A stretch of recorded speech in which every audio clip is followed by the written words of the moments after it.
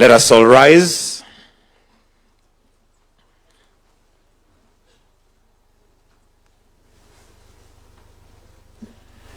His Excellency, the President.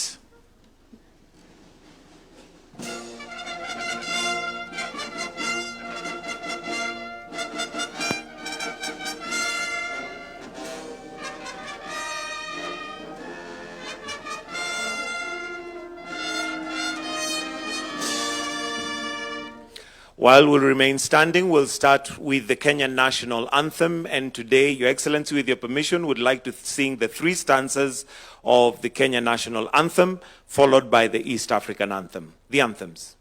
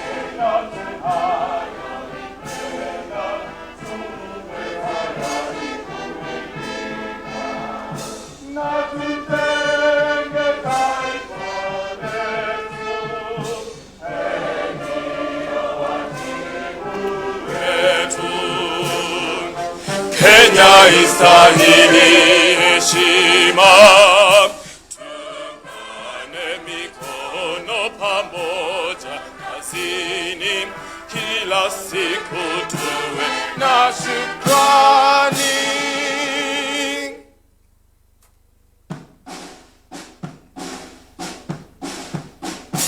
Mungu tamba uilinde jumuiya Afrika Mashariki, tuwezeshe kuishi kwa amani, tuilinde na malengo yetu, jumuiya yetu sote tuilinde, tuwajibike.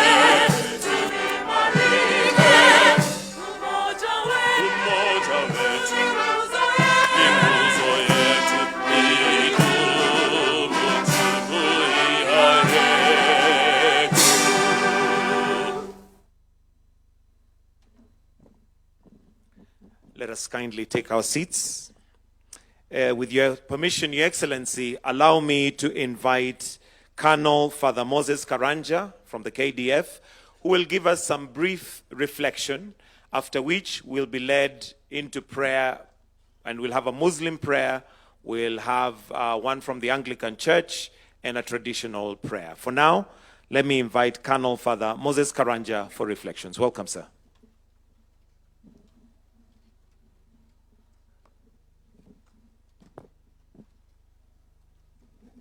Your Excellency, sir, distinguished guests, allow me to give a sermonette titled Healed There.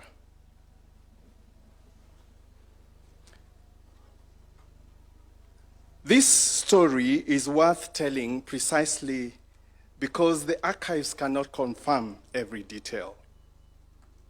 In 1898, the world's first urban conference was held in New York City. On the agenda was the problem of what could be done about all the horse manure building up in the cities of the world. New York City had 300,000 horses, making 1 ton of manure and 40 liters of urine every single day. There were entire city blocks dedicated to nothing but piles of horse manure, hills rising up to 100 meters, right next door to apartments. When it rained, it turned to mud that flowed through the city. The New York Times estimated that 3 billion flies were being hatched every single day. The stench was so horrific that New York published a stench map that showed where the stench would flow with every prevailing winds. A London paper is remembered to have warned that within 50 years, the streets would lie 9 feet deep. And at the conference, the assembled geniuses of the world, of the industrial world, adjourned early. The problem was declared unsolvable. It was unsolvable. Philosophically, that is the lesson. Some problems are not solved. They are simply outgrown. The answer was not better manure policy. It was already rattling in Detroit workshop where, 2 years earlier, a young mechanic named Henry Ford had knocked together the quadricycle. And within 15 years, the automobile did not fix the manure, it simply obsoleted it. So here, the first proposition of this Katiba Day. The future rarely arrives wearing the clothes of policy. It arrives dressed in overalls, in a garage. We should never be ashamed to dream through the manure. But philosophy without movement is memory. The dream must be walked. And listen to how the Gospel of Matthew puts it. It is the brevity that should unsettle us. It is Matthew chapter 19, verses 1 to 2. And I quote, "When Jesus finished saying these things, he left Galilee and went into the region of Judea, beyond the Jordan. Large crowds followed him, and he healed them there." Here, 3 locational facts we must not ignore. The first one, the Greek does not say Jesus left. It says metoron. He struck camp, pulled up his tent pegs, and left the shore of his applause. Second, he went beyond the Jordan, the borderland, on the far side. And third, he healed them there. Not in Galilee, not at home. Healing dwells where comfort ends. Our healing was never delivered in Galilee. It was the road. And the road and a summit that we climbed on the 27th of August 2010 at Uhuru Park. Promulgation was a summit. And every mountaineer knows a summit can be false. Implementation is the long ascent still before us. So, the first questions are questions of location. Where are we standing? Which Galilee have we refused to strike camp from? And 3, are we a people who cross or well-wishers who waved from the far shore? Sir, permit me an indulgence, a brief loan from the scientists, because the brain has a doctrine we should borrow for the journey ahead. Neuroscientists have photographed what practice does.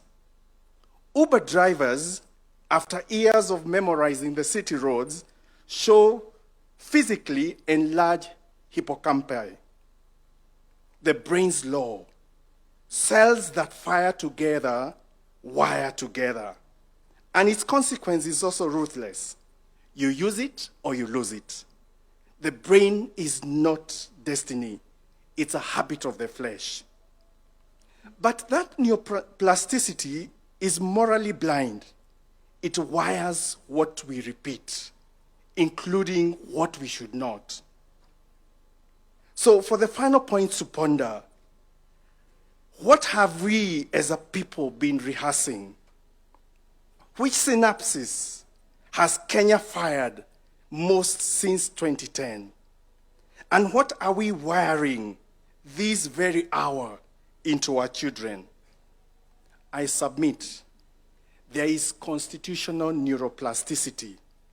The nation brain rewires by repetition.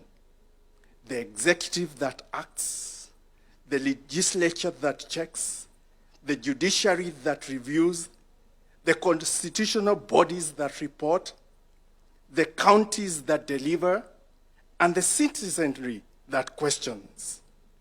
Each act a synapse of implementation. 16 years of this amount to constitutionalism becoming a muscle memory. Because when the history of this great nation is written, let it not be said that we were the generation which organized the manure. It must be written that we were the generation which dreamed of the automobile and followed through.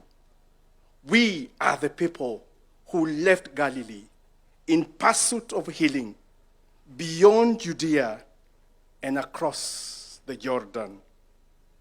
Your Excellency, sir,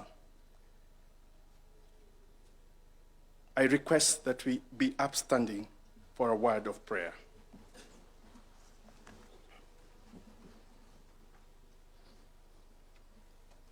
God our Father, who pitched your tent among us, hear our prayer as we dare the workshop of our dreams and refuse to build house on manure.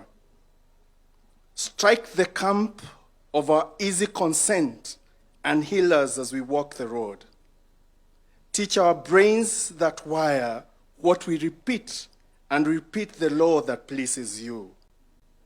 Remember, O God, the architects of this Constitution and those who birthed it and are now gone. Grant them everlasting rest and perpetual light. Bless this nation, and may justice be our shield and defender. Grant us in all trials the courage to climb and the promises to remember the perfection of your time. Let Kenya be moved into its promise beyond the horizon. We pray in your holy name. Amen.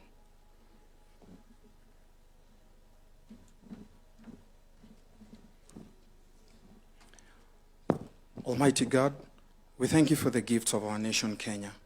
We thank you for the Constitution that guides and guards our people.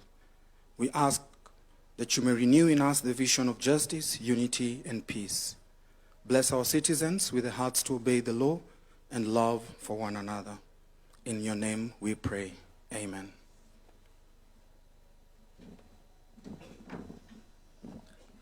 Bismillah, we continue with the prayers. In the name of Allah, the most gracious, the most merciful, praise be to you, our Lord, as we gather today to offer our prayers on this Constitution Day. We thank you for blessing us with a nation, citizens, and laws that bring us together in harmony and order. Ya Allah, just as you revealed divine laws to guide humanity through your prophets, we ask you to bless our Constitution, that it may always serve justice, equity, and the welfare of all citizens. Let it be a source of unity, a shield for the weak, and a guide for the leaders. Ya Allah, may you answer our prayers. Amen.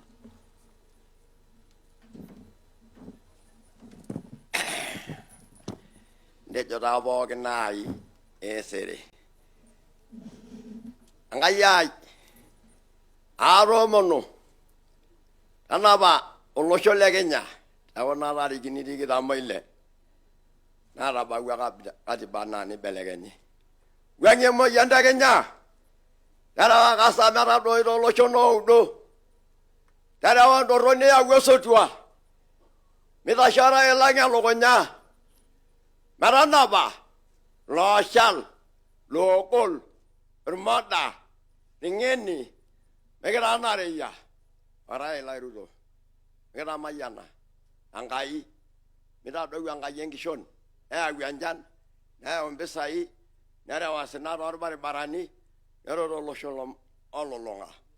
Tobua entopok inkera ainei entopok olosho musima entaar kulo lang'ok lenkai ilepu enaa enkolong nemedoyio entaba enaa oldonyo nemegilegila entoiki loidro lemeudo kewarie adama entorropilo olorie lemorindat entorropilo nesonkoe emao entilito oltukai entaba enaa iltarakua le Lebanon.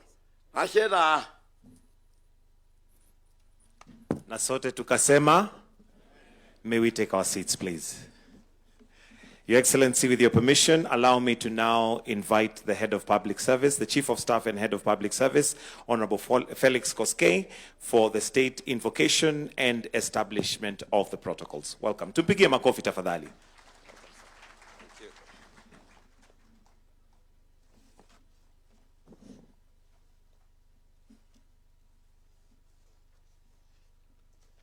Your Excellency, the President, Your Excellency, the Deputy President, Your Excellency, the Prime Cabinet Secretary, the Honorable Speaker of the Senate, the Honorable Chief Justice and the President of the Supreme Court, judges of the Supreme Court present, the Honorable Attorney General and Cabinet Secretaries, Chief Registrar of Judiciary, County Governors, Members of Parliament present, chairpersons of constitutional commissions, and holders of independent offices, principal secretaries, service commanders, and heads of our national security organs, members of the diplomatic corps, members of the clergy, our masuja wa katiba, honored guests, distinguished ladies and gentlemen.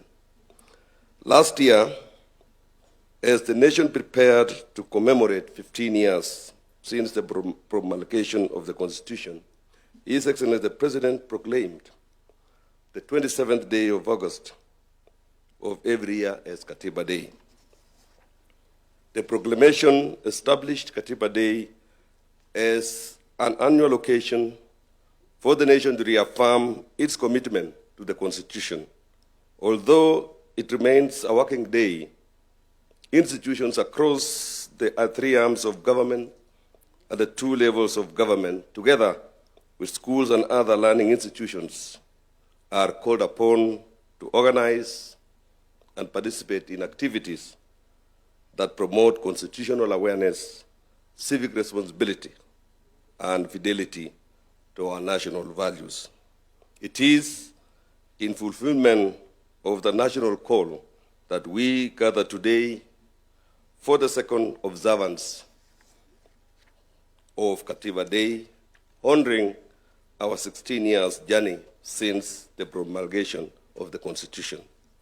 This symposium brings together institutions entrusted with public duty and the people in whose name that authority is exercised. Represented here are the executive, parliament and judiciary, the national and county governments, constitutional commissions, and independent offices, our masuja wa katiba, the diplomatic community, faith leaders, civil society, professional bodies, the private sector, academia, young people, persons with disabilities, and community-based organizations from across the Republic. With the constituent parts of our constitutional order duly represented, it is my distinct honor and privilege to call the 2026 Katiba Day Symposium in order. Your Excellency, distinguished ladies and gentlemen, 16 years after the promulgation of the Constitution, this Katiba Day calls upon us to account for the responsibilities it entrusts to each institution of state. It calls upon public authority to serve the people and every office holder to answer for the authority entrusted to them. This responsibility is captured in the theme of this year's commemoration. And I quote, Katiba at 16, Kenya yetu, wajibu wetu, tuwajibike. The theme summons every institution and every office holder to account for how they have discharged the mandate entrusted to them. Ladies and gentlemen, our responsibility to the Constitution extends to honoring the symbols through which our nationhood is expressed. They carry our history, our national dream and prayer, proclaim our sovereignty, and affirm our common identity as one people, one nation. Accordingly, Article 9 of the Constitution identifies the national symbols of the Republic as the national flag, the national anthem, the coat of arms, and the public seal. The Constitution gives these symbols their place within our national order. As the supreme expression of the sovereign will of the Kenyan people, the Constitution is the foundation upon which every institution is established, every public office is held, and every authority of the state is exercised.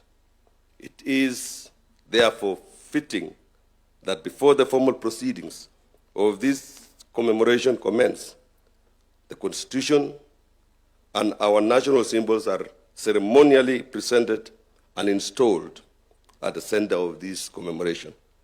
Their presence at the heart of this ceremony affirms that the Republic, its institutions, and all who exercise public authority are founded upon the will of the people and remain subject to the Constitution. The presentation will commence with the copy number 1 promulgated on 27th August 2010. The Constitution will be presented by the Honorable Attorney General, whose office is constitutionally entrusted with promoting the rule of law and defending the public interest. Thereafter, the national symbols will be presented within due honor by the Kenya Defense Forces, guardians of the sovereignty and territorial integrity of the Republic. Your Excellency, honored guests, may I now request that we all rise for the conveyance and ceremonial installation of the copy number 1 of the Constitution of Kenya and the other national emblems of the Republic. Kenya Defense Forces, you may proceed. Mheshimiwa Rais, katiba hii ya Kenya ilipitishwa mwaka wa 2010 tarehe 4 Agosti na kuanza kutumika rasmi tarehe 27 Agosti mwaka wa 2010. Mwanasheria mkuu Mheshimiwa Dorcas Oduor, Senior Counsel, akituletea nakala ya kwanza ya katiba hii hivi sasa. Na katiba hii Mheshimiwa Rais ikiwa imeweka misingi ifuatayo: ukuu wa wananchi, ikipeana mamlaka kwa wananchi wenyewe ili waweze kujitawala; haki na uhuru wa msingi, haki ya kuishi kwa usawa, uhuru na kujieleza, elimu, afya na utu. Mheshimiwa Rais, katiba hii imeweza pia kuweka mgawanyo wa mamlaka, ikiwemo ile ya executive, mamlaka ya utendaji, bunge inayotunga sheria, na hali kadhalika mahakama ambapo tunakimbilia wakati wa kupata haki. Miongoni mwa sheria ambazo ziko ndani ya katiba hii, Mheshimiwa mwanasheria mkuu hivi sasa akiweza kuandaa katiba hii na kuiweka mahali panapostahiki. Katiba ya Kenya ikiwa ndiyo sheria kuu, ikiwa na sura 18.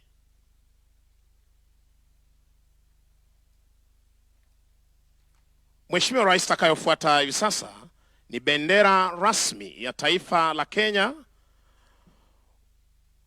Bendera ni ishara ya utaifa, umoja, uhuru na utambulisho wa Kenya.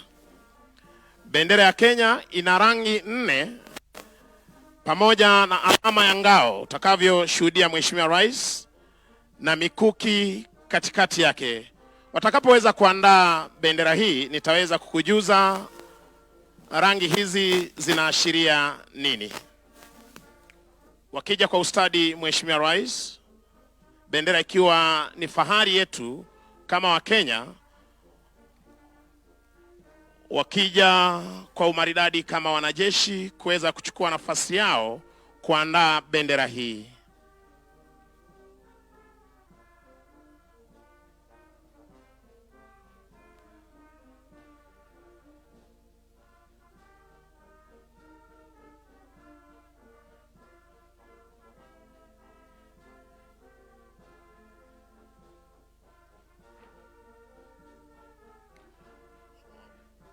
Kwa umaridadi kabisa wakiweza kufungua bendera hii, Mheshimiwa Rais.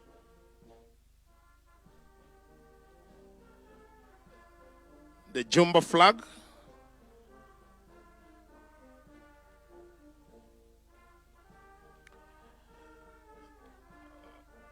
Mheshimiwa Rais, wakiweza kuandaa bendera hii hivi sasa, rangi nyeusi ikiashiria watu wa Kenya, rangi nyeupe, Mheshimiwa Rais, ikiashiria amani tulio nayo na umoja wetu kama wa Kenya, rangi nyekundu ikiashiria damu iliyomwagika wakati wa mapambano ya kuleta uhuru, rangi ya kijani ikionyesha ardhi na utajiri pamoja na mali asili ya taifa letu la Kenya, na Mheshimiwa Rais, ngao na mikuki hiyo ikiashiria utayari wetu wa kulinda taifa letu la Kenya. Bendera ya Kenya. Kuweza kuondoa hivi sasa bendera hii, Mheshimiwa Rais, na kuweza kuiweka mahali maalum tayari kuweza kuendelea na hafla hii ya kusherekea katiba miaka 16 tangu kuweza kuzinduliwa. Takayofuata, Mheshimiwa Rais, takuwa ni maneno ya wimbo wa taifa, ukipenda kwa lugha ya Kimombo National Anthem Lyrics.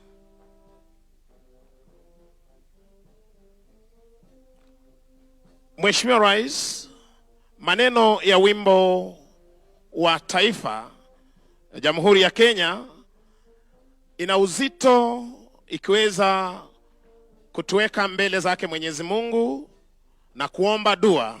Neno la kwanza, Mheshimiwa Rais, tukiweza kufahamu kwamba Mwenyezi Mungu ndiye mwenye nguvu zote na kuweka imani yetu kwake Mwenyezi Mungu aweze kuibariki na kuilinda Kenya. Pia inaweza kutueleza kwamba umoja wetu ndio nguzo yetu, tuweze kushikamana kila wakati tukiomba amani iweze kuwa katika taifa letu la Kenya na utulivu, uhuru wa kuweza kulinda taifa letu na hali kadhalika Kenya kuweza kustawi na maendeleo. Upendo na umoja wa taifa, uzalendo wa kujitolea kwa ajili ya Kenya. Na kwa ujumla, Mheshimiwa Rais, wimbo wa taifa unaonyesha uzalendo, umoja, amani, uhuru na matumaini ya Kenya kustawi. Maneno ya wimbo wa taifa. Shukran. Mheshimiwa Rais, takayofuata ni nembo ya taifa la Kenya. Mheshimiwa Rais, nembo ya taifa la Kenya ni alama rasmi inayoonyesha ujumbe wa umoja, ulinzi, uhuru na utambulisho wa taifa la Kenya. Kwenye nembo hii, Mheshimiwa Rais, utaweza kuona ngao. Ngao hii inaashiria ulinzi wa taifa letu la Kenya. Simba wawili, Mheshimiwa Rais, wakiashiria nguvu tulio nayo kulinda taifa letu, tukiwa na ujasiri na imara kama simba, ardhini, angani na hata kwenye fuo za bahari zetu. Mikuki miwili, Mheshimiwa Rais, unayoiona ni ya kulinda mipaka yetu na hali kadhalika taifa letu la Kenya. Jogoo inaashiria mamlaka na hali kadhalika mwanzo mpya, kama vile Mheshimiwa Rais, kila asubuhi jogoo anapowika, wasaa wa majogoo, alfajiri, wa Kenya huamka kujituma na kuanza kujenga taifa lao. Mimea unayoona Mheshimiwa Rais inaashiria kilimo na utajiri wa mali asili tulio nayo kama taifa la Kenya. Unavyotazama Mheshimiwa Rais, tuna pareto, nanasi, mahindi miongoni mwa mimea tunayoipanda na mazao yanayopatikana katika taifa letu la Kenya. Neno harambee, Mheshimiwa Rais, linatukumbusha tushirikiane, tusaidiane kwa pamoja, tuwe na mshikamano mmoja kama wa Kenya. Nembo ya taifa la Kenya. Thank you. Mheshimiwa Rais, kuhitimisha tafrija hizi za kijeshi ni muhuri wa umma, the public seal, Republic of Kenya. Mgeni wetu rasmi, kwa sababu ya uzito wa muhuri huu, wanajeshi hawa wataenda kuuzindua upande ule wa pili, na utaweza kutazama, na nitawaalika sote tuweze kuelekeza macho yetu kwenye runinga zetu na hali kadhalika walioko hapa mbele kuweza kutazama wanajeshi hawa wakizindua muhuri huu wa umma, katika lugha ya Kimombo, the public seal, Republic of Kenya. Muhuri wa umma wa Kenya ni alama rasmi, Mheshimiwa Rais, inayotumika kuthibitisha nyaraka rasmi za serikali, na hali kadhalika inaashiria mamlaka ya serikali kuleta uhalali na uhalisia wa kuthibitisha kwamba hati hizi ni rasmi, na hali kadhalika kuleta ukuu wa jamhuri yetu ya Kenya. Wakienda kuzindua rasmi hivi sasa muhuri huu wa umma.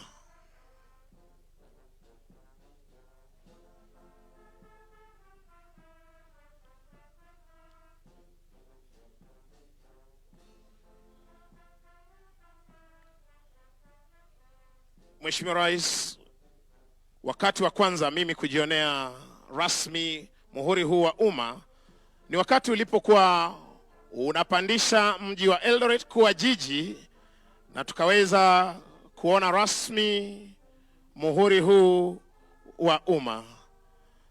Tuwapigie makofi mazuri tafadhali wanapohitimisha tafrija hizi za kijeshi. Kwa heshima tarudisha kwake Hops aweze kuendelea. Mheshimiwa Felix Kosgei. Thank you. Your Excellency, distinguished ladies and gentlemen, you may kindly take your seats. Your Excellency, the Constitution now installed before us opens with a preamble. This preamble is the soul upon which our constitutional order rests. In its words, the people of Kenya honor the generations whose struggle brought freedom and justice to our land, affirm the values by which we seek to live, and declare the nation we resolve to build. It is therefore befitting that these words should be voiced today by a new generation of Kenyans, the inheritors of the constitutional promise and the custodians of its future. Sir, permit me now to invite the 16 pupils selected to lead us in the recital of the preamble to the Constitution.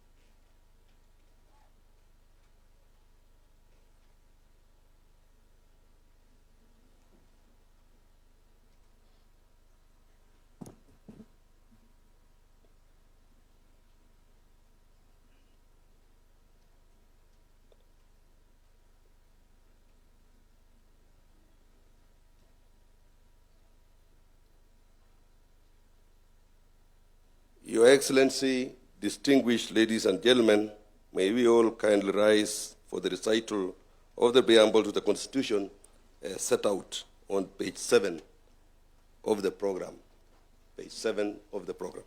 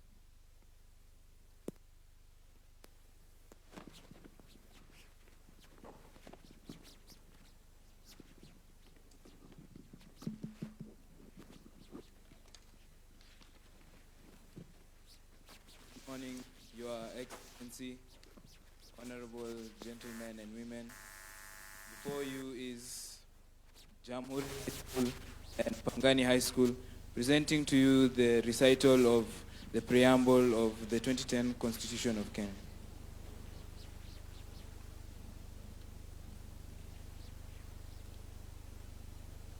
We, the people of Kenya, acknowledging the supremacy of the Almighty God of all creation, honoring those who heroically struggled to bring freedom and justice to our land, proud of our ethnic, cultural, and religious diversity, and determined to live in peace and unity as one indivisible sovereign nation.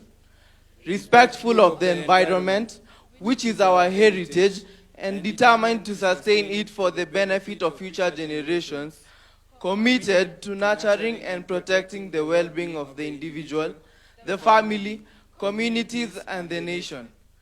Recognizing the aspirations of all Kenyans for a government based on the essential values of human rights, equality, freedom, democracy, social justice, and the rule of law.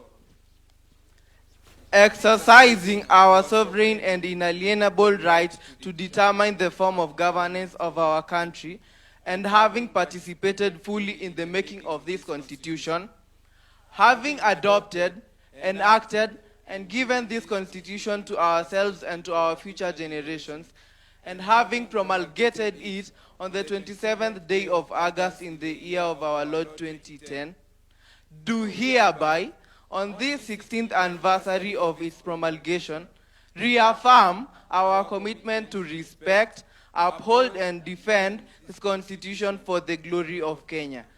God bless Kenya.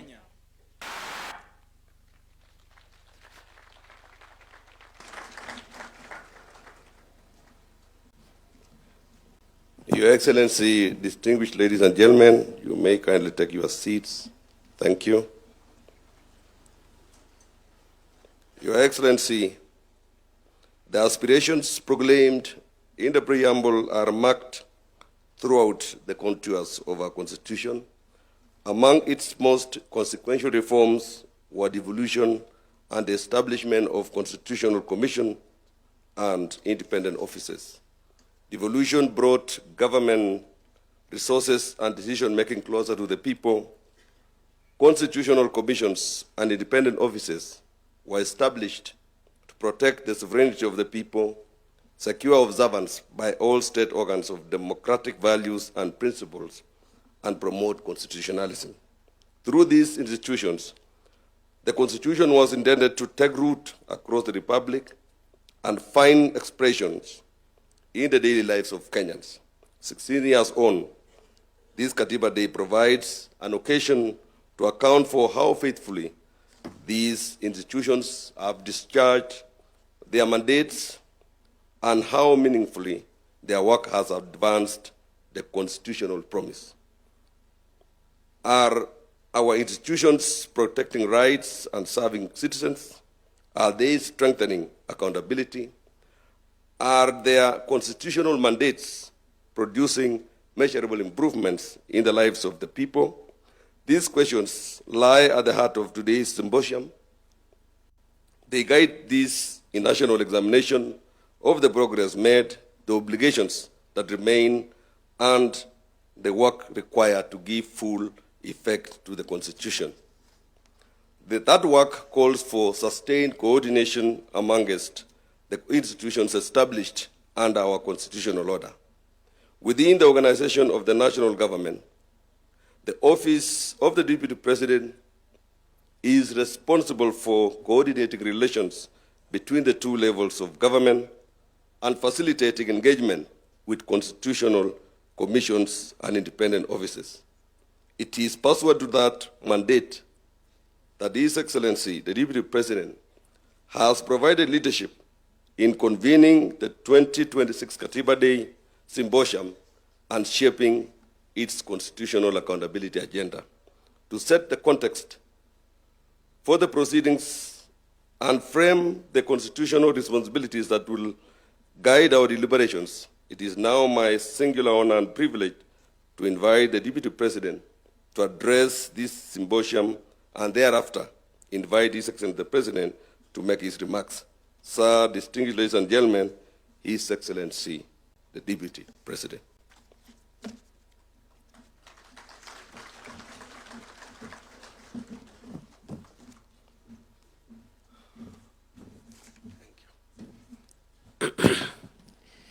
Your Excellency, sir, I ride on all the protocols that have been established already and would like to say the following before I invite you, Your Excellency. That on a moment like this one, 5 things, at least for me, ran through my mind. The first is on the 16th anniversary of celebrating the constitution that we established for ourselves to guide the creation of a modern Kenya.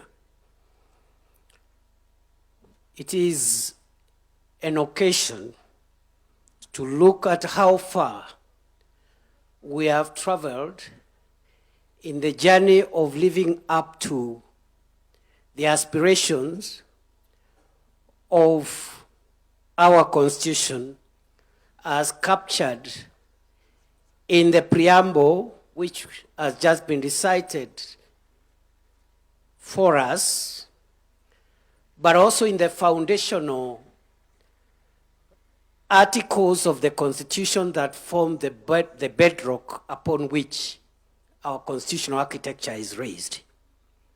These foundational articles define Kenya as a democratic multi-party state.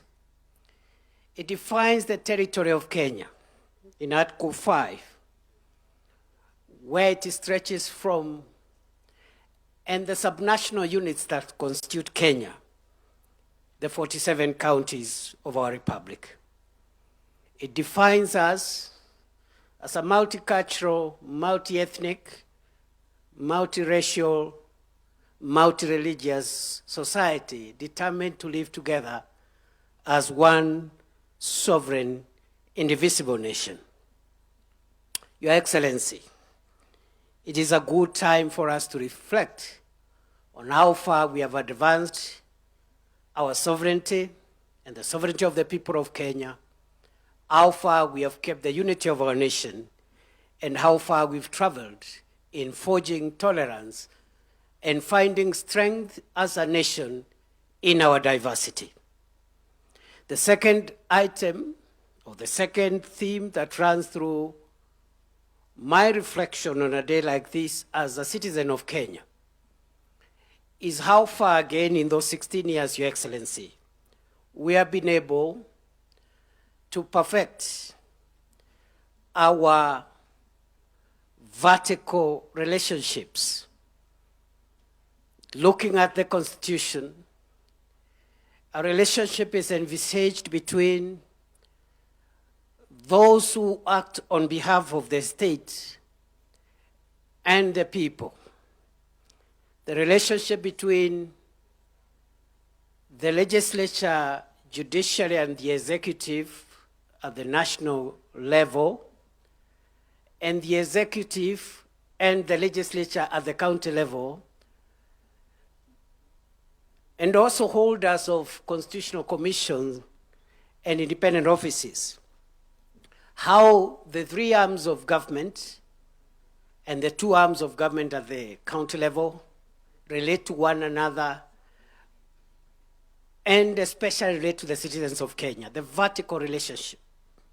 Number 3 is the horizontal relationship among the arms of government themselves and the levels of government, and how we have come to perfect devolution, to respect the independence of the judiciary, to respect the independence of the legislature, how far the legislature has been a check on the executive, and how far the judiciary has helped us to interpret the laws of our land.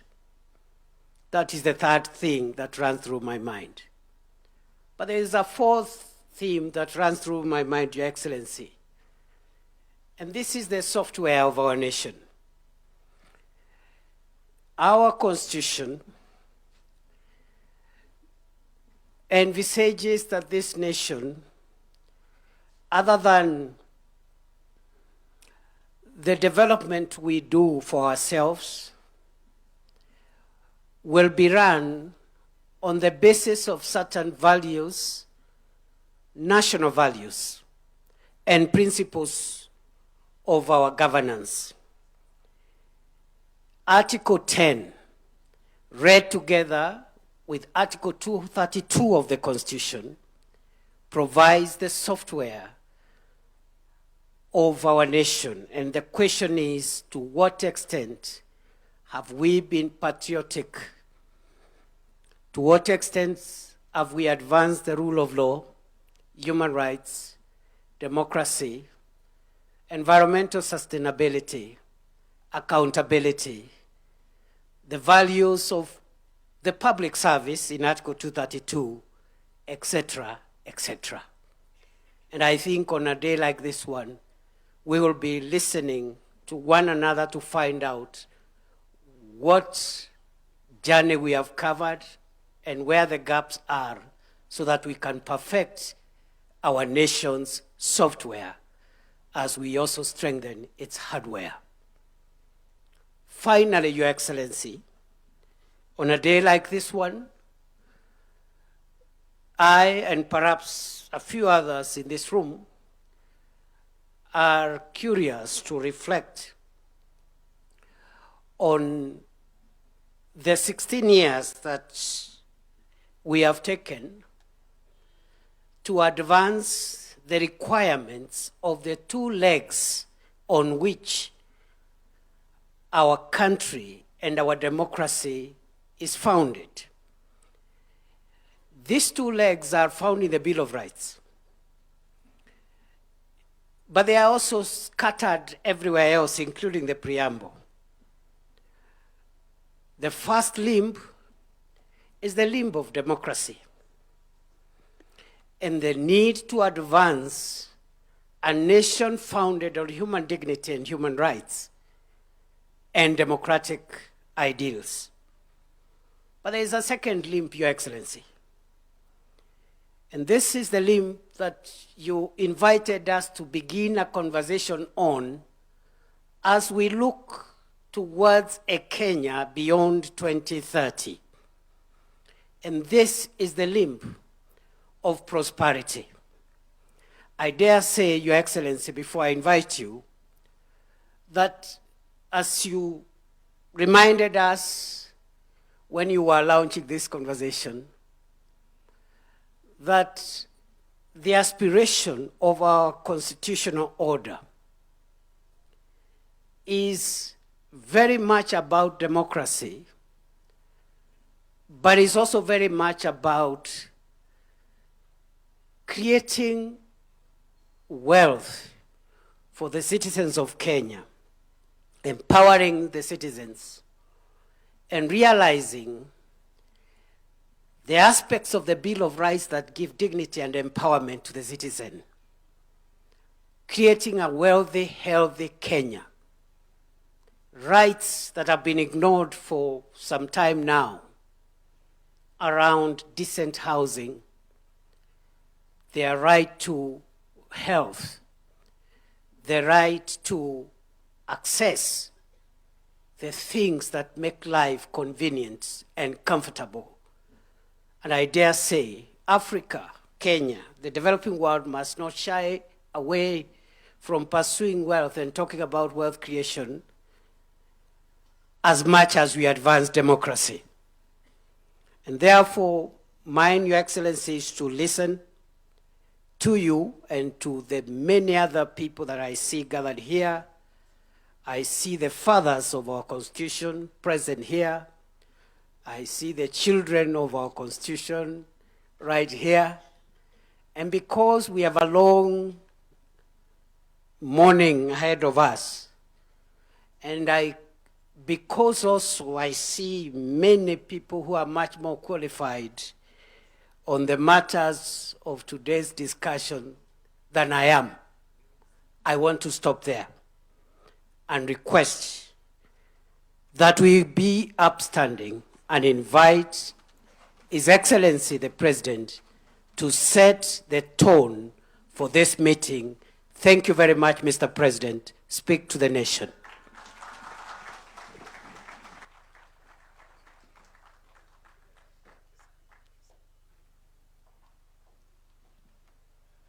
Thank you very much. Please, let's take our seats. Asante sana.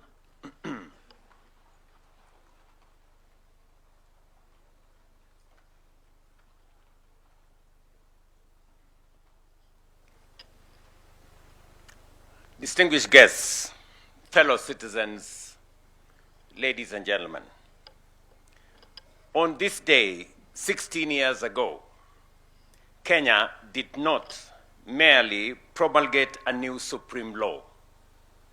We entered a new constitutional order and renewed the covenant upon which our republic is established. Generations of Kenyans had struggled and sacrificed for this moment. They wanted a nation governed not by the whims of the mighty and powerful, but by the sovereign will of the people. A nation in which authority would be restrained by law, public office exercised as a trust, and every institution held accountable to the citizens it serves. With that in mind, Katiba Day, 16 years later, must be more than an annual anniversary. It must be a day of national accounting. We must take a collective pause and reflect on a few critical questions. Have we faithfully implemented the Constitution? Have we exercised the authority it confers upon us responsibly? Have we effectively delivered the rights that the Constitution guarantees?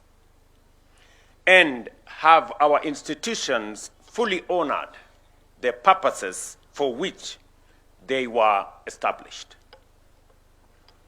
These questions apply to the executive, to Parliament, to the judiciary, to the national and county governments, to constitutional commissions and independent offices, and to every state and public officer.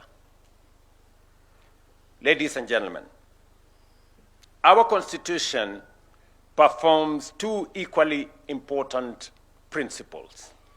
First, it restrains power. It shares authority, establishes checks and balances, protects fundamental freedoms, and provides remedies against abuse. Second, it manages power. It commands the state to govern, protect, and provide and progressively realize the social and economic rights of the people. Our responsibility is to uphold both obligations. Power must be managed and rights must be assured. That is why Article 43 is central to any honest assessment of constitutional implementation. It guarantees every person the right to the highest attainable standards of health, accessible and adequate housing, and reasonable standards of sanitation, freedom from hunger, and adequate food of acceptable quality, clean and safe water in adequate quantities, social security, and education. It further declares that no person shall be denied emergency medical treatment and requires the state to provide appropriate social security to persons unable to support themselves and their dependents. These are not ornamental provisions placed in our Constitution. They are fundamental rights. Article 21 requires the state to take legislative, policy, and other measures, including the setting of standards, to achieve the progressive realization of what I have stated. But progressive realization does not mean indefinite postponement. It recognizes that resources are finite, but requires every government to take reasonable, deliberate, concrete, and measurable steps towards fulfilling these rights. Progress must therefore be visible in whether a mother can obtain health care, whenever and whether an emergency patient is treated before being asked for pay, whether a family has clean water, whether a child can attend school, and whether a citizen can afford a decent home, and whether a vulnerable person can live in dignity. To my mind, therefore, the ultimate test of the constitutional implementation is not how often we quote the Constitution or invoke constitutionalism. It is how closely the daily experience of the citizens reflect the promise of the Constitution. Ladies and gentlemen, when this administration sought the mandate of the people in 2022, it was not merely on the basis of campaign rhetoric or political sloganeering. We placed a concrete proposal on the delivery of Article 43 at the center of our national transformation agenda.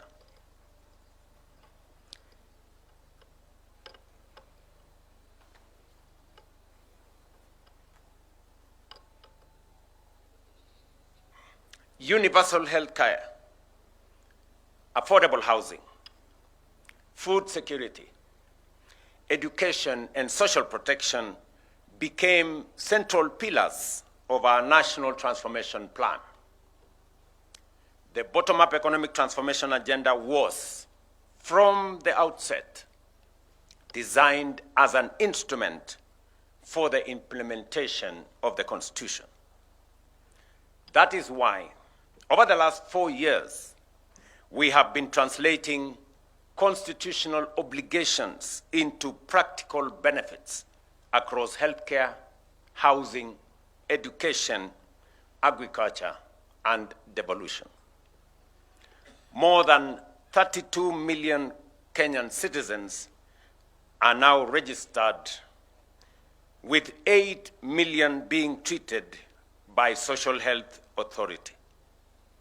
Over 100,000 community health promoters are servicing households, and the 922 Lifeline is strengthening access to emergency care. More than 274,000 affordable homes are under construction, creating 1.1 million jobs. We have also recruited more than 100,000 teachers and constructed 23,000 classrooms to boost education outcomes and rolled out a new funding model for our university education. At the same time, agricultural reforms are increasing food production reducing agricultural inputs, putting more income into farmers' pockets, and strengthening service delivery through county governments. By no means is this work complete. Significant steps remain. Nevertheless, these interventions demonstrate that the promise of our new constitution is steadily becoming the lived experience of more Kenyans today than was the case before. This same constitutional obligation must now guide the national conversation on Kenya beyond 2030. As we consider the country we want to build beyond the present development horizon, we must not begin, and we will not be beginning, from a barren place. The Constitution has already defined our destination, and that is a democratic, prosperous, equitable, and inclusive republic founded on human dignity, social justice, sustainable development, and the sovereignty of the people. The task before us is to translate that constitutional destination into a coherent national development charter.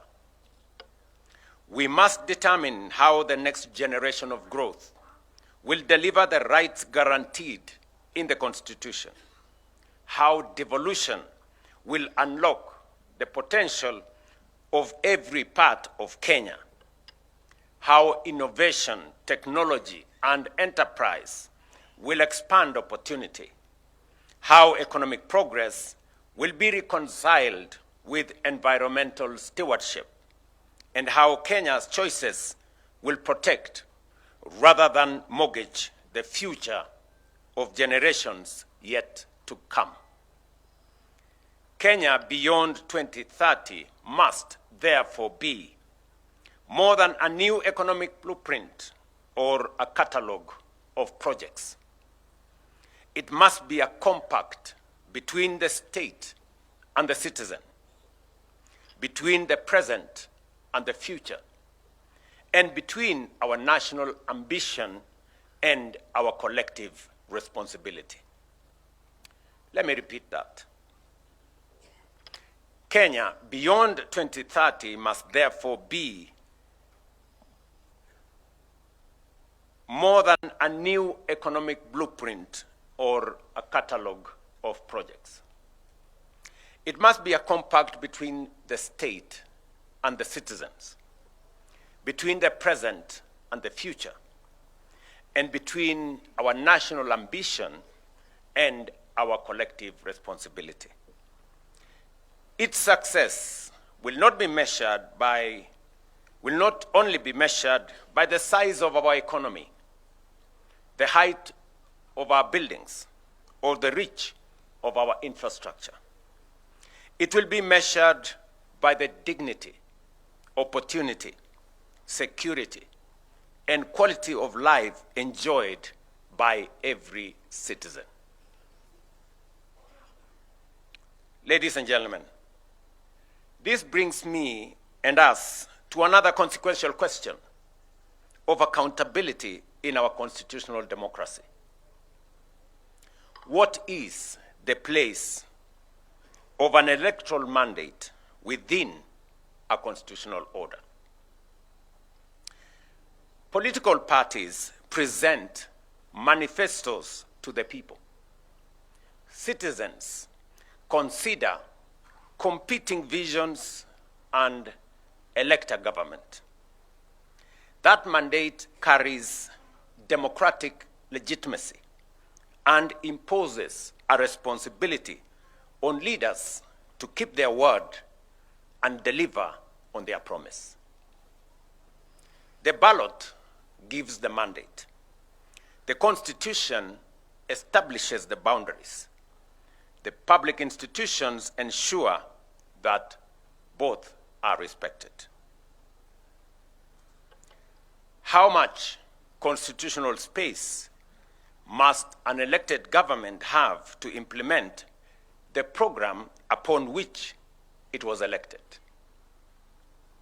When that program is challenged, how should courts distinguish between reviewing constitutionality and making policy choices constitutionally entrusted to elected institutions? When a court finds that a policy violates the Constitution, how should the executive and parliament respond promptly and constructively? How should courts protect rights while remaining attentive to institutional roles, public resources, and practical consequences of their decisions? How do we preserve constitutional review without unnecessarily paralyzing legitimate government action? How do we ensure that checks and balances remain instruments of accountability and holding government to account rather than pathways to institutional gridlock? These questions do not constitute any attack on any institution or infringement on any institution. Judicial independence is non-negotiable. Courts must remain free to interpret the Constitution, protect rights, and invalidate unlawful action. Equally, executive, legislative, and judicial authority all derive legitimacy from the people and must be exercised in their service. Where a government acts unlawfully, it must obey the courts and correct its course. Where lawful policy choices fall within the constitutional authority of elected institutions, that democratic space must also be respected. Ladies and gentlemen, accountability also requires us to confront difficult moments in our recent national life. During the protests of 2024 and those that followed, young Kenyans and other citizens exercised their constitutional freedoms to speak, assemble, demonstrate, picket, and petition public authorities. Their message was clear. They wanted to be heard. They demanded greater accountability, better government, and a meaningful place in shaping the future of their nation. Those demands were not an assault on democracy. Peaceful protest, criticism, and dissent are essential to democracy. Yet, those protests also presented our republic with a profound constitutional question. How do we protect the citizens' right to protest while at the same time fulfilling the state's obligation to preserve constitutional order? The Constitution itself provides the starting point.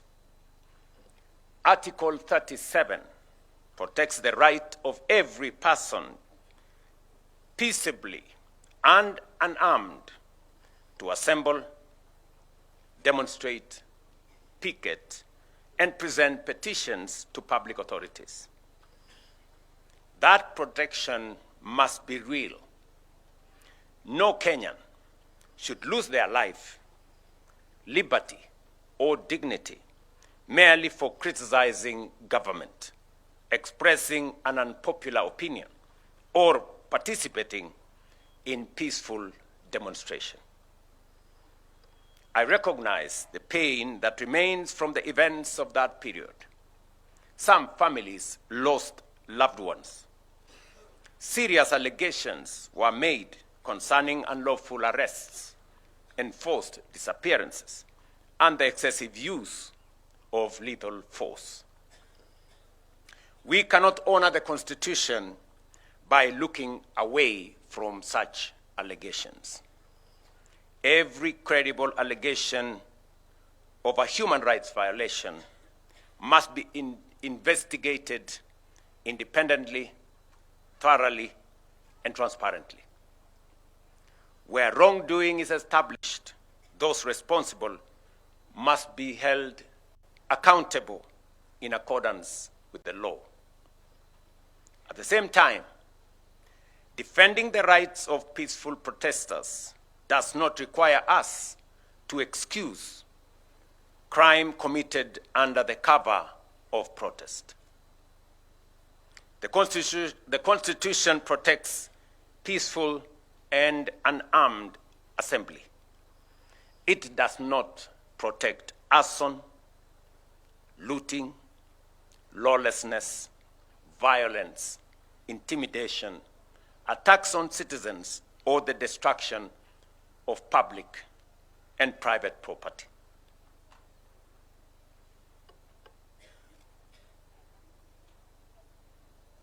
Sorry.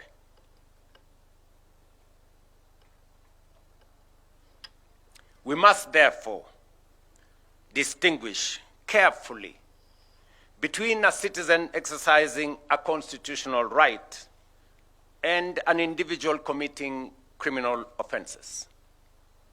We must neither criminalize protest because of the actions of a few, nor legitimize criminal conduct merely because it occurs in the course of a protest. Rights and responsibilities are not enemies. Responsibility protects the conditions in which everyone's right can be enjoyed. The right to protest carries a responsibility to remain peaceful and unarmed. The duty to maintain order carries an obligation to respect life, dignity, and the law. The authority to govern carries a responsibility to listen. The authority and the freedom to disagree carries a responsibility to preserve the democratic institutions through which disagreement can be expressed and resolved. Government belongs to the people. Parliament belongs to the people. The courts belong to the people. The institutions of the republic belongs to the people.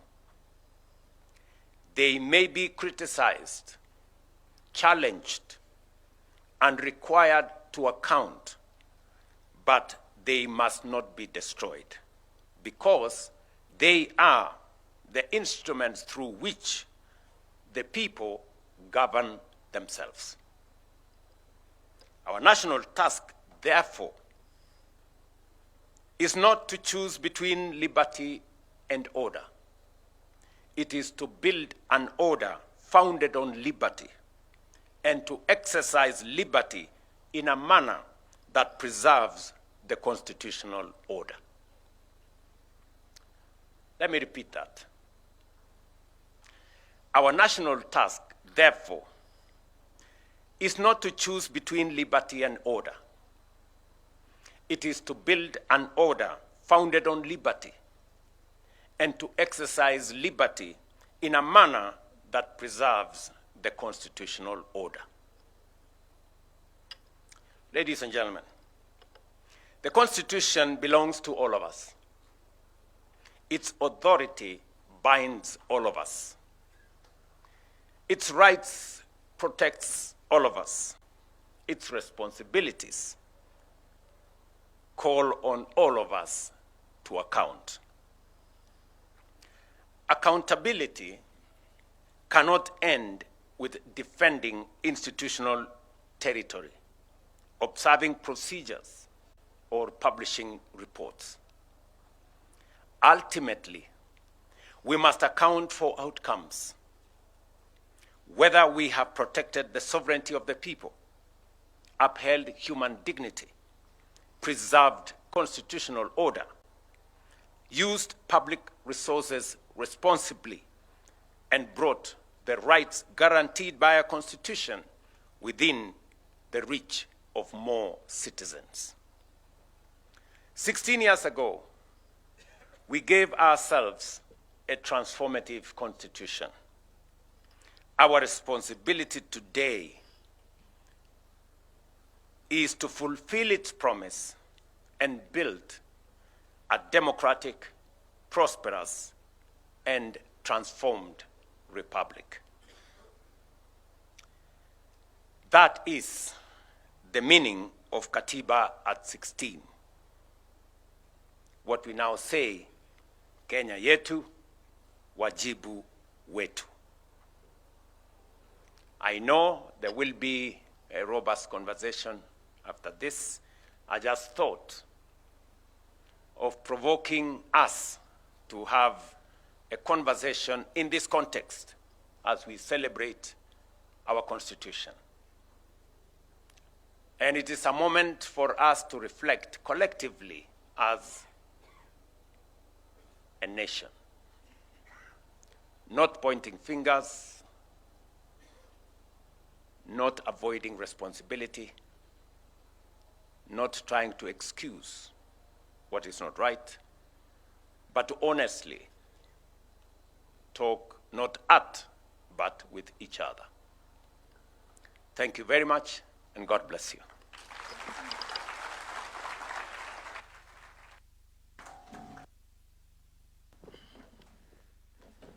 Another round of applause for His Excellency as we take our seats. Thank you, Your Excellency.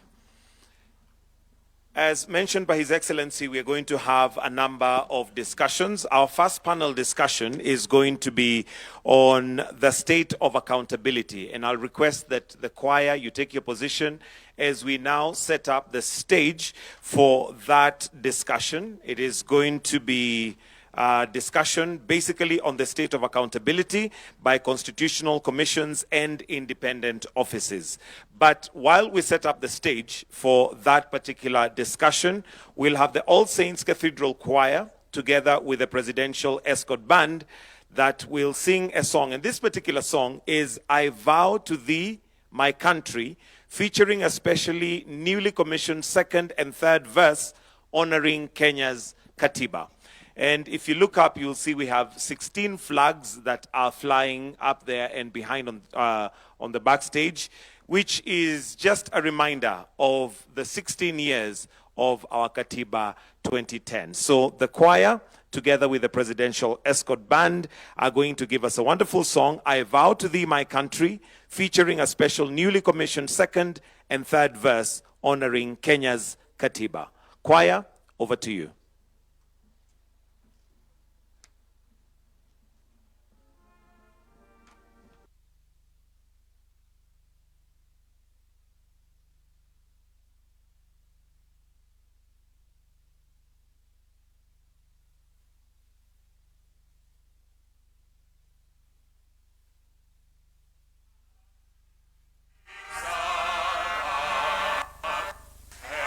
It's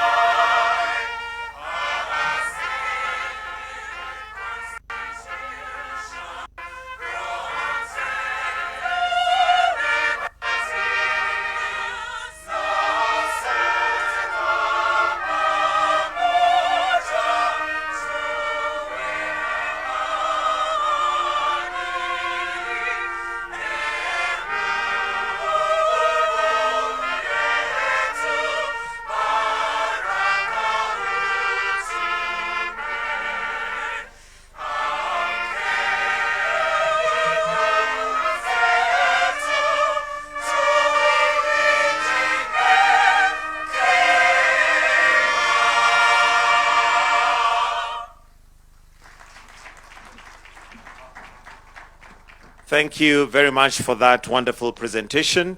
And before we get to the panel discussion, allow me, Your Excellency, to invite Honorable Dorcas Agei-Kodur, the Attorney General, the state law, to make some submissions before we then have the panel discussion, which will be looking at the state of accountability. Welcome.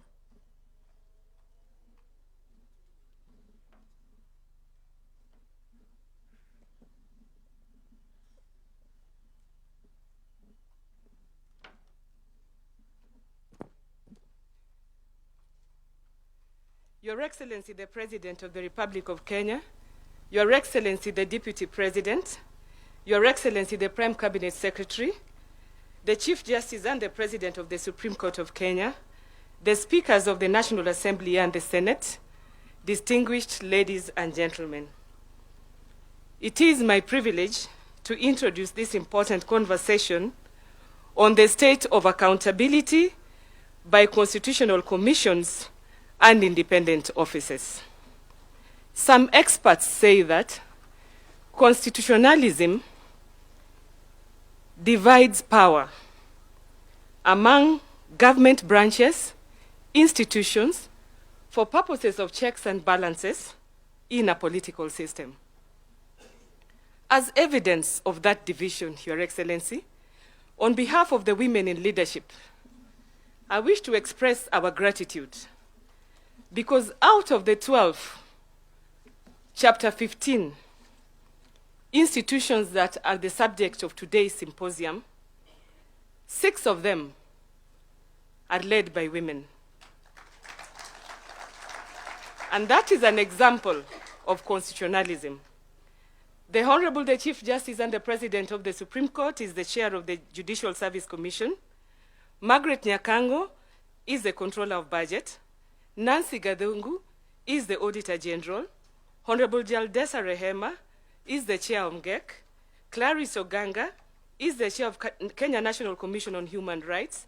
And Mary Chebukati is the chair of the Revenue Allocation. Not forgetting the Chief Registrar of the court and myself. We found favor before God and before you, and we are grateful for having been given that opportunity to assist you in nurturing constitutionalism in this country. We have been supported by all branches of government. As we commemorate 16 years of our Constitution, we are invited to do more than celebrate the existence of the constitutional order that we created in 2010. We are called to examine whether our institutions are living up to the expectations of the Katiba and ultimately to the expectations of the Kenyan people. It is in this sense that the theme of today's symposium, Katiba at 16, Kenya yetu, wajibu wetu, tuwajibike, is particularly appropriate. Our Constitution is ours. Our institutions are ours. And the responsibility for making the Constitution work is equally ours. The great constitutional transformation of 2010 was not simply the redistribution of the institutional functions. It was the redefinition of the relationship between power and responsibility. It deliberately created institutions with distinct mandates, checks and balances, safeguards for independence and clear responsibilities to the people. In particular, constitutional commissions and independent offices occupy a very important place in that architecture. They exist to protect the sovereignty of the people, secure observance by state organs of democratic values and principles, and to promote constitutionalism. Their independence is therefore not incidental. It is fundamental. But there is an important distinction we must continue to appreciate. Our institutions are independent, but they are not isolated. Indeed, one of the enduring lessons of 16 years of constitutional implementation is that independence and interdependence must coexist. The Constitution does not contemplate institutions operating as a separate island or separate islands. It gives institutions distinct mandates, but places all of them within one constitutional operative framework, serving one sovereign, the people of Kenya. A commission may be independent in the exercise of its mandate, but the fulfillment of that mandate will often require engagement with Parliament, the executive, the judiciary, other commissions and independent officers, county governments, and citizens. The Auditor General may identify questions concerning the use of public resources. The Ethics and Anti-Corruption Commission may confront questions of integrity and corruption. The Commission Administrative of Justice may address maladministration. The Kenya National Commission on Human Rights may raise questions touching on the protection of rights and freedoms. The Salaries and Remuneration Commission has its own constitutional responsibilities within the management of public resources. In fact, sometimes Kenyans wonder that if all these things are well spelled in the Constitution, how come some institutions are still going to the judiciary to interpret their mandate?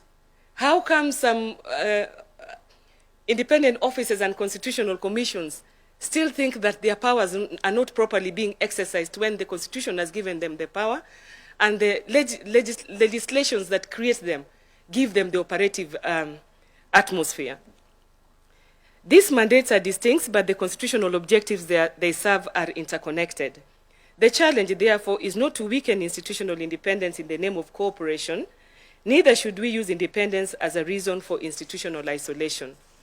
We must always endeavor to build a culture in which institutions are sufficiently independent to dispense and discharge their mandates fearlessly, while being sufficiently interconnected to make the constitutional system work effectively.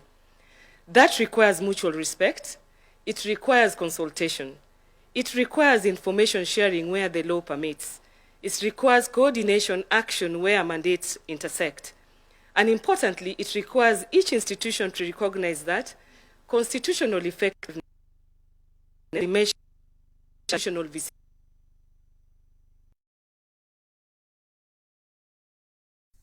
Distinguished ladies and gentlemen, this brings us to another important question for Katiba 16.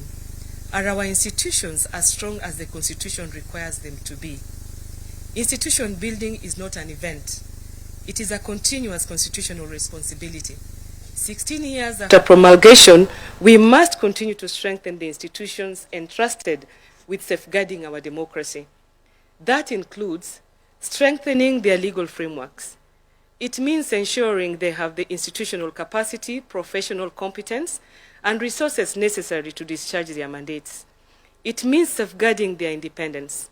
It also means strengthening their internal systems of governance, accountability, transparency, and performance. Strong institutions are not simply institutions that possess power. Strong institutions are institutions that exercise their power lawfully, consistently, fairly, and effectively. They must be capable of resisting improper pressure, but they must equally be capable of accepting legitimate scrutiny. They must demand accountability from others while demonstrating accountability.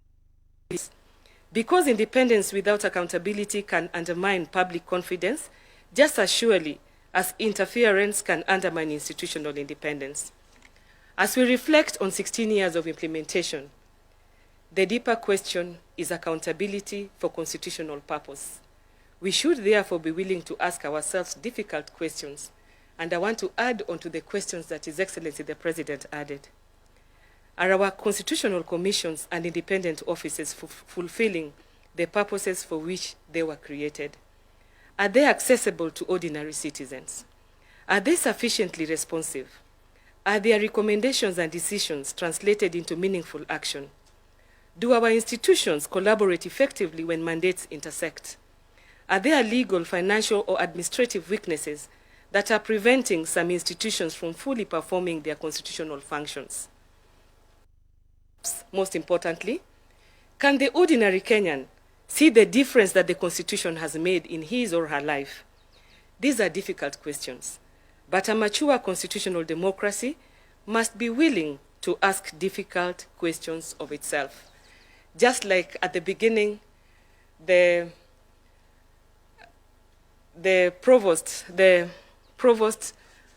gave us an example of the donkey dung and the difficulty of taking care of it and the shame of acknowledging that is there and dealing with it. And I think that is a reflection, or we can juxtapose the questions that we are asking today to that. Because constitutionalism must ultimately be felt. It must be felt by a citizen who seeks accountability for the misuse of public resources. It must be felt by a Kenyan who encounters maladministration. It must be felt by a person whose rights have been violated, and it must be felt by communities seeking fairness, equality, and justice.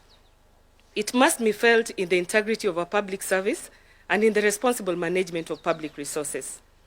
If the Constitution remains impressive on paper but does not translate into the lived experience of citizens, then our constitutional project remains incomplete. At 16, therefore, perhaps the most useful question is no longer simply whether the architecture created in 2010 was sound. The question is whether we are making the architecture work. The Constitution is only as strong as the institutions that implement it, and those institutions are only as strong as the trust they command from the people. The relationship between our institution must therefore never be reduced to competition over mandate or territory. There will naturally be points of tension within our constitutional democracy. Indeed, institutional checks and balances sometimes require tension, but constitutional tension should be productive and not destructive. Our institutions may disagree, they may scrutinize one another, they may challenge each other's decisions through constitutionally established processes, but they must always remain anchored in the recognition that they are components of the same constitutional republic. Independent, yes, but interdependent. Different mandates, but one constitutional mission. Different institution, but one people, and ultimately one constitution. As Attorney General, I approach this conversation conscious of the distinctive place of the Office of the Attorney General within our constitutional architecture. My role includes advising the government, defending the public interest, supporting the rule of law, and contributing to the continual strengthening of Kenya's legal and institutional framework. That responsibility demands that we protect the space necessary for constitutional institutions to perform their mandates, while also encouraging cooperation, accountability, and fidelity to the Constitution across government. It requires us to recognize a principle that is fundamental to the 2010 Constitution. No institution is above the Constitution, but no constitutional institution should be subjected to the improper control of another. This is the principle of constitutional comity.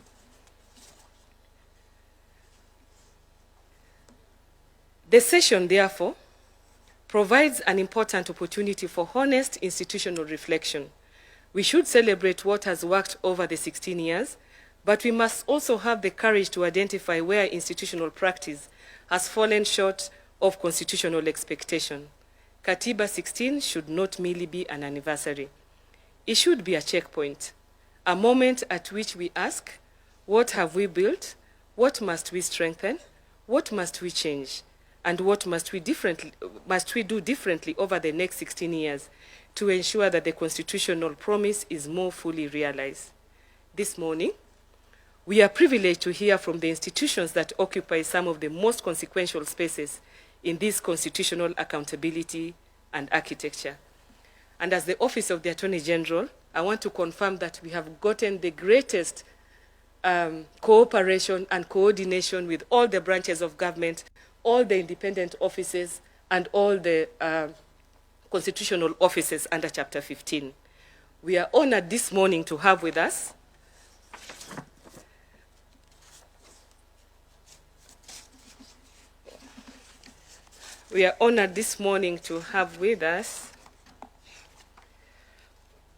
the Auditor General, Nancy Gadungu,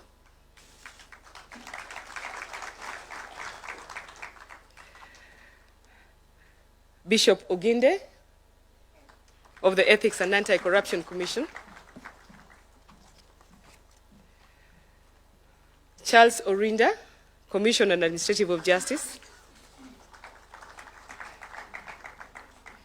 Clarissa Woro Ganga of the Kenya National Commission on Human Rights,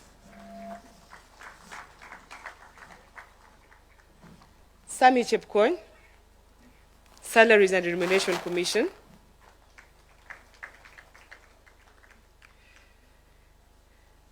this gentlemen and ladies represent different mandates.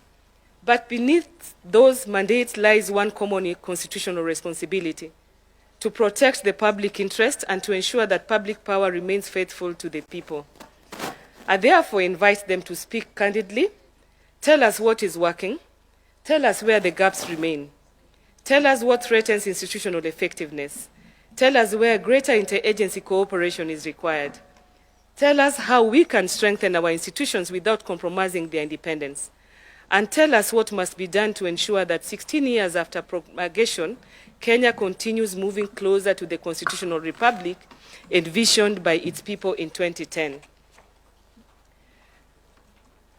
I would therefore invite the panelists to reflect candidly on the progress made over the last 16 years, the lessons learned that have emerged, the challenges that remain, and the opportunities for strengthening accountability and institutional effectiveness going forward. Because ultimately, the test of our Constitution will not simply be the beauty of its text. It will be the strength of the institutions it created, the integrity of those entrusted with public power, the accountability of those institutions to the people, and the extent to which every Kenyan can say that promise of the Constitution is becoming a lived reality. With those few remarks, it is now my pleasure to invite our moderator, Eric Latif, to lead us into this discussion.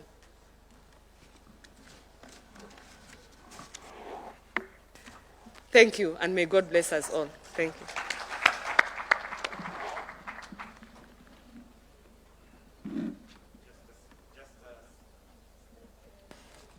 A slight change on the moderator. We'll have Ibrahim Karanja, who's a senior reporter from Nation Media Group, who's going to moderate this session. So Ibrahim, karibu. Please, let's go straight to the Q&A and do that.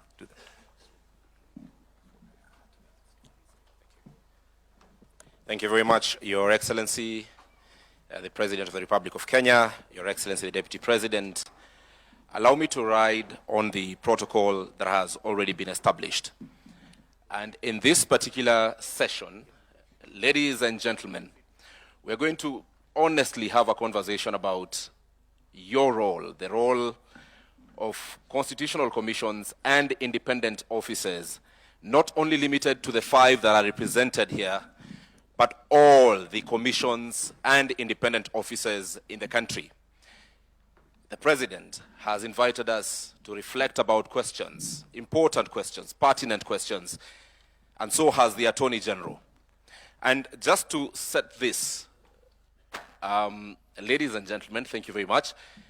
When you hear about where we are as a country, when, as the Auditor General, year on year, you keep pointing out to the same audit issues from institutions, when, as the EACC, the concern about Kenya, or the concern from Kenyans remain about corruption, when, from the Commission on Administrative Justice, when the concern is about access to information from Kenyans, when your own report states that 72% of complaints that have been raised by Kenyans from the year 2025 is not addressed, when we hear from the Kenya National Commission on Human Rights and talk about a section of Kenyans feeling that the rule of law, constitutionalism, is not being met, and when we go beyond these institutions that are here and speak about things that have come to the public fore, even in recent days,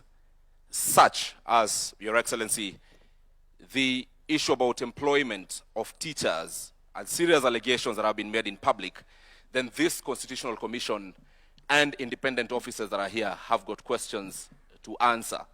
Not to softly talk about issues, but honestly reflect about where we are as a country. Let me start with what you all say in your annual reports. There's one thing that will always come out: we have budgetary constraints. Most of the times, we do not have timely disbursement of monies. And the question to all of you, and I will start with you, Auditor General, is when the person in charge of money flow to your institution is a person you are required to hold to account, then does that affect independence? Thank you very much, Your Excellency, distinguished ladies and gentlemen. A very good morning to you. To answer that question, or series of questions, Moderator, it is important first to put into context the role and responsibilities of the Constitution Commissions, which have been articulated very well by His Excellency the President and the Honorable the Attorney General. And that is to protect the sovereignty of the people, to secure the observance of democratic values and principles by all state organs, and to promote constitutionalism. It would be remiss of us to go straight into the challenges. It is important first to give a report card to the citizens on what have we achieved, how have we worked well with government, what remains to be done, and how do we agree on the way forward collectively. And there are various achievements that have been made across the board. We have looked at our assessment against 7 key pillars under Article 10 of the Constitution on the national values and principles of governance. Very, very key in constitutionalism. One is anchoring constitutionalism and the rule of law, strengthening public finance and fiscal discipline, advancing democratic electoral and security sector governance, combating corruption and enforcing integrity, promoting equity, cohesion and land justice, and equitable access to essential public services. And these have been addressed by His Excellency the President. They've also been addressed as the roles and responsibilities of constitutional commissions and independent offices. And there are achievements that have been made in this country. And we must, of course, recognize that achievements have been made. 16 years down the line, we are not at the same place that we were 16 years in 2010 when Kenyans made the decision that we needed another roadmap in terms of constitutionalism. Now, to the questions you've asked, what affects us in terms of delivery? Despite the progress that we've made, despite the outcomes on citizens, because under those pillars, there are real felt outcomes on citizens.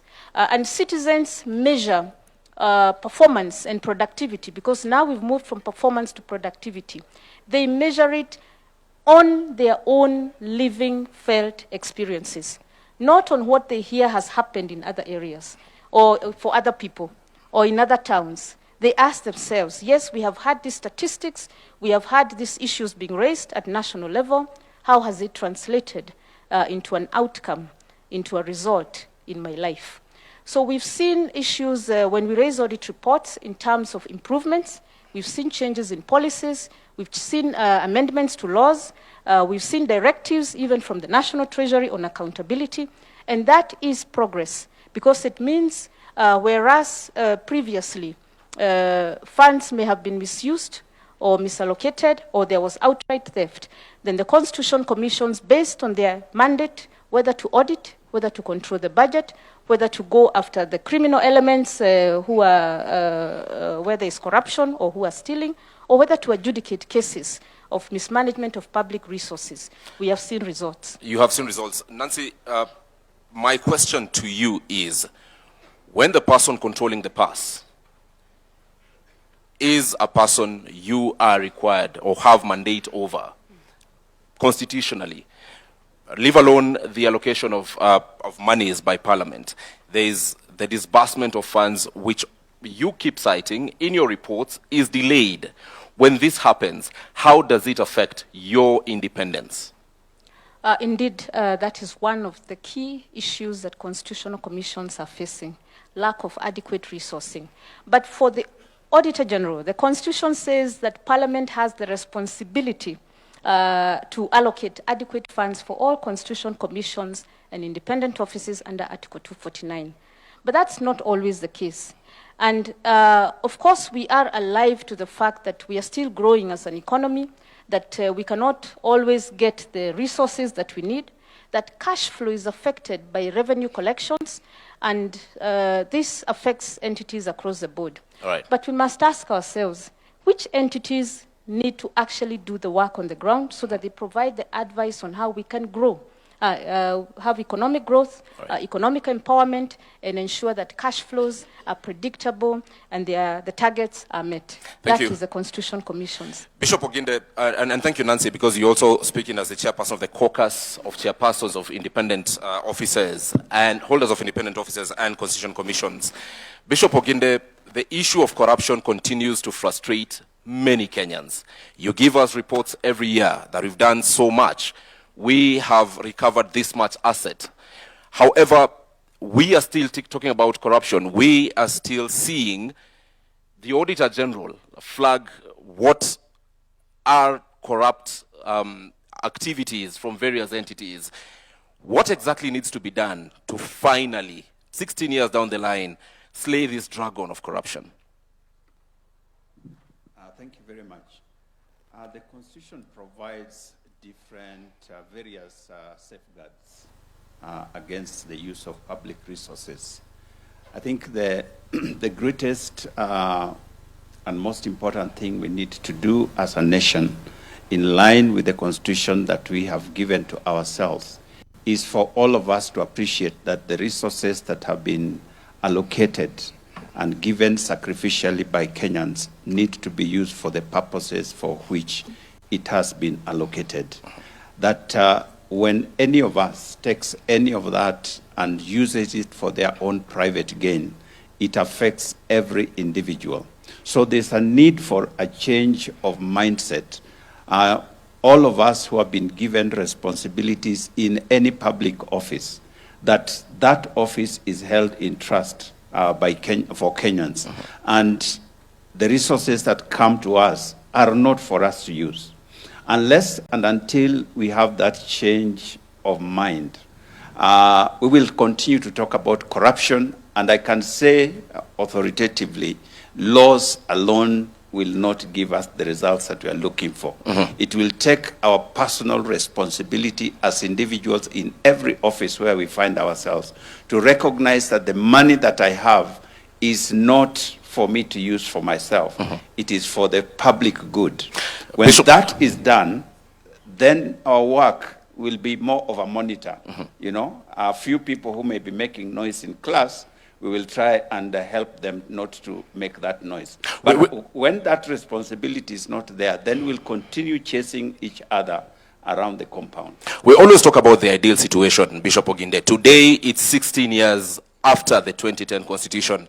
Let us be real. Yes. Let me ask you a very uncomfortable question. Yes. Which category of leaders do you find easy as EACC to investigate, and which category of leaders do you find very difficult to investigate? I don't think there is any category that is easy or difficult, because corruption is a very personal thing. Now, to answer your question more directly, any person who is in office and is being investigated within the same office where they are leaders, it becomes very difficult, because those people can interfere with the evidence that we need. Those people can make sure that we don't get the documents that we need. That person can deal with any person who wants to be a witness to what has happened. So any person who is in office that we are at the same time investigating, it becomes very difficult. Whether they are at the lower level or at the highest level. At that point, those persons holding office are seated here today. Yes. His Excellency the President, the Deputy President, Cabinet Secretaries, Governors are seated here today. Right. What would you tell them that we need or they need to stop doing so that it's easy for you? Very simple question. Speak to them directly. I think I have already said. The first thing to each and every one of us sitting here, including those who are here on the platform, we must recognize that the resources in our hands are not ours to use for personal gain. That's where it starts. If each one of us were to do that, our work will be very easy. All right. Now, secondly, our constitutional commissions are not just EACC. Our constitutional commissions are mandated by the Constitution to do the work that they're supposed to do. We have seen situations where we are going to investigate or try to find out information from an individual all of us seated in this room, and some of us, His Excellency has just said, we must honor and respect the Constitution. So if we are called upon to respond to any constitutional commission or independent office, let's take it that the Constitution is the one inviting you. It's not Oginde. It's not Gadungu. It's not, it is the Constitution in calling you. We have seen situations where we are defying the constitutional mandates that have been given to us, and that undermines our work. That undermines your work. We'll be coming back to you because you will all agree with me that we have seen what I would call public relations from the Ethics and Anti-Corruption Commission. Very grand arrests, media presence. Then after that, many people would ask, then what next? And those are the questions we'll be coming to you to answer. But let me get to the Commission on Administrative Justice. A report you released just 2 days ago says 72% of complaints against institutions from the year 2025 have not been addressed. If I get to the specific numbers, 630 complaints from 2025, then we talk about, rather 813 complaints, 228 only have been solved, and 579 are pending. What does this mean?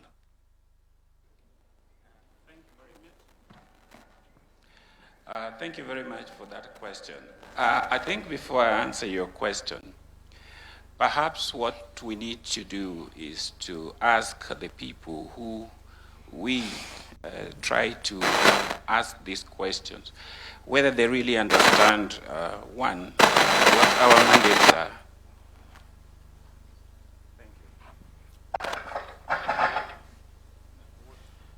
We will change the mic for you.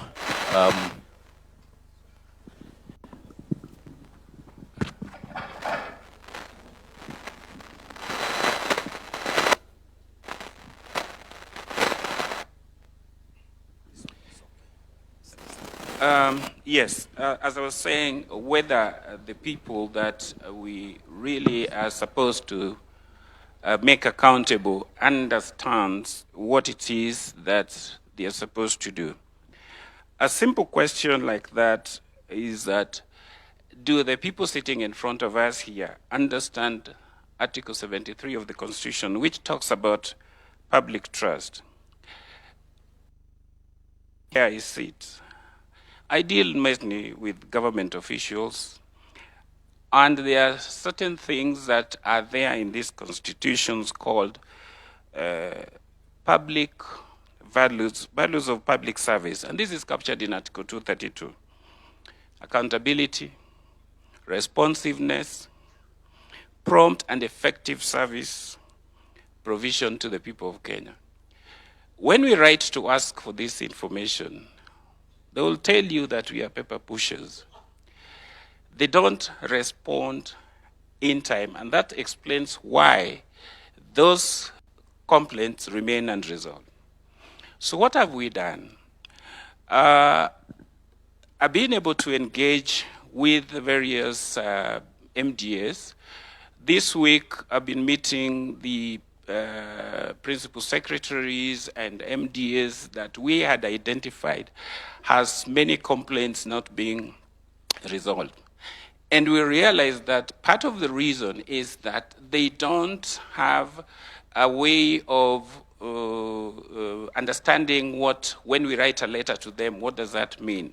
So we have been meeting at the Safari Park from the chief, the principal secretaries, the head of parastatals, the DGs, the chairperson, so that we explain to them why it is important when we ask the things that we ask. It means that there's a Kenyan somewhere needing the answers. Another thing is that there's the issue of government operating in silos. We all need to be able to respond to that question quickly, but you find that if you address, say, the pensions department, they will tell you, we have not gotten the information from TAC because maybe that's a delayed pension, or we have not gotten the information from Department X. Now, they don't have a referral mechanism where if you make an inquiry and somebody sitting there should be able to refer it to the relevant department to be able to act on it.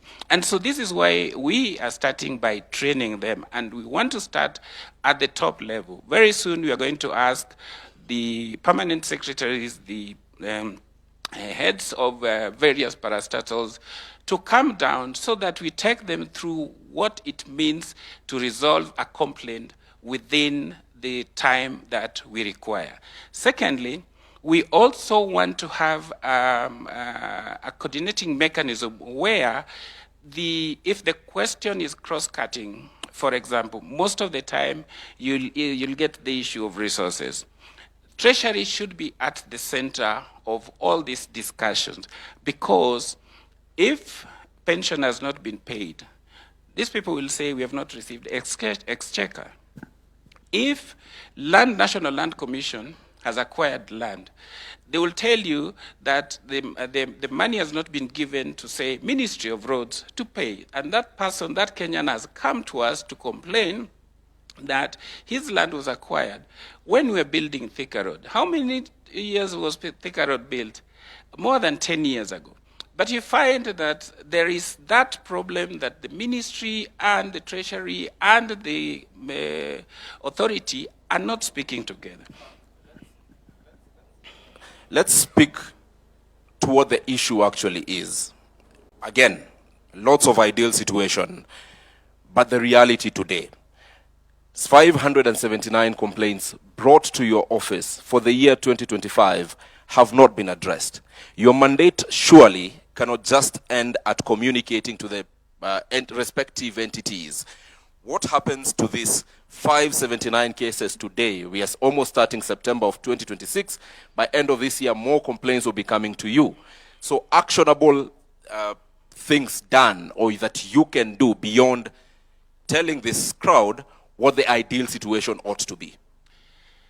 Well, as I said, we have decided to engage the people concerned to tell them that this is what you need to do when you receive the the matter.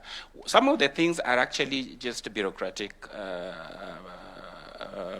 red tapes, which we need to cut down. So what we want is that a person resolving the complaint should be sitting in those ministries and be reporting. All right. Yeah. All right. Let's move to another issue that still touches on you: an increase in requests for access to information. 2016, 2017, 32 requests. 2025, 2026, 654 requests. What does this speak to? What does it say of the institutions that are mandated to serve? Well, the request for information is a new area which is growing, and we like it because it enhances public accountability. Unfortunately, people still, again, don't understand that when you request the information, you should not come to CAJ as the first point of call. You're supposed to send your request to that information, to the person holding the information. You're supposed to wait for 21 days. CAJ's jurisdiction kicks in after 21 days if you have not received the response. Now, when that happens, you now come to us and say, we requested this information and it's not been provided. And we will look at the information that you request. But first of all, not every information can be given. And so we'll look at it according to the law and see whether it falls under Section 6 of the Act, which are exempted.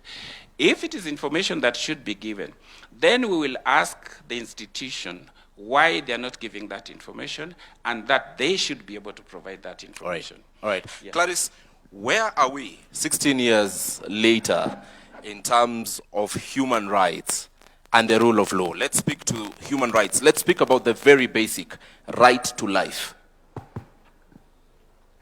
Thank you. Thank you very much for that question.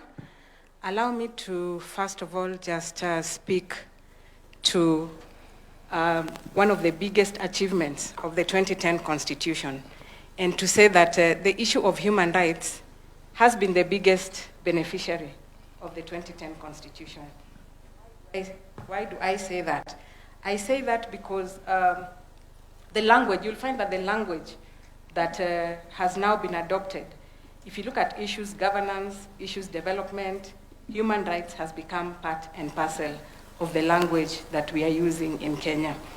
You'll also find that issues human rights are no longer, just an issue for human rights lawyers and for human rights activists. It's an issue that cuts across.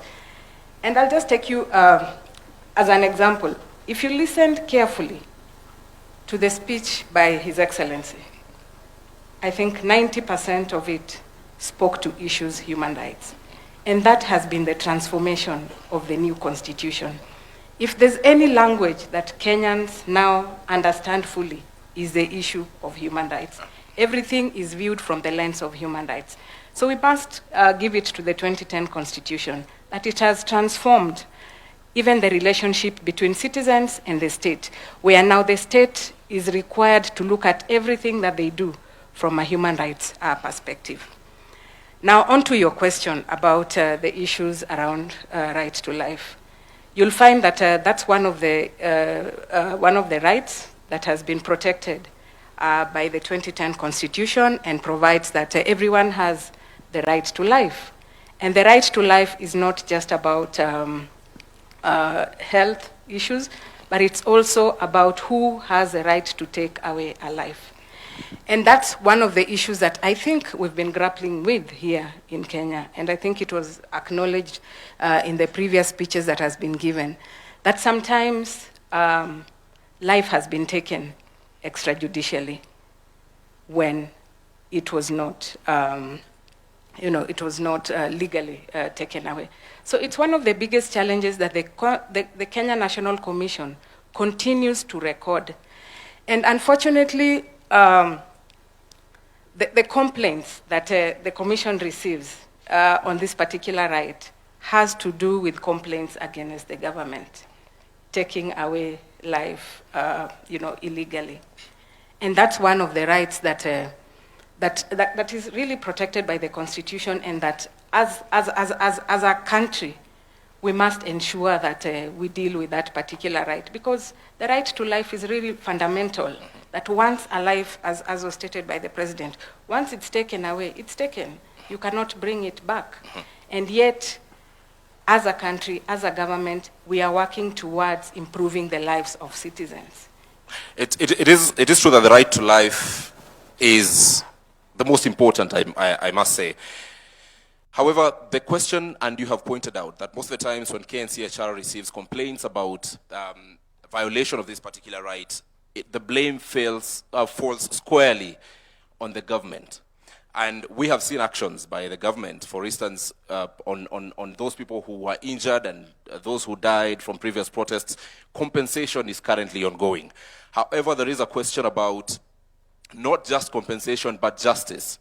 If it touches on police officers, there is an officer who pulled the trigger.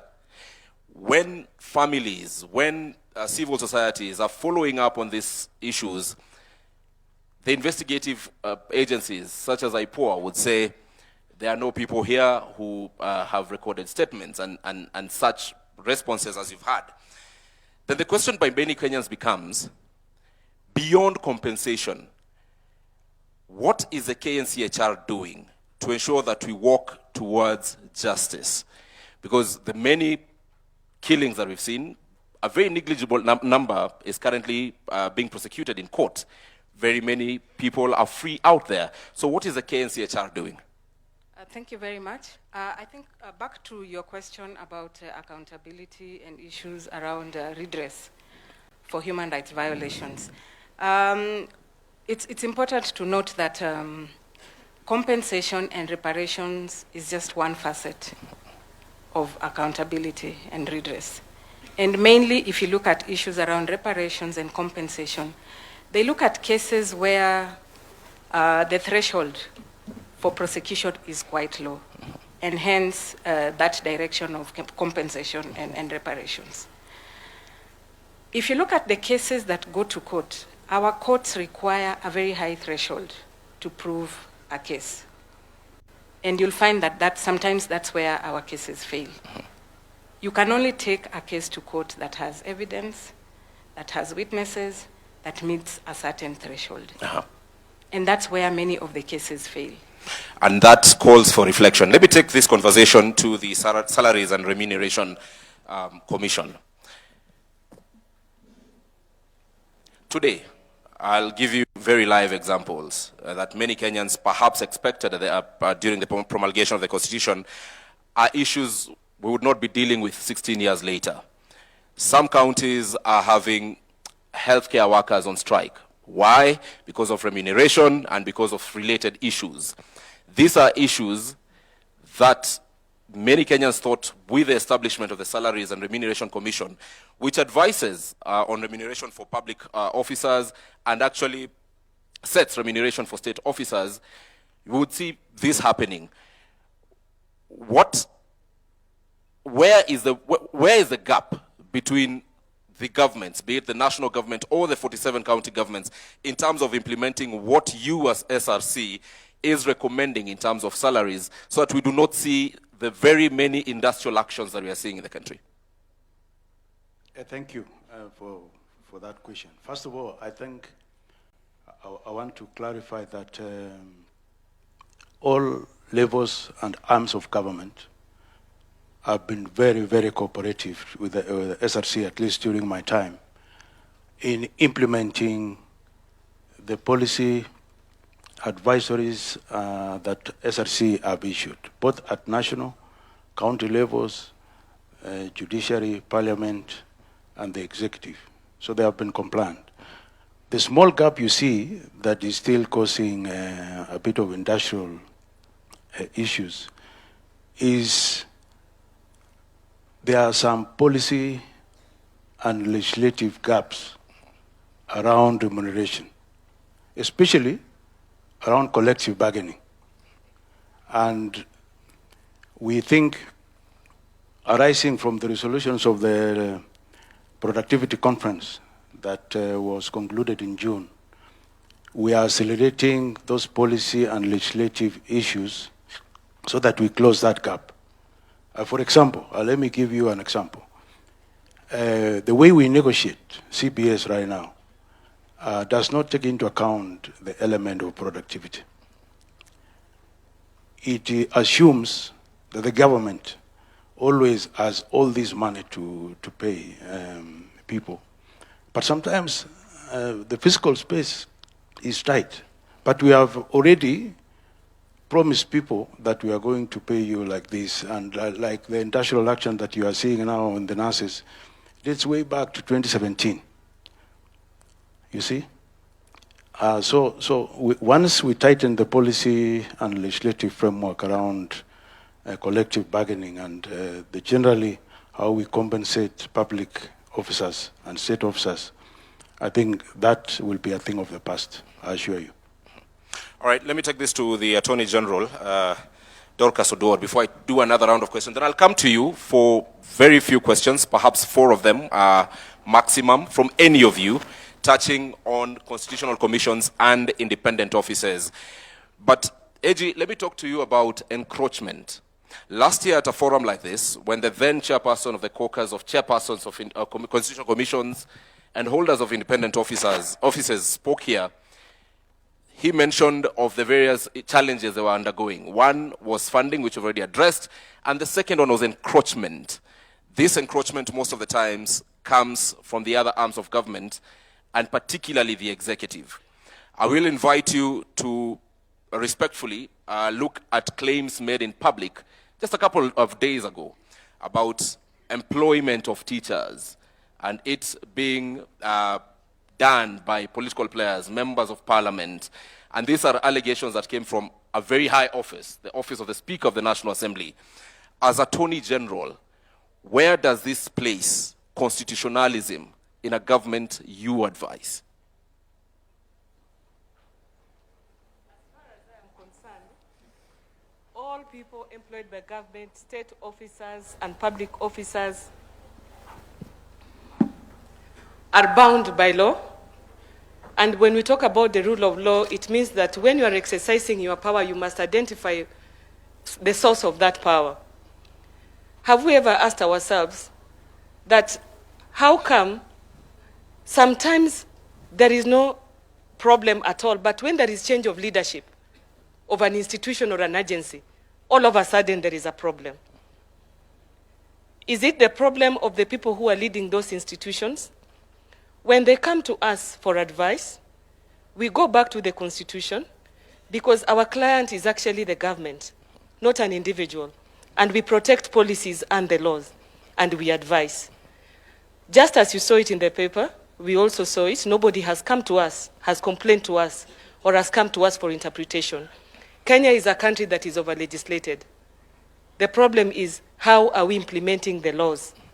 Where does policy and law meet the ground? And when it meets the ground, it meets individuals with perspectives and attitudes. And it is how they exercise that power that causes confusion. Otherwise, at the top level, we are very clear. Our mandates are very clear. And we are always being asked, how does your core mandate meet the ordinary life? And everybody has been given an opportunity and a space to exercise their core mandate. So when individuals have their perspective and they want to be a bottleneck, that is a different story. So we wait for them when they come officially, and then we advise. All right, Nancy, as chair of this... And let me tell you, you will wonder that at the Office of the Attorney General, we are registering almost 60 churches a month. 60. Tell us about it. You will also wonder that out of those churches, every time they have elections, they disagree. And elections in churches are more brutal, sometimes fatal. They are very violent, and they still come to us to advise. And these are the same people you meet in offices. Until now, we were asking ourselves if the Office of the Attorney General is now litigating between churches when it comes to elections. What about civic election where all these churches come together? Even among the Muslims now, they are fighting about offices and money. Some churches, not all of them. So this is to show the character of the people that we are leading. It is not only in civic elections. Thanks. All right, Nancy, how bad is this issue of encroachment by whatever power to the roles that are under your caucus? Thank you. I think we are all aware that there is encroachment, and there is a bit of discomfort in people letting go of functions and authorities they had previously under old constitutions that have now been put in the, under the responsibility of different entities. When we were talking about the institutions, we have the three arms of government. We have the Constitution Commissions and independent offices, very critical for checks and balances. Now, the Constitution Commissions and independent offices have been given some critical roles and responsibilities and mandates by the Constitution. However, because there is almost a similar or parallel structure within either the executive or the state, there is a bit of disagreements in who is responsible. And sometimes we have to end up in court under the judiciary to interpret, which should not be the case, because at the end of the day, we are serving the same citizens. But if the Constitution clearly indicates that the role and responsibility is for National Land Commission, is the control of budget, is ethics and anti-corruption, is the Human Rights Commission, then that should be respected. And then we can have under the coordination of His Excellency, the Deputy President, on how do we resolve this with mutual respect and with mutual understanding of what the Constitution set up. So that has been one of the issues that have been affecting delivery of services, delivery of development to the citizens. Again, there's a competition on who is accountable or who takes the credit. That now derails the focus that it's about a service that should be delivered to the citizen, and people are fighting over who is responsible and who takes the credit for delivering. So it is about interpreting the Constitution without personal initiatives or responsibilities, or trying to, we call it one-man upship. Yes. It's about us working together. And where there has been that mediation or meetings between Constitution Commissions and maybe State Department's leadership, Under, if not the Deputy President, sometimes under His Excellency the President, then we have seen some change and some breakthrough in delivering to the citizens. Tell us how glaring this, I'll list for you what I think are forms of encroachment, and tell me how glaring they are for the constitutional commissions and independent officers. There is the point where the executive would expressly tell a commission what decision to make. All right?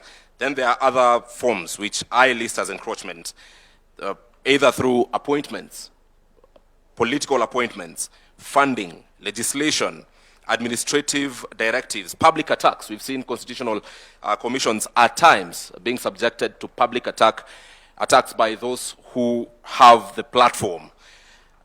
Delayed implementation of recommendations or institutional restructuring. All of you, or at least most of you, have had your recommendations on various issues and some delayed. So how glaring are the issues I've listed in terms of encroachment? Which would you say is the most serious bottleneck? Thank you. I think as we progress 16 years down the line, it is not as bad as it used to be in 2011, 2012. There was still a bit of storming and norming. Again, we also have to understand that there's an electoral cycle. So when there's new leadership, they have to take stock of what are they responsible for, what can they do within the Constitution, and what are the Constitution commissions and independent offices responsible for. All right. Legislation, you did give me a yes. list. And I think for this would depend on Constitution Commission and independent offices, lived experiences and interactions with the state in terms of the arms of government.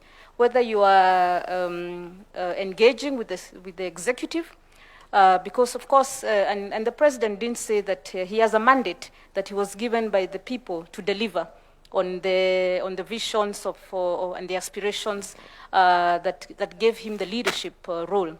However, within that mandate, there's a constitution that guides and the laws of Kenya that guides on how that mandate should be delivered. Then you have the constitution commissions that are oversighting to ensure there are no excesses by the state in the delivery of that mandate. There is equality in delivery of that mandate. There is equity and there is inclusiveness, so to speak. So this depends on Constitution Commission by Constitution Commission and the relationship building, right, which now having a place where we can send our issues and hope, of course, they're escalated and solved, has sort of brought down this kind of disagreements. Right. But they're still there. And sometimes we choose to handle them diplomatically. All right. Thank you. All right, Bishop Oginde, when we speak about EACC and its mandate, we seem to be having an over-focus on corruption. There is a software of the country which His Excellency, the Deputy President, invited us to speak to. Integrity, ethics, which is a very fast E in EACC. We do not see you doing much about this. We've seen people act in conduct that brings disrepute to offices they hold, be it members of parliament, be it governors, be it public principal secretaries, various people. Yet the EACC is increasingly silent about such. Is this no longer your mandate? Thank you very much. Ethics is one of our mandates, and we have a whole department, directorate that is dealing with matters of ethics. Under that mandate, we ensure the adherence to Chapter 6 of the Constitution. So there are several activities, programs that we undertake in that. One of them is education, to ensure that members of the public and various individuals are aware of what these concerns and our mandate concerns. So we are quite active in this, but the reason that the enforcement seems to get more publicity because many Kenyans view EACC's mandate primarily as enforcement. So they want to see arrests and so on. But we do issue advisories, we do issue cautions to various government entities or individuals who are acting outside of their of what is expected of them, and many times this sometimes does not get into the news, and so it may appear like this is an area that we are not quite engaged in. The other thing that we do in that particular area, we help various institutions in terms of helping them to adhere to the ethical practices within the institution themselves. We carry out systems reviews of different entities to find out if there are areas that are potentially liable to breaches of ethics or even corruption. This again would come out in our reports, but as you know, the media picks more on the other side of enforcement. So if you look at the work that we do, especially in the area of prevention, in the area of ethics, we are acting in helping particularly the younger people. We are focused now in helping the younger people in schools, in colleges, in various institutions to instill this issue of ethical conduct and behavior. Now, when it comes to leaders, there's, you talked about, I wouldn't call it encroachment, but sometimes there are overlapping mandates. Say, for example, a leader conducts themselves or says something that we consider that is unethical.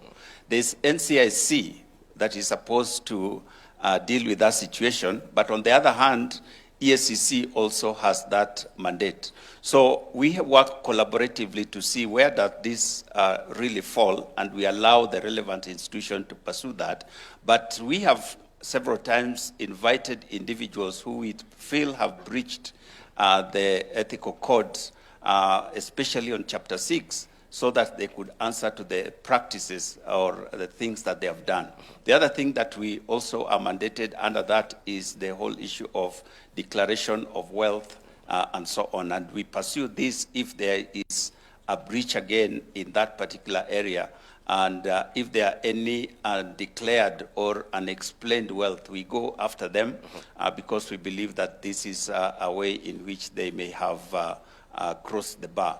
And so these are things that do happen, but many times they don't come to the front, as I said, because of the people expecting us more to arrest people than to enforce ethical conduct. But it surely must go beyond what media picks. It must be what really happens. Forget about what media picks. Yes. Because your mandate is not for the media. It is for the Republic of Kenya. But let me move to the SRC. And when I come back to all of you, because for closing comments, in the interest of time, you'll tell me about when your recommendations are not implemented. The EACC has previously written to the IEBC and given a list of shame of some sorts, but of people who the EACC thought ought not to be on the ballot. Yes. That was never followed.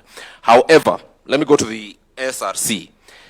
You have spoken about the fiscal realities of the country and the always ever-rising demand by the various workers, especially employees of government, be it public officers, mostly public officers, to be fairly remunerated, at times not aligning with the fiscal realities the country is in. Then at that particular point, how do we make Kenyans appreciate that, look, this is the situation we are in, these are the fiscal realities that we are in currently, and not to dismiss the demands that you're having or the requests that you're having, but we have to strike a balance? First of all, I wanted to clarify one thing. I don't know whether the mic is working.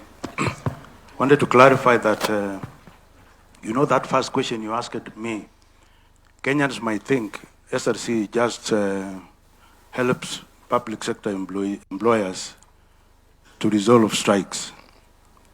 We do more than that. Actually, under Article 230 of the Constitution, that gives us the mandate to do what we do.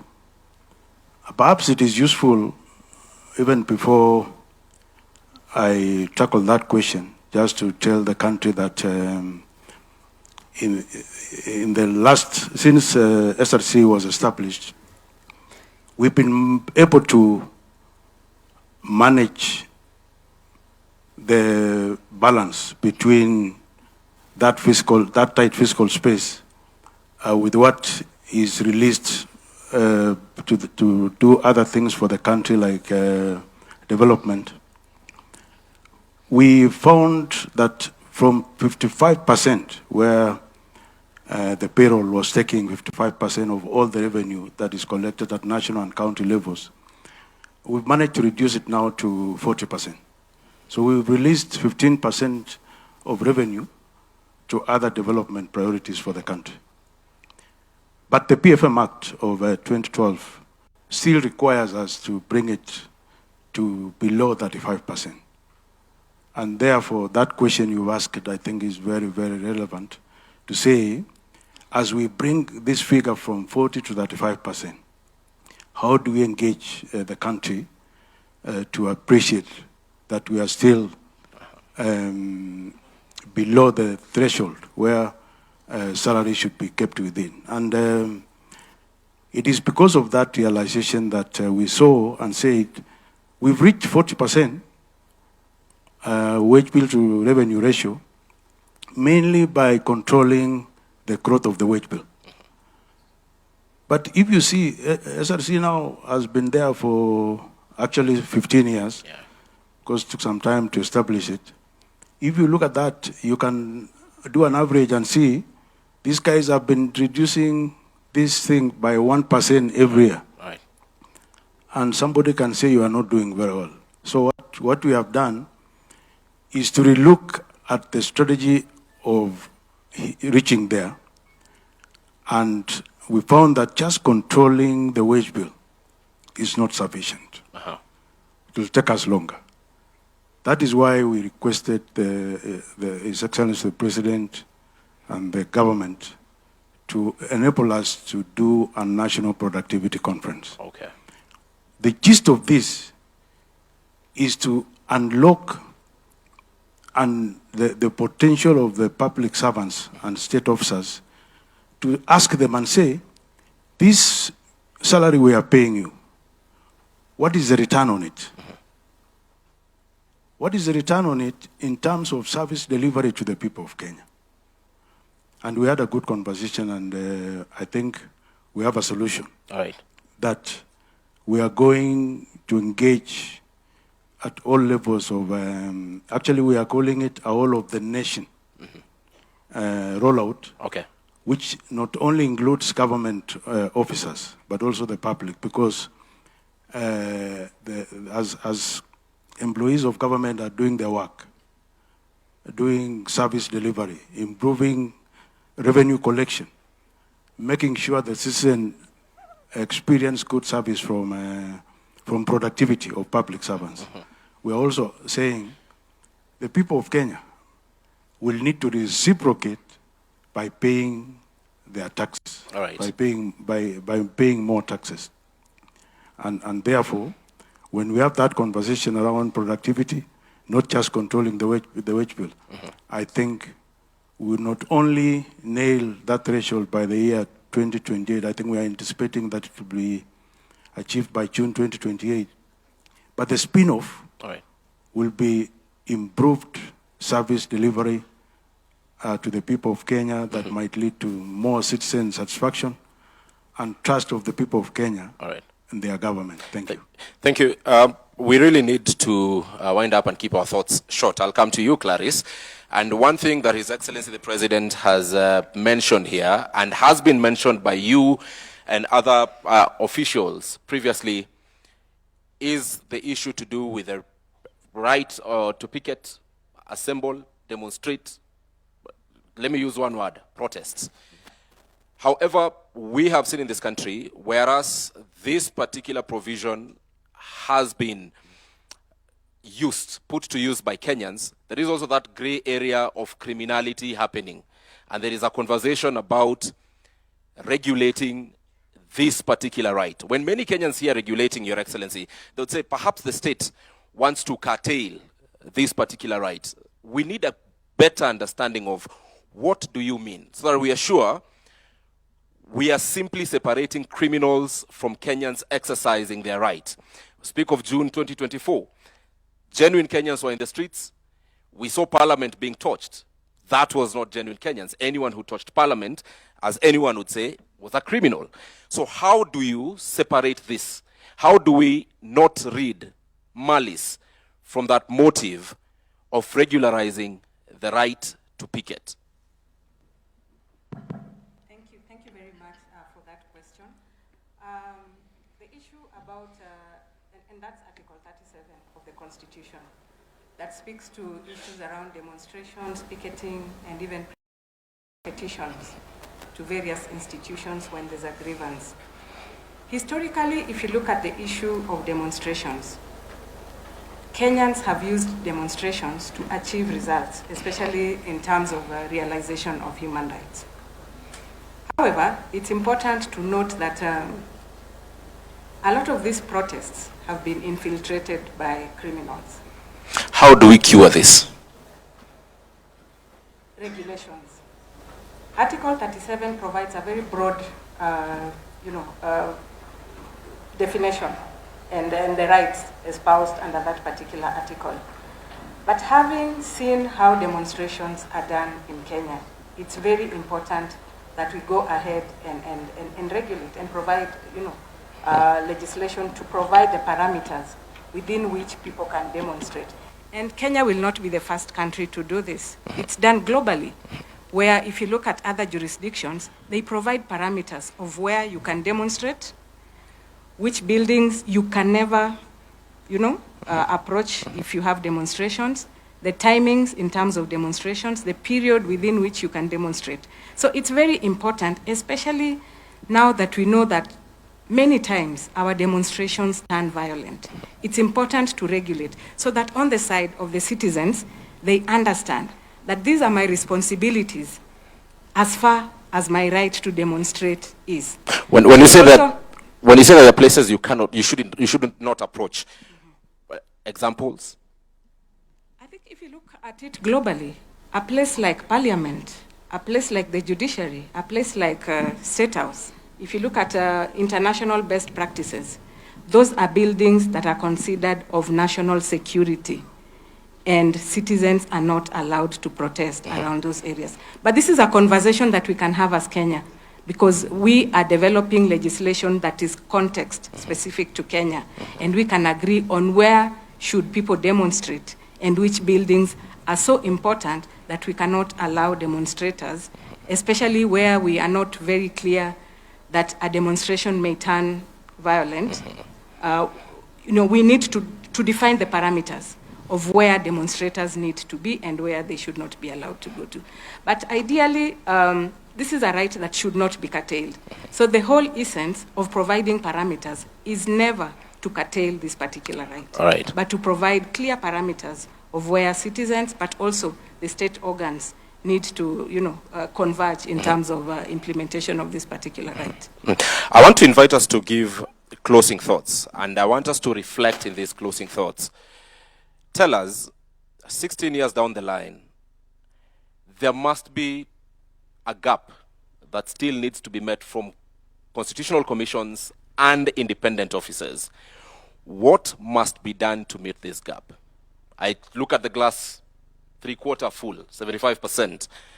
However, 25% must be met. What is it that must be done? And if it's someone who's here who needs to be told you need to stop this for us to meet the 25%, let us do so openly, respectfully, and honestly. Let me start with the Commission on Administrative Justice. Thank you very much.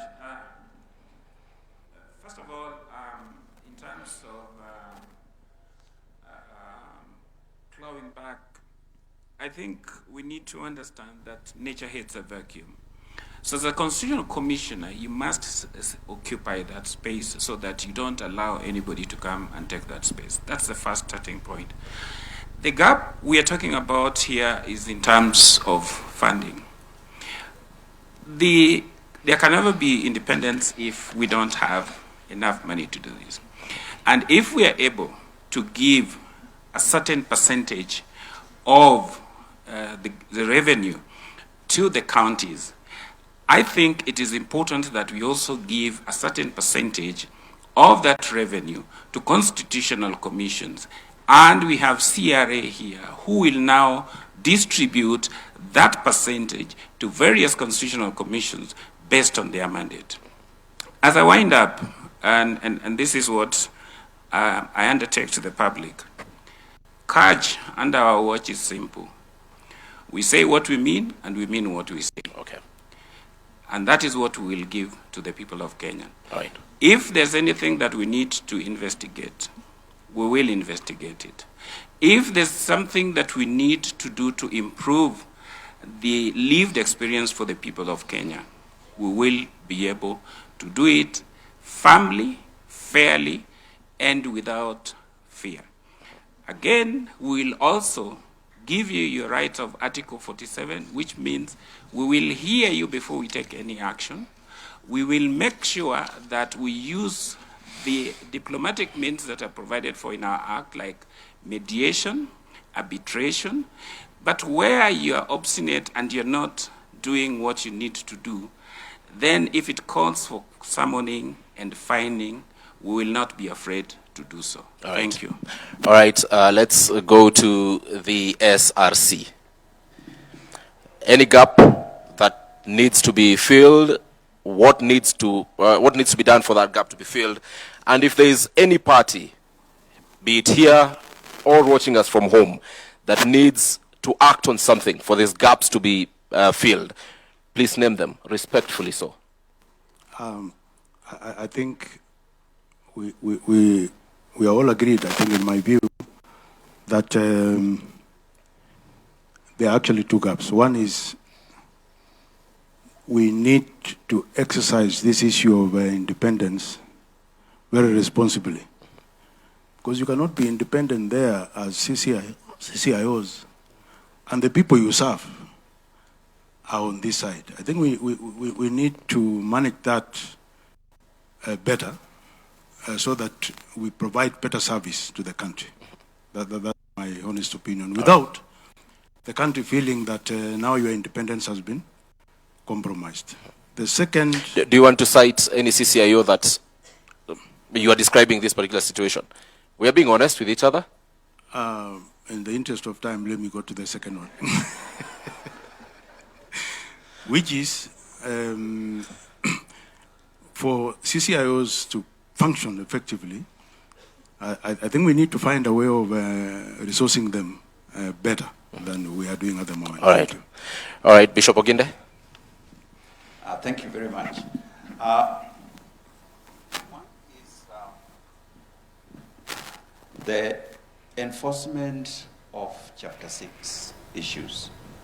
You did mention, for example, EACC gives this list to IEBC. It's not that IEBC ignores. Our constitutional framework provides that unless you have exhausted the whole judicial process, even if you have a case, you cannot be barred from seeking an elective office. That in itself undermines the very values that we talk about. In our neighboring country, Tanzania, it is exactly the opposite. If you have been convicted of any corruption case, you stand guilty as you appeal. In our case, you are still innocent even after you have conviction. So we need to look at, if we are serious about enforcing the values that are given to us under Chapter 6, how do we legislate that so that those people who violate this ethical conduct that is provided for us are actually kept out? In the same line, we find, for example, we are investigating an individual. Like I said, the most difficult people to investigate are people who are in office.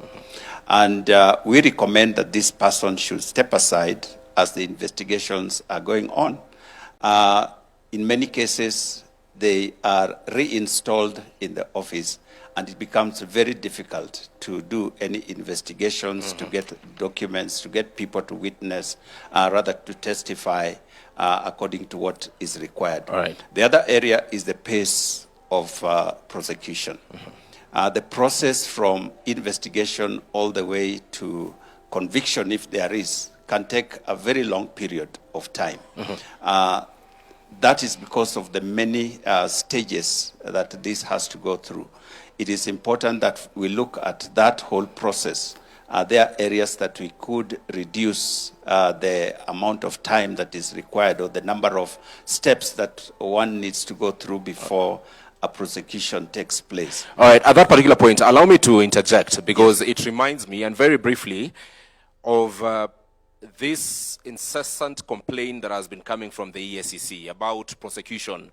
In fact, you are on record asking members of parliament here to grant the EACC, and I think it also goes by extension to also the police, prosecutorial powers. You have done that, because we have seen blame being shifted from EACC to DPP and eventually to the judiciary. Now that today we are here with the political goodwill of the country, is this something that the EACC is still actively pursuing? And what are the possibilities of this happening? Thank you very much.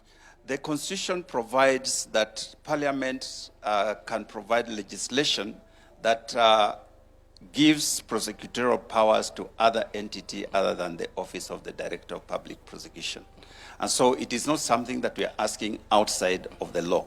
But this would shorten that process, because, for example, the civic cases that we investigate, we take them directly to court. And we find that, like, for example, asset recovery, EACC right now is recognized globally as very successful in matters of asset recovery. In Africa, there are many nations that are coming to benchmark with us because of that.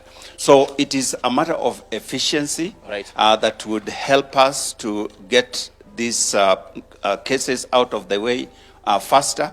But I hasten to add that in recent past, in fact, just a few weeks ago, we have had a very robust conversation with the Office of the Director of Public Prosecution, and we have come up with a framework through which we hope we can work together towards ensuring that things move faster. But ultimately, I believe that would be a very helpful move. Asante sana. Clarice, less than 30 seconds, closing remarks, gap, and what needs to be done. For me, three things. Number one, if you look at the current context in Kenya, we've over-focused on rights without looking at corresponding responsibilities. So for me, that's one message that I would want to pass. That Article 3.1 of the Constitution emphasizes that we have rights, but we also have responsibilities. And I think when we start recognizing that rights come with responsibilities, I think we may be able to achieve, get to at least 80% of implementation of the Constitution. All right. I think the second thing for me, and was alluded to by the Ombudsman, is about funding to constitutional commissions. Probably it's about time we thought about ring fencing funding to constitutional commissions, similar to what we have with other arms of government. Then lastly, just to mention that constitutional commissions are the bridge between the citizenry and the government and the state. And we should not be seen as enemies of either of the two.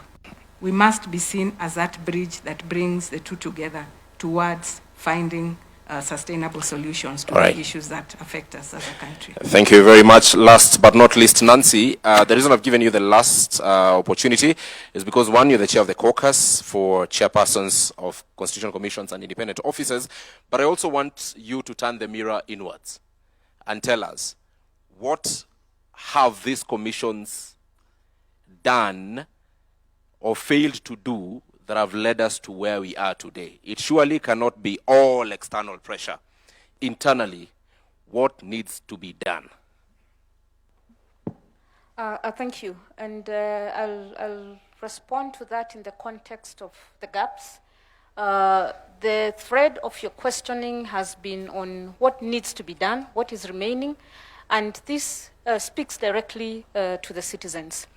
It is important that we really do self-reflection because the Constitution established an accountability architecture that is designed as an ecosystem, that whether you are this arm of government, whether it's the executive, whether it's the judiciary, whether it's parliament, whether it's the two arms of government at county level, the county assemblies and the county executives, and the constitution commissions and independent offices, we all have a role to play in the accountability architecture.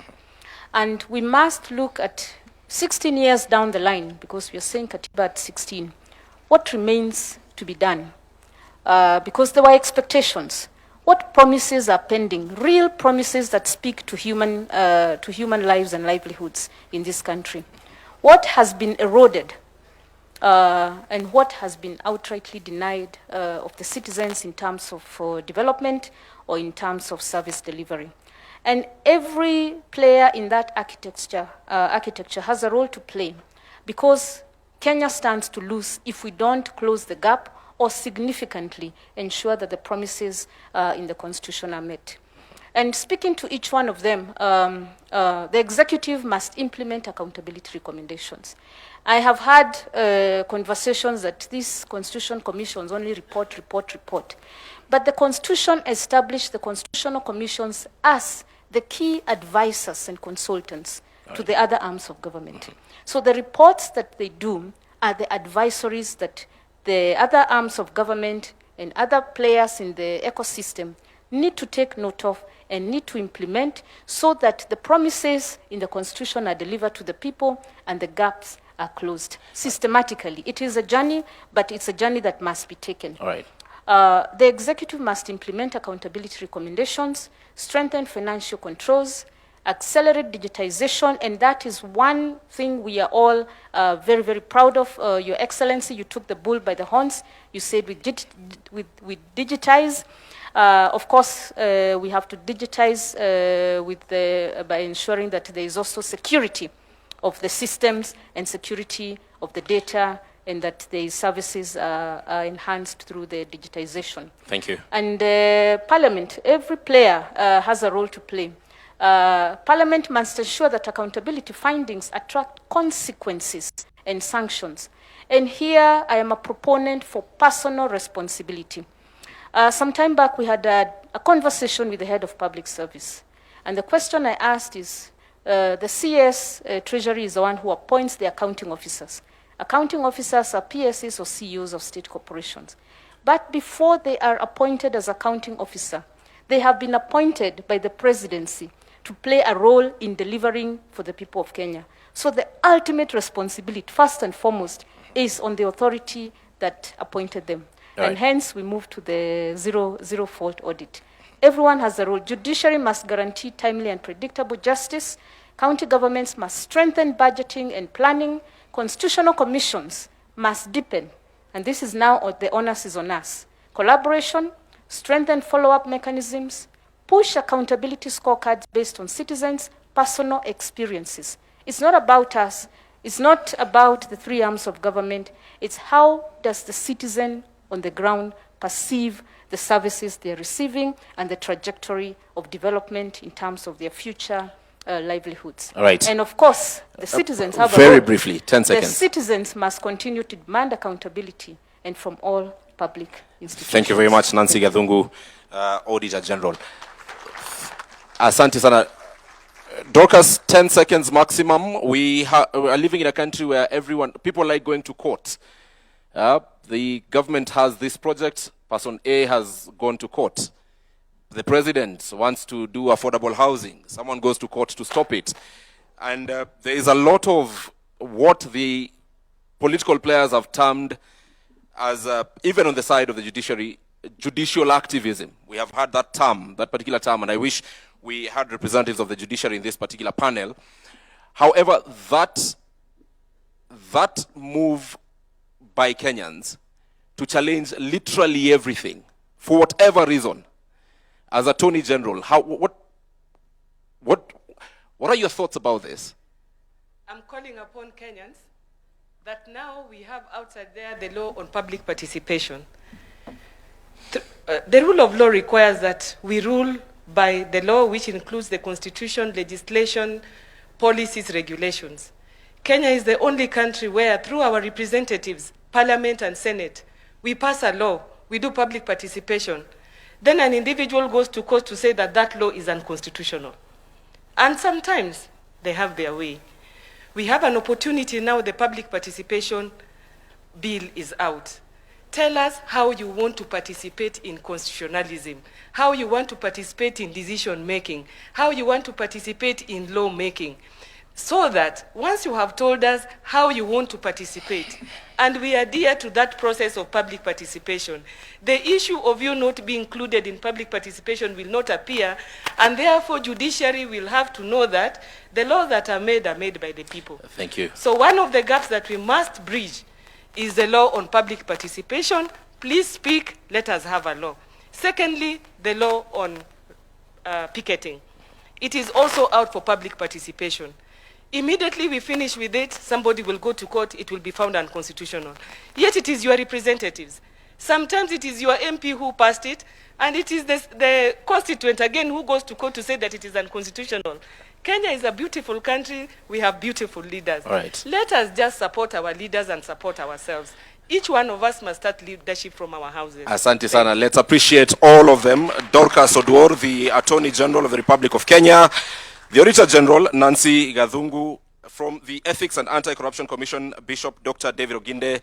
From the Commission on Administrative Justice, Charles Orinda Dulo. From the Kenya National Commission on Human Rights, Clarice Oganga. And from the Salaries and Remuneration Commission, Mr. Sami Chepkwonyi. Ladies and gentlemen, thank you very much for this conversation. Let's appreciate them as you take your seats. Asanteni sana. Mike.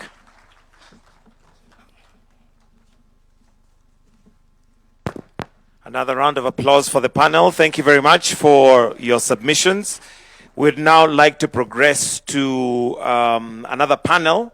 But before that, we'll have the Principal Secretary, State Department for Justice and Human Rights and Constitutional Affairs, Honorable Judith Pareno, to come and give some reflections. The session we're going for now is reflections on the people. Remember, the first one that we had, we were looking at accountability, but now, in regards to the Constitution, we'll be looking at reflections of the people. So why don't we put our hands together as we welcome the Principal Secretary, State Department of Justice, Human Rights and Constitutional Affairs, Honorable Judith Pareno, to make some very brief submissions. Then we move to our second panel. We'll have one more panel, which will be the last one after this. Welcome.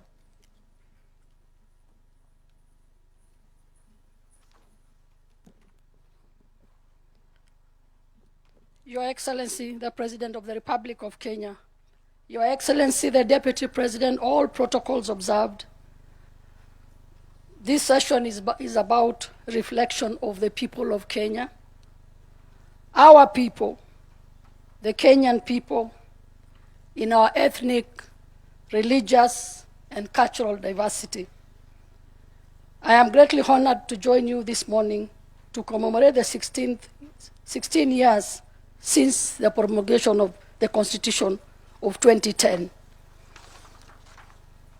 The occasion is not merely a celebration of our constitutional journey.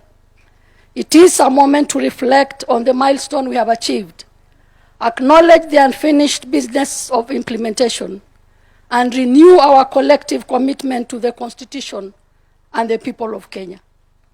The theme, Kenya yetu wajibu wetu tuwajibike, is both timely and compelling. It reminds us that the Kenya belongs to all of us, that the responsibility of implementing and protecting the Constitution is shared, and that every person entrusted with public authority must be accountable. Your Excellency, ladies and gentlemen, 16 years ago, Kenyans overwhelmingly endorsed a transformative constitutional vision founded on human dignity, democracy, the rule of law, human rights, equality, inclusion, equity, accountability, and good governance. Since its promulgation, Kenya has made significant strides in giving effect to this vision. Among the most notable milestones in the establishment of devolved governments, strengthening of the Bill of Rights, strengthening independence of the judiciary, strengthening electoral and political governance framework, established public participation, advanced gender equality, inclusion and affirmative action, improved access to legal aid, alternative dispute resolution, human rights, protection, and people-centered justice. These milestones demonstrate that the Constitution has not remained merely a legal document.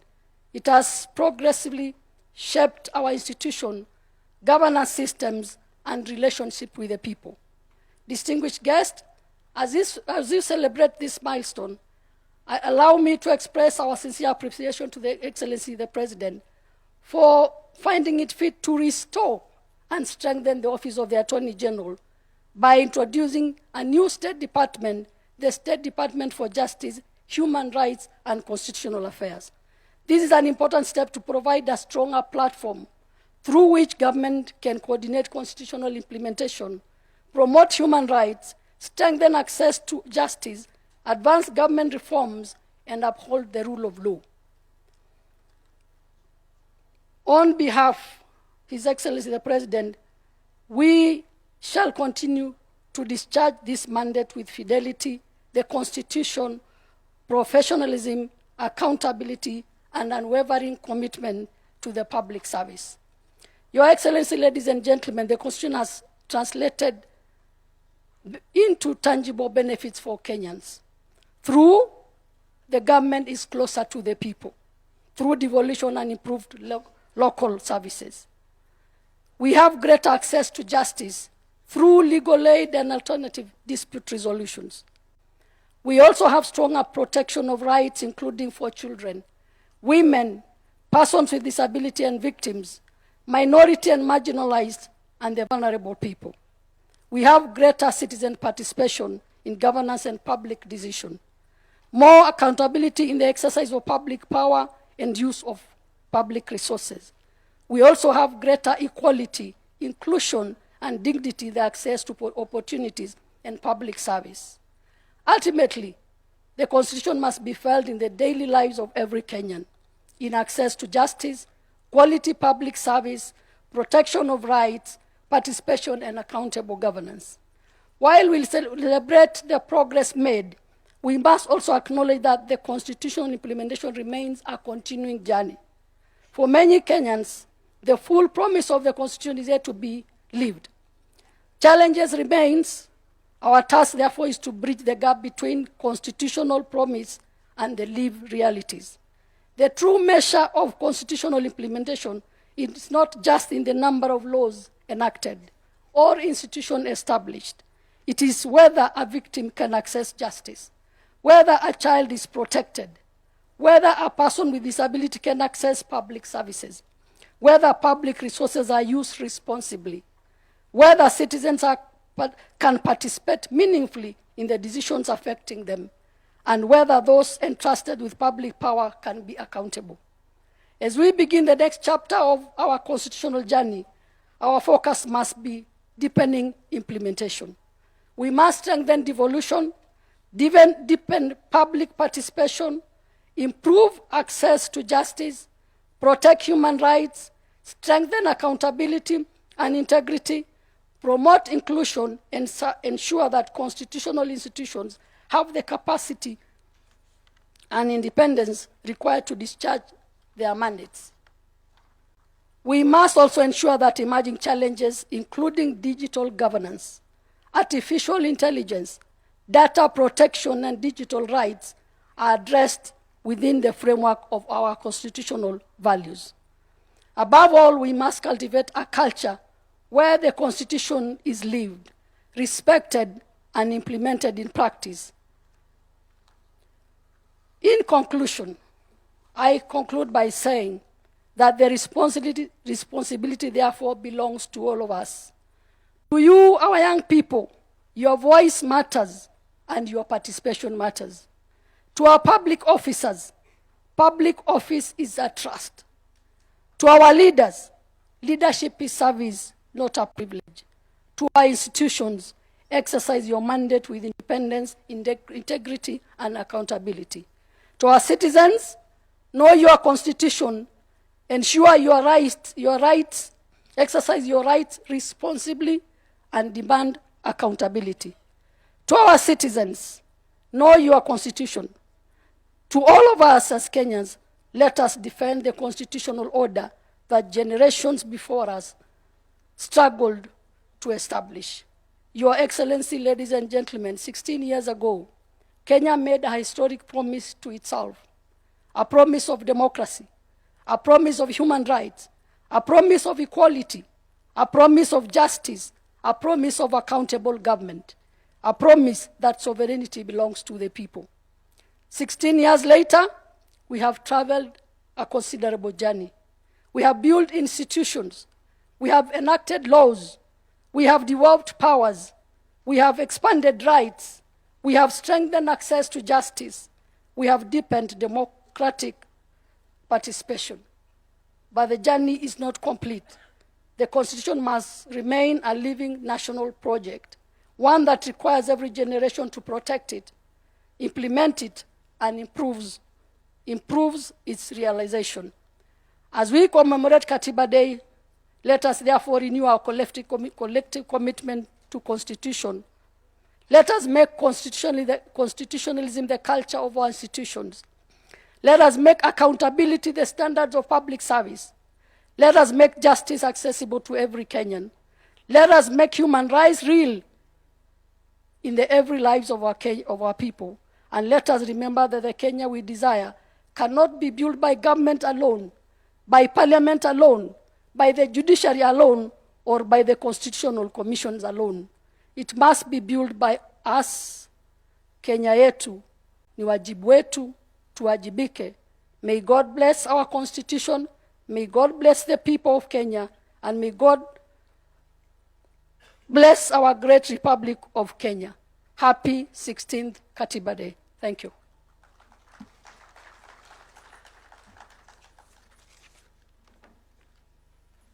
Thank you very much, Madam PS. Another round of applause for her, please. The next panel we have, Your Excellency, is on reflections of the people. Allow me to now invite the panelists, and we'll start with the Right Reverend Jonathan Kabiro Kariuki, the third Bishop of the ACK Diocese of Nairobi. We also have Professor Githu Muigai, Honorable Abdikadir Mohammed, and Honorable Mutava Musimi, and Christine Kongo, CEO FIDA, to kindly take their seats where they are going to be the panelists reflecting on the people. Let me also invite Ibrahim Karanja, who is going to be moderating this segment. Tuwapigie makofi tafadhali wakija as they come to make their submissions and to also reflect. Karibuni.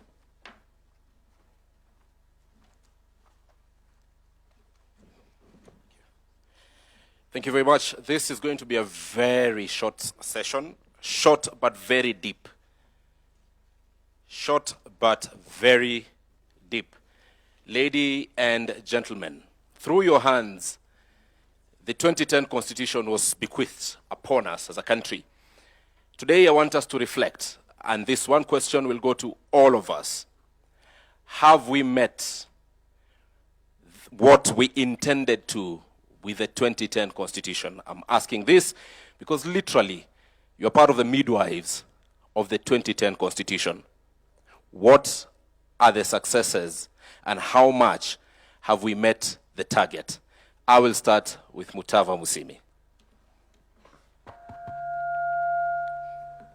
Thank you very much, Bwana Moderator, Your Excellency, and all of us. Have we met our goals? Is that what you're asking? Yes, sure. And you're asking me. As an observer, I think what I can say is we've come a long way. We are the better for it, for having a new constitution. I cannot imagine where we would be without a new constitution today. But we could do better. Okay. Number one, the poverty levels are worrying. The poverty levels are worrying. Number two, I am not sure, and I speak as former chair of the Budget and Appropriations Committee, I asked the question, can we afford the government we give ourselves?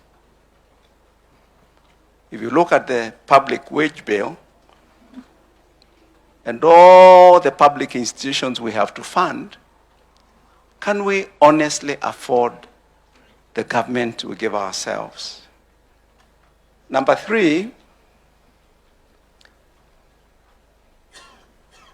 when we were in Ufungamano and trying to make our modest contribution, we were very clear that devolution needed to be given more time than other areas that we were, other areas in which we wanted to see change. In fact, we recommended that once the new constitution is promulgated, the president appoints a devolution commission, gives them 3 years to deal with the issue of the size of the units, their mandate, their character, viability.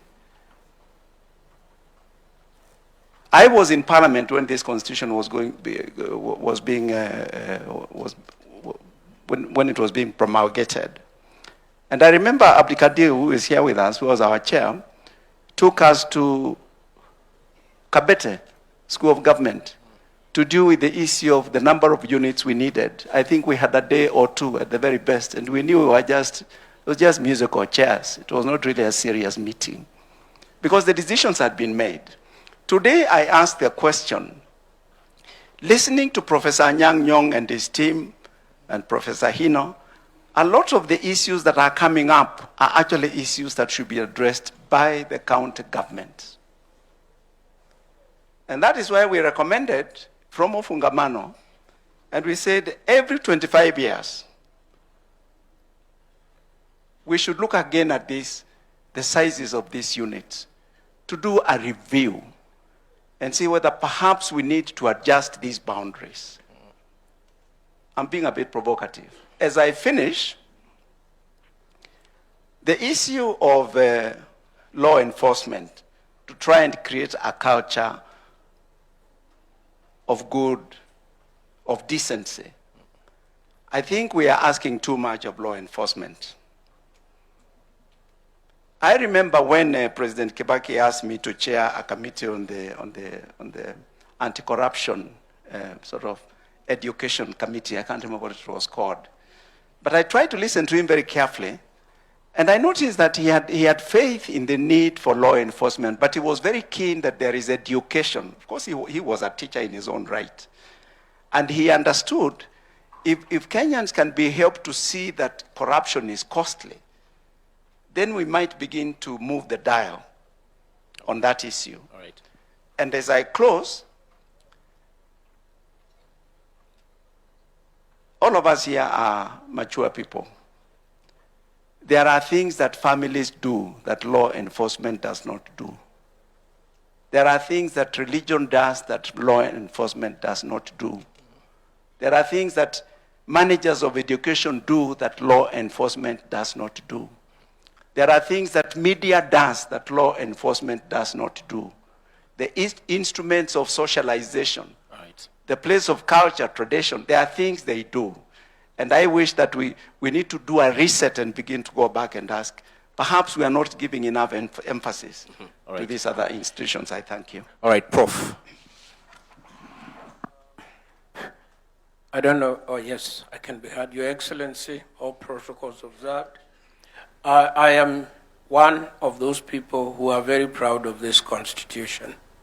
First, because we almost never had it. Although we had been working it for a very long time, at the end, we almost never had it.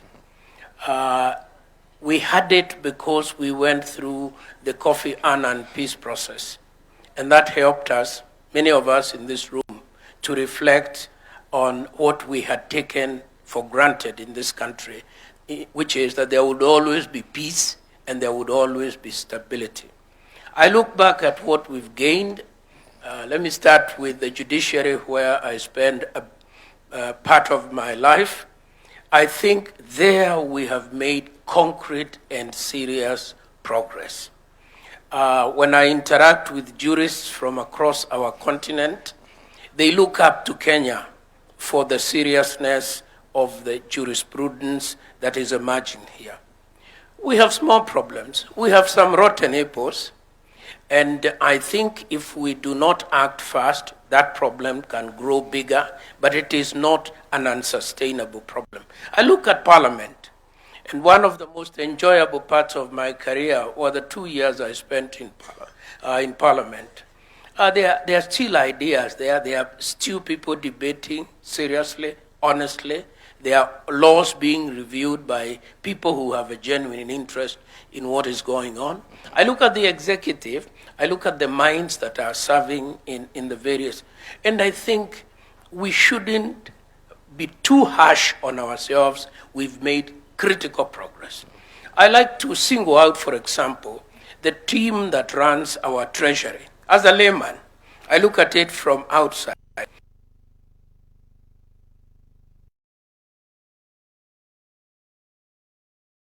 Very close to defaulting on our foreign debt. And the team is able to pull us out in good time. So we have a capacity issue that this constitution has helped to bring that we should be proud of. I want to remind you, as a historian of that old one and the new one, by this time, by the 17th anniversary of the old one, we had amended it 17 times. So this is a more stable constitution in many ways. And I do hope, every so often I hear people open up a healthy discussion. Should we extend the presidential term limit to, or should we remove the term limit? Should we reduce the counties? Should we decrease the number of seats in parliament? And the debate goes on, and it is a healthy debate. But the form of mechanism we put for amendment means that we are unable to amend this constitution in the foreseeable future. I think that's a problem. I think that is a real problem, because all of us recognize that some things are not working. BBI, we were not all united on it, but BBI was an expression of anxiety as to what all of us recognize was wrong, but we didn't have the political traction to move it forward. So to my own mind, as one man who made a very small contribution to this process, I think I can look my grandchildren in the eye and say, I'm proud of my work. All right. Thank you very much. Thank you very much to my old teacher and my padre. Your Excellency, thank you very much for holding this a second time. Last year is when you held it for the first time, and you promulgated it should be held annually. Thank you so much. Baba is not with us, but he requested you to hold it from the morning, not just afternoon. I think you have accepted also that request. Asante sana. If I am a private citizen now, I can comment without any issues. If you look around, Mzee Moi used to say we were an island of peace. But if you look around constitutionally, last week or this week, a very senior officer in one of the neighboring countries resigned because, actually a vice president, because he asked for constitutional reforms and his president was not too happy. I don't think Professor will resign for making any comments in this country. Another neighboring country is in the midst of a constitutional crisis right now. The term for the government is over. They don't know what to do. They're struggling. In another one, they're trying to move from a federal to a unitary and a presidential. To the west, if you say so must go, they'll ask you go where. They have been there for 50 years almost right now. The first set of rights the first set of rights are called first generation rights, political rights. In this country, we have no issue with political rights. We have a lot of political rights.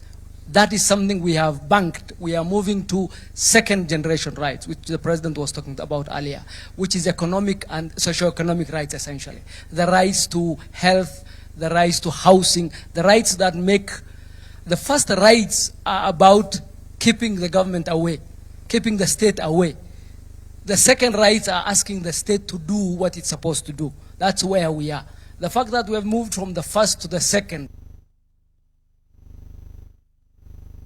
where those of us who are alive when Mzee Moi was there, or when these other rights were not there, it was a completely different environment. And so things that many people take for granted right now, it took a lot of effort. If you listened, and I agree with the chair of the Human Rights Commission, if you listen to the president's speech today, I don't think Mwalimu can imagine Mzee Kenyatta one giving that speech, or Mzee Moi giving that speech, or many, many places that speech being given by a head of state. The language of that speech is the language of human rights. That is not possible in many, many places. And those are things we should not take for granted. And as we move to the second generation rights, I think we should be very proud as a country of what we have achieved and where we're heading to. In terms of the challenges, we have very many challenges. The Constitution has accountability devices that were put there to hold high state officials accountable. Impeachment was one of them. We did the impeachment of a deputy president, and we had a lot of problems with the judiciary because the judiciary failed to understand that that's not their role. That's a political accountability function where the judiciary has no role, in my opinion. And they injected themselves into that process and messed things, if you ask me. The second is recall of MPs. Recall of MPs. MPs, the public has a right to call the MPs. Not one MP has been recalled because Parliament made it so difficult for members of Parliament to be recalled that it's not happened in 16 years. Sure. It's highly unlikely to happen with the setup that Act has given. In terms of the JSC, I don't think the JSC has worked because our judiciary is supposed to be accountable. The executive can't hold it accountable. Parliament can't hold it accountable. There's a mechanism that was set to allow the JSC to hold it accountable. The JSC has abdicated that role.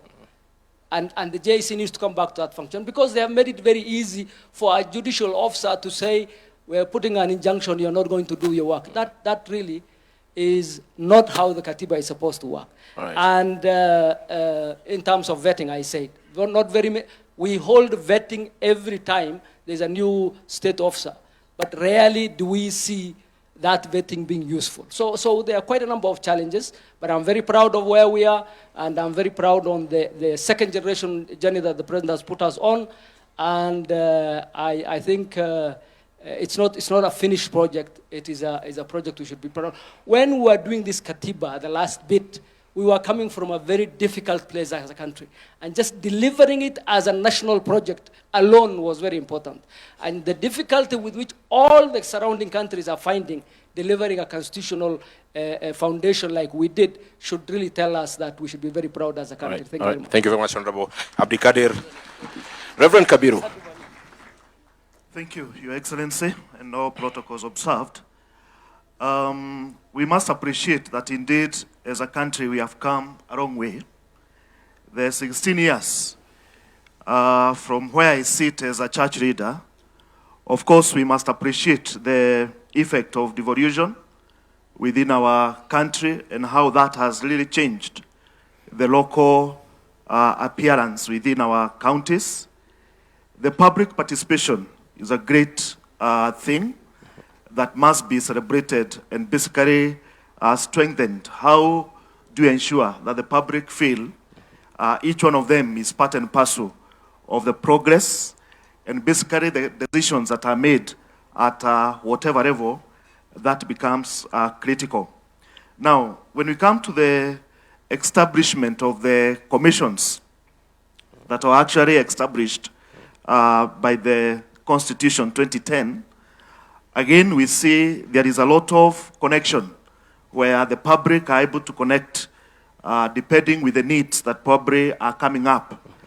But I must say that it is very clear the commissions that are very well known by Kenyans at this particular time are the ones that actually carries, especially the political agenda. They are the ones that are actually very well known. They are those that many Kenyans will not tell, will not actually associate with. And I think it is important then for us to ask ourselves, this being work in progress, because the Constitution is basically work in progress. There is a lot that continues to be done. There are commissions that continues to be formed as to help in terms of implementation. We also need then to go further and say the much the Constitution is work in progress, the civic education about that Constitution also need to be a continuous work so that the Kenyans can be able to build that trust. They can also be able to relate. We are talking of 16 years, so a person who was born can now be able to relate with that actual Constitution at 16 years. So that becomes critical, basically for us even going forward to think how do we move towards that direction. Thank you. Thank you very much. And Christine. Thank you very much, Your Excellency, all protocol observed. I must say, I want to say thank you for giving civil society a space in this conversation today, and particularly Federation of Women Lawyers, FIDA. Speaking as an advocate, I want to say this constitution, for me, I can describe it in three ways. It's progressive, it's transformative, and it's pro-people. The women and girls in Kenya, I must say we've achieved notable milestones under the last 16 years in the constitution, under three areas which I want to just discuss very briefly. One, under leadership, the second one under social rights, and the third one under legal protection. Under legal protection, I want to say there have been very many statutes that have been developed and eventually have been passed by Parliament under the Article 27 of the Constitution. One of them is the prohibition of female genital mutilation act. Christine, allow us to check your mic, please. Thank you.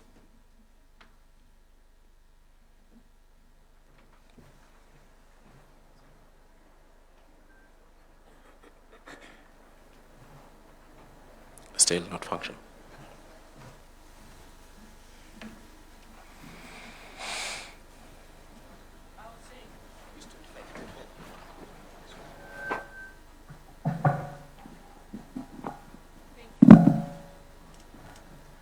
The point I was trying to make was the issue of legal. I was trying to bring out the number of statutes that have been passed in the last 16 years in terms of women and girls in Kenya. And there have been many. The Prohibition of Female Genital Mutilation Act, the Matrimonial Property Act, the Marriage Act, the Protection Against Domestic Violence Act. Those are achieved notable milestones in terms of legal protection for women and girls. However, there have been various challenges in terms of legal protection. One of them, Your Excellency, is the issue of femicide. No woman or girl in this country feels safe anymore. The femicide has increased to an issue where we are calling upon you, Your Excellency, to declare this a national crisis. We have seen there was the presidential task force that addressed it. A report was presented to you. We haven't seen any implementation being done, so we're kind of requesting if implementation can be done. In terms of celebrating Katiba 16, we know that there have been the issue of two-thirds gender rule, whereby we are saying that the lack of implementation of the not more than two-thirds gender rule in elective and appointive bodies has not yet been implemented, despite Article 27.8 being very clear on it. Because I may not get any more time, I want to just give my suggestions on way forward in terms of what perhaps we feel as advocates ought to be done. We feel that IEBC needs to come out strong and empower itself in terms of strict enforcement during party nominations. We are 1 year to elections. IEBC is empowered and directed by the courts to reject any political party that has not complied with the two-thirds gender rule. This alone will send a very loud message to political parties who are also here. We also want to say that political party funding needs to be restructured, and the Office of the Registrar of Political Parties also needs to make sure that these political parties also are very deliberate on the two-thirds gender rule and can constrict the funding, because this has to happen. So I want to say, in terms of Katiba Act 16, a lot has been done, but there's a lot of unfinished business and gaps. We want to say that there has been a lot of resource constraints addressing issues of gender-based violence, and then inadequate funding towards this thematic area. That also needs to be looked into thoroughly.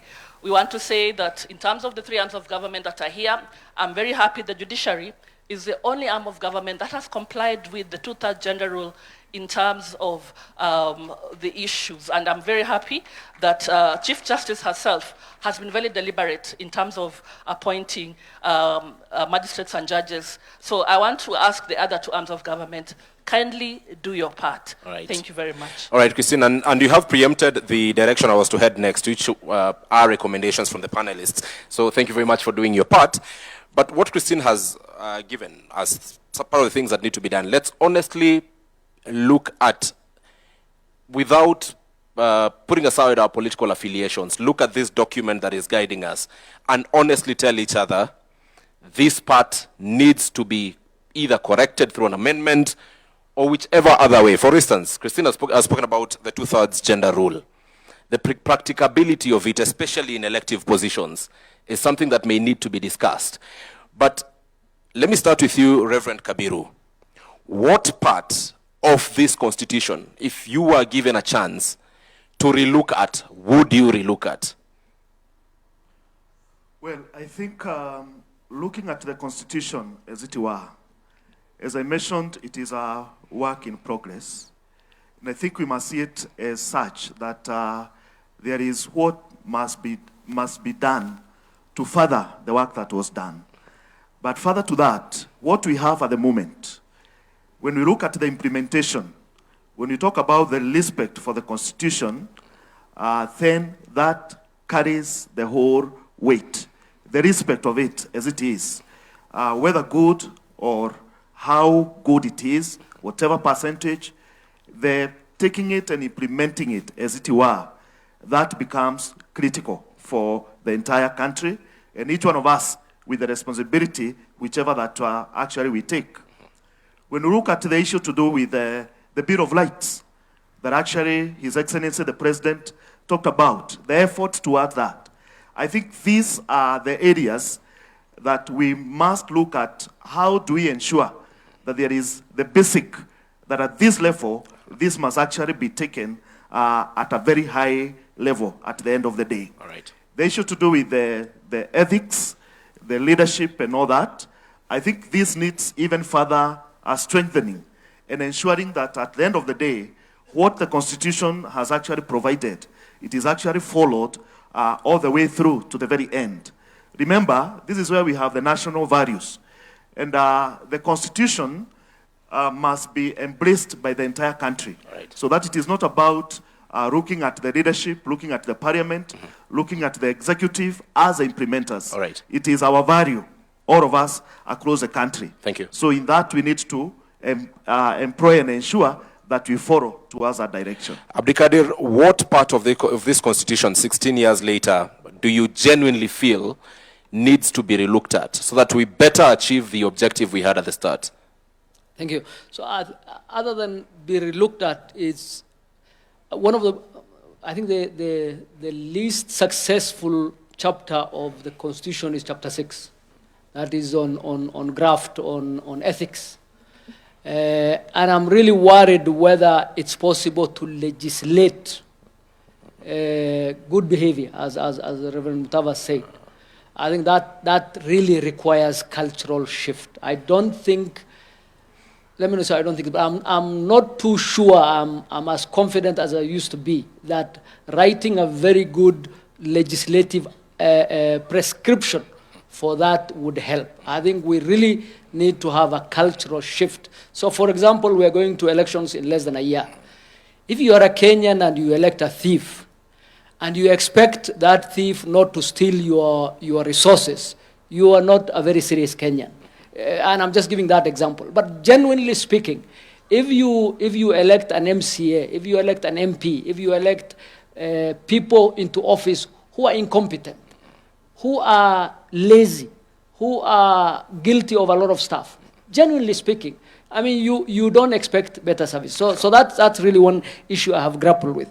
The other is, so for example, the gender issue, I just want to say, the gender issue is only in the National Assembly. The gender quota issue is only in the National Assembly. In the county assemblies, we resolved it by constitution.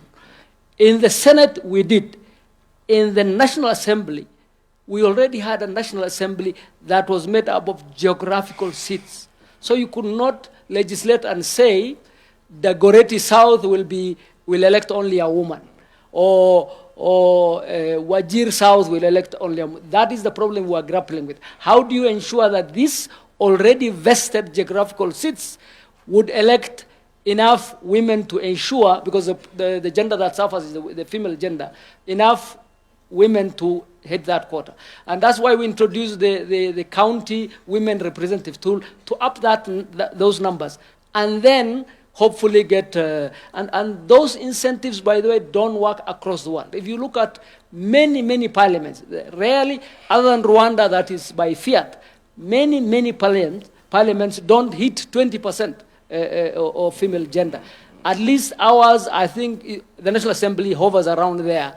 The Senate and the county assemblies have no such problem, because you must, by law, nominate the extras. So I would really push for, our biggest problem is graft. I would really push for cultural change. I would push for education on that side. All right. Just to, on a lighter note, it is the female gender that is currently suffering, but from how things are going, perhaps men will also suffer. So that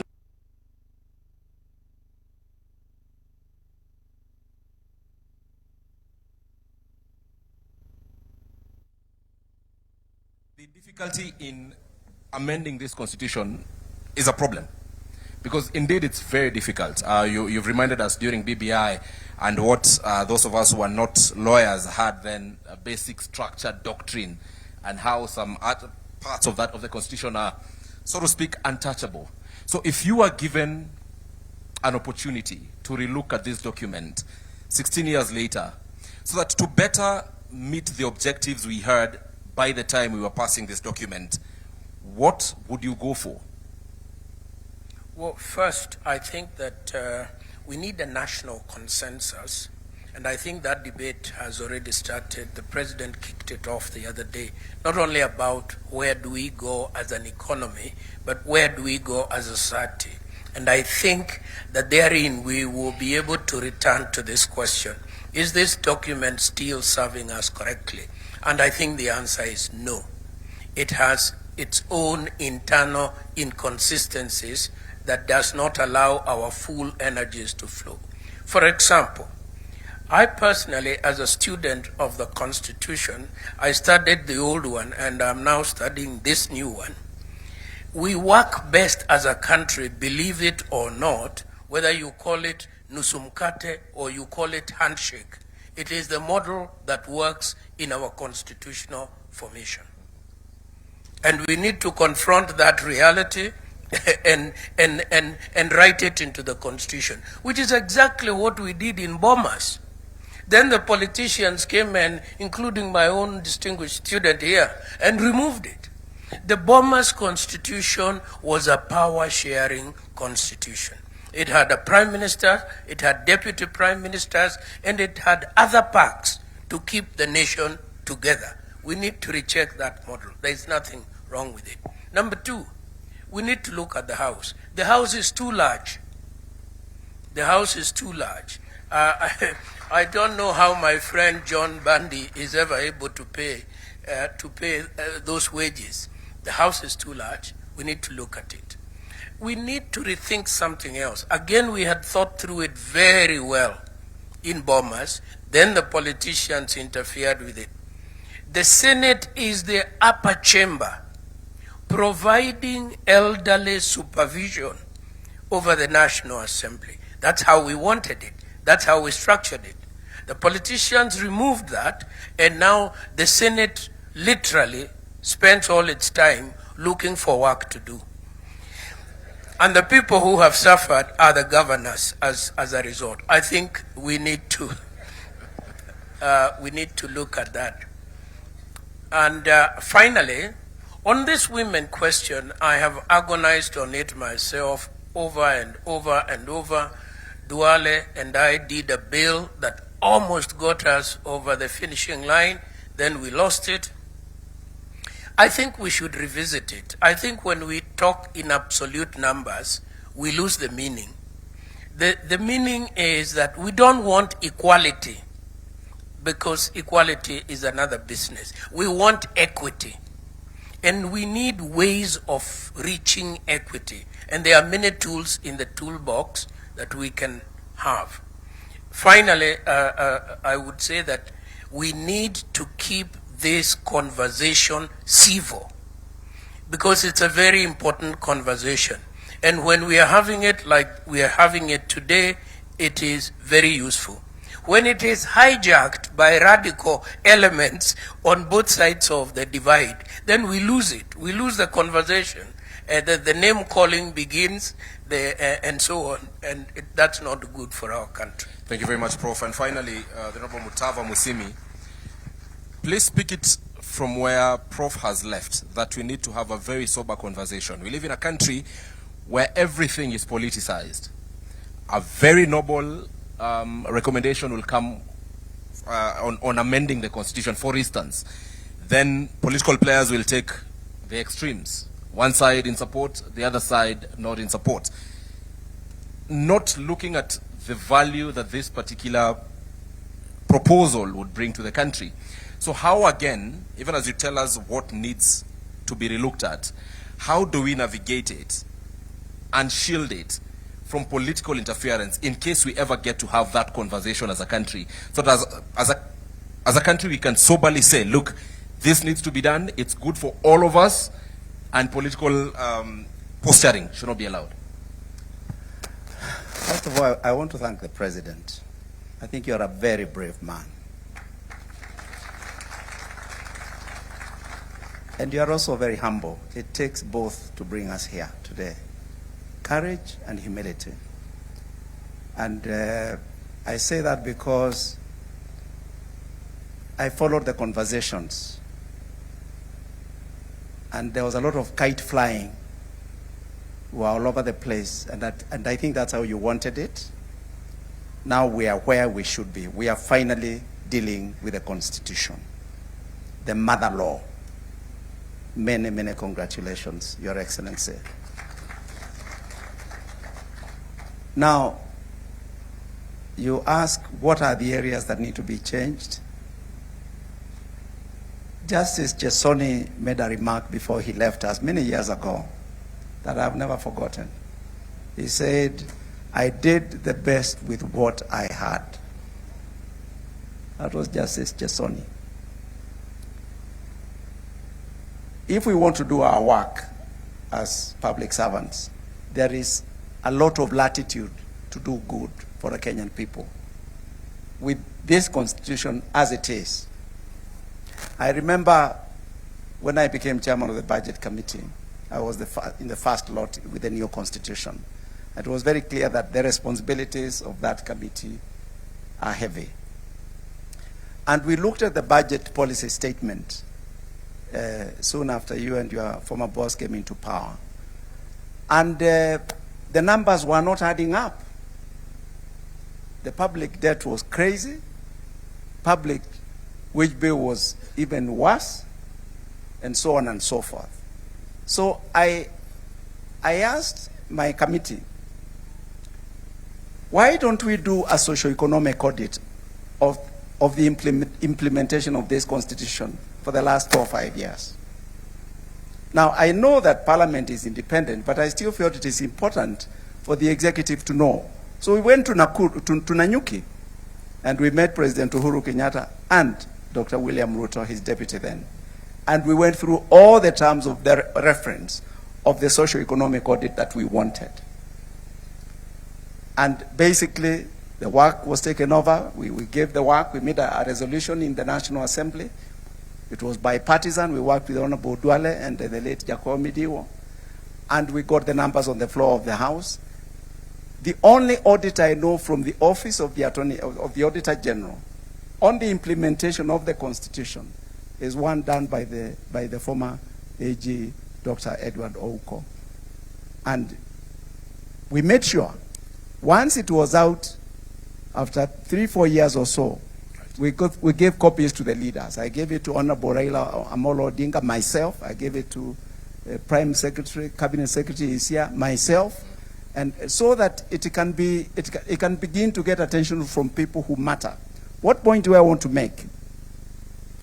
I don't think myself that Parliament is doing enough to oversight the executive. It can do a lot more. I do not think the county assemblies are doing enough to oversight the governors. I leave it at that. Right. Come now to the things that I think need changing. You can tell I have issues with the units that we have in the devolved governments and how they were created. It was a bit rushed in my view.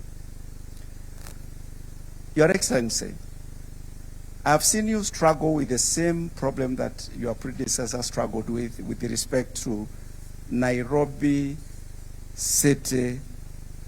I want to get it right, I saw it here. Nairobi City County Government. Sasa umeingilia kidogo kusaidia rafiki yetu Sakaja. Your predecessor aliingilia kusaidia Sonko. You know, as observers we are saying, he barabara tulijenga. Now today we want bumps, maybe we need to redesign, maybe we need your carriageway. There may be a problem with the design of this road. Nairobi, and I would add Mombasa, probably need to be looked at differently from other counties. With respect to the other county governments, I think I've said enough. Right. 30 seconds, sir. Hiyo nitakurudishia. What were you asking me? What was that other question? How do we shield? Because you've identified what needs to be done. How do we shield it from political posturing? Shield what? Shield, in case we decide to have a conversation about relooking at the Constitution, we are likely to see political players take both extremes for political reasons, not looking at the bigger picture of whatever recommendations would come or would need to be done. So how do we shield this process? You know, I'm so glad I went into politics for 10 years. I'm glad to be out. But there are things I came to know about the Kenyan I didn't know. You don't know these things from the pulpit and from the church. Kenya is an amazing country. We go out there in the hustings, as the English call them. We do our politics. It's noisy, it's crazy. Then we are called here and we kind of reset. And it is a genuine reset here. Now, by the time we leave here, we are not quite who we are before we came. Right. That ability for us to talk things out there and to still meet with our leaders here is what makes this Kenya unique. May God bless our country. Asante sana. Thank you very much. Let us appreciate our panelists this afternoon. The Right Reverend Jonathan Kabiru Karaoke, Professor Yedhu Muigai, the Honorable Abdikadir Mohammed, the Honorable Mutava Musimi, and last but not least, Christine Kungu. Thank you very much for joining us and making this conversation a success. Asanteni sana. At this point, Your Excellency, I will return it to Mike Gitonga. It has been an honor to help you in going through this program. Asante sana.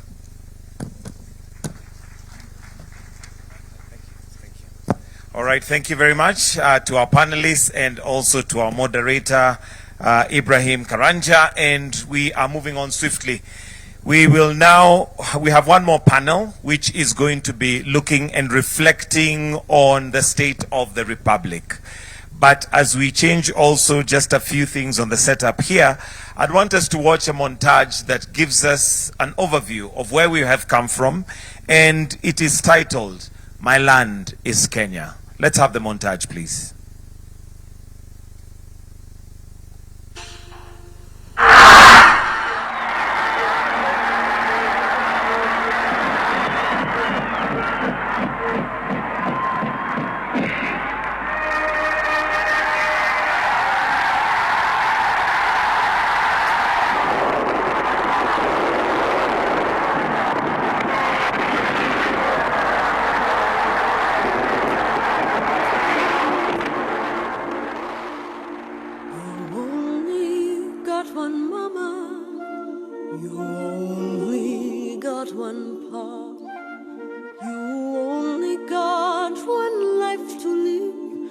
matter who you are, you can go the whole world over.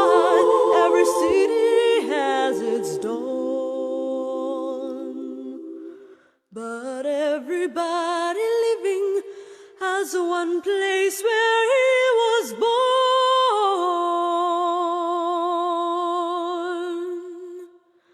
and mine is Kenya, so warm and wild and free.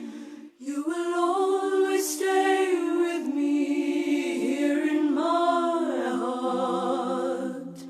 My land is Kenya, right from the highlands to the sea. You will always stay with me here in my heart. Here in my heart. You only got one childhood and the memories that spring when you see your house, the tree you climbed, and all those precious things. The faces of the friends I have, the images that formed.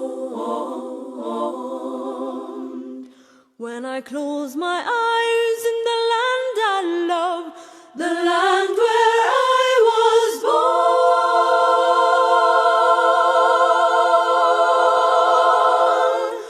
My land is Kenya, so warm and wild and free.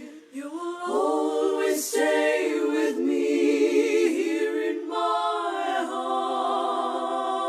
My land is Kenya, right from the highlands to the sea. You will always stay with me here in my heart. Here in my heart.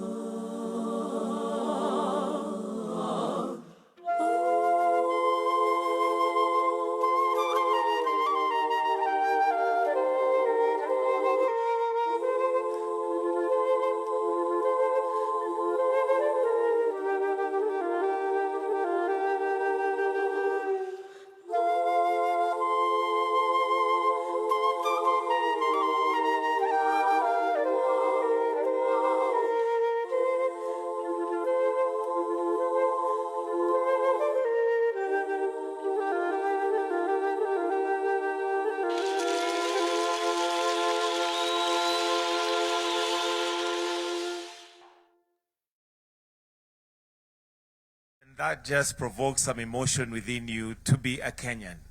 Usiwahi ambiwa na mtu we are going in the wrong direction. Your Excellency, we are headed in the right direction. Another round of applause, please. And that particular song, that version has been done by the Moipei sisters. I know some of us may be aware. They are triplets who are unique and have put Kenya on the map of singing. Your Excellency, sir, with your permission, allow me to now invite Professor Makau Mutua, who is going to give a brief reflection of the session and the panel that we are finally going to have as our last panel. And this is the state of the Republic. A round of applause for Professor as he comes to give some very brief reflections on the state of the Republic before we get to our final panel discussion. Welcome, sir.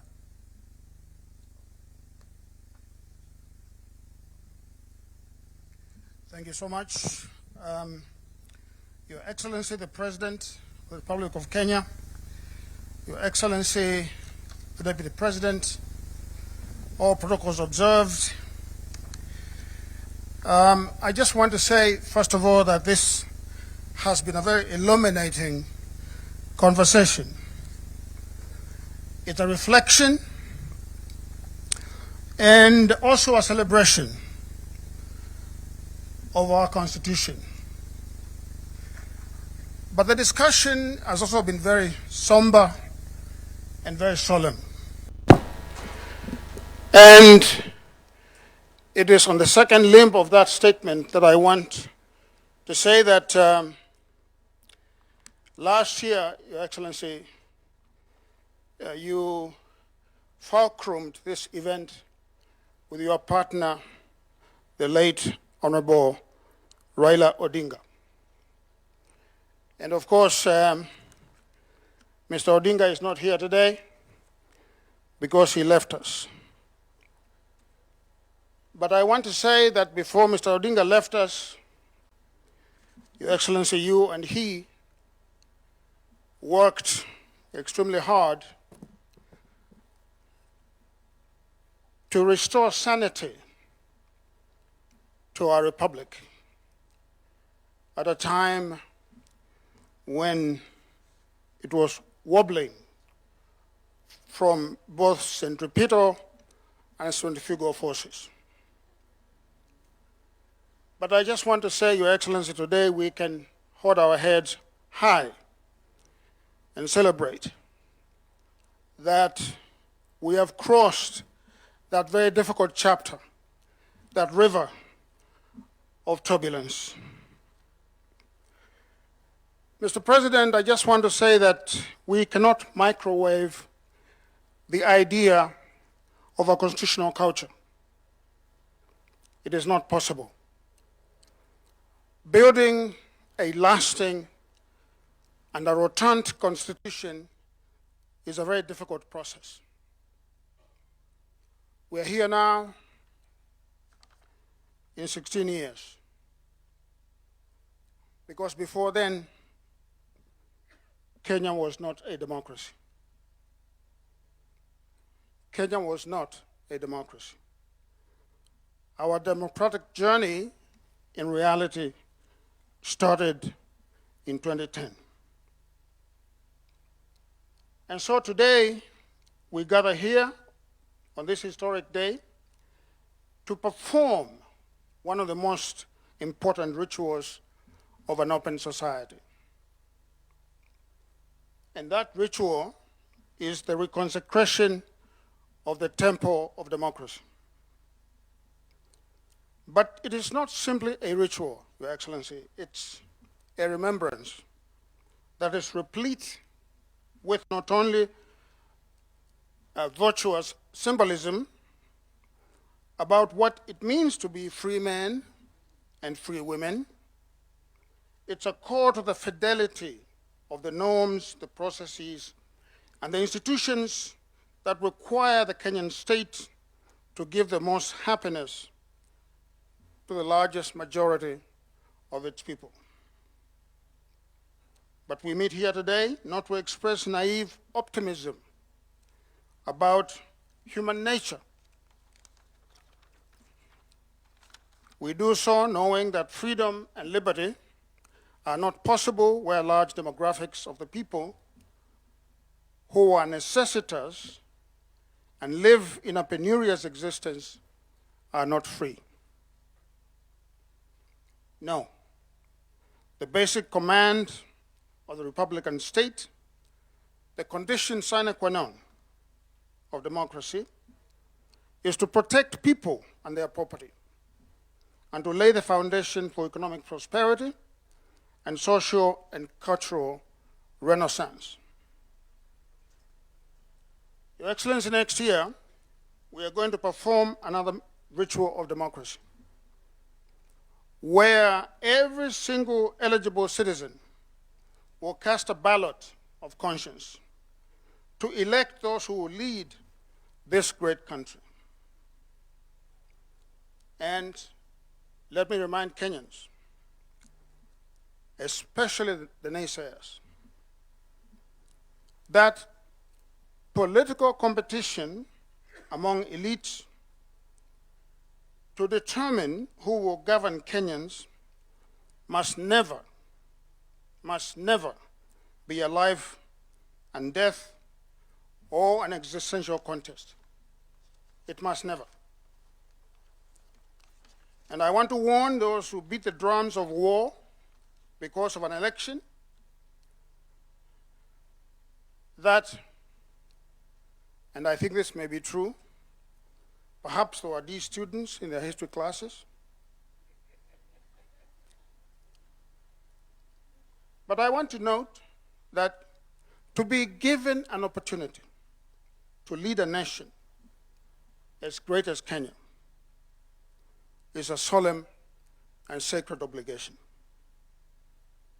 And citizens, for it is they who hold the highest office in the land, must be allowed, as our Constitution demands, to cast their ballots next August, next year, without calumny, without intimidation, and without mayhem. 16 years into our democratic experiment, we must return a verdict of maturity as a society next year. I have said before that democracy is an experiment in living together through thick and thin. It is like most marriages. And you know most marriages are imperfect. And in fact, very imperfect. But this is the only marriage possible in a political society. The experiment of democracy, of living together, no matter how diverse and different we are. But unfortunately, unlike in a real marriage, divorce is almost never allowed, if at all. If you look at countries that have been decoupled from one another in history, numbers are very few. The tendency is for the state to remain together. And so Kenyans must understand that we are bound together in this land, and as the Reverend Mutaba Mushimi would say, until death do us part. But finally, I want to beseech all of us to internalize what we are doing here with all the three arms of the state. And that we must never take this civil conversation for granted. We must never.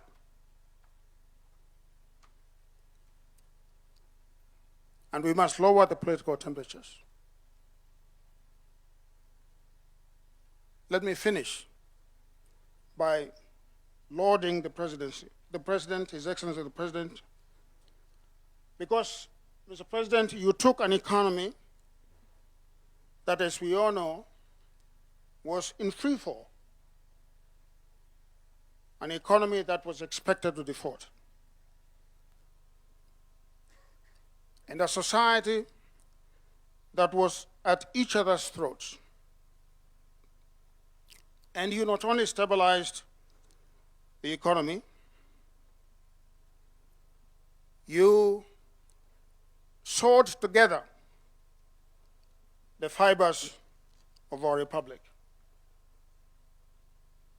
Today, if you travel as much as I do, both in Africa and outside Africa, you know that the star of Kenya is shining brightly again internationally.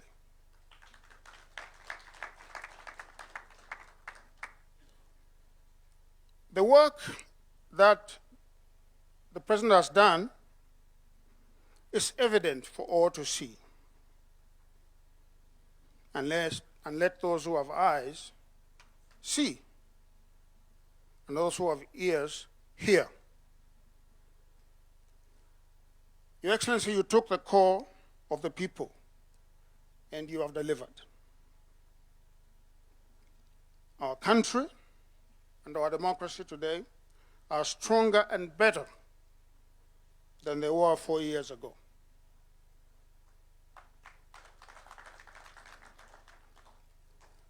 I want to say, Your Excellency, that this ritual of Katiba Day, and may it continue in perpetuity, perhaps in different iterations.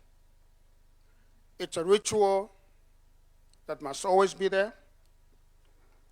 It is a ritual that reminds us that democracy is a project. It is not a destination. It's a ritual that tells us that ahead we have work to do, a lot of work to do. You heard in a previous panel, which had some of the founding Kenyans of the 2010 Constitution there. You heard them talk about some of the deficits that we must face and that we must resolve. But let me say that the work of building democracy is not easy. It is not easy. And it is not to excuse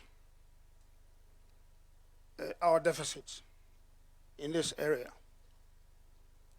But I want to remind you, look around the globe, in our neighborhood. Look to North America and look to Europe. And you are going to see some very established democracies that are having conniptions. You know what conniptions are? Okay, epileptic fits. Some of them are 600 years old, some of them are 300 years old. So if ours is only 16 years old, we have nothing to worry about. Let us keep the faith, let us do the work, and let us make Kenya the greatest country that it can be. I thank you. Thank you so much.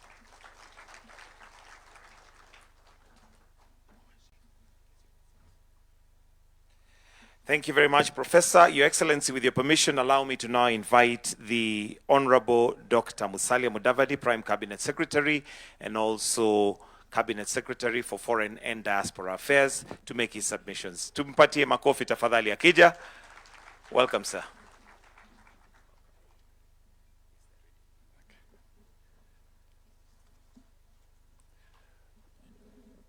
Your Excellency, the President of the Republic of Kenya, Dr. William Samoei Ruto, Your Excellency, the Deputy President, fellow Kenyans, members of the Diplomatic Corps, Your Excellency, with your permission, let me just take a minute to request the ambassadors and high commissioners and members of the Diplomatic Corps present to just rise so that you can give them an applause and acknowledgement.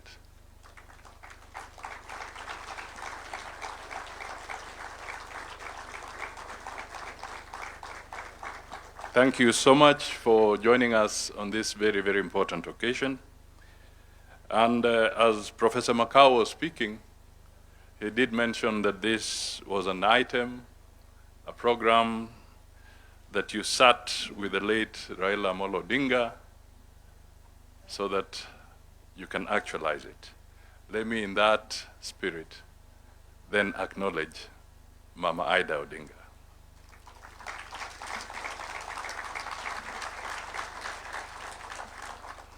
Thank you.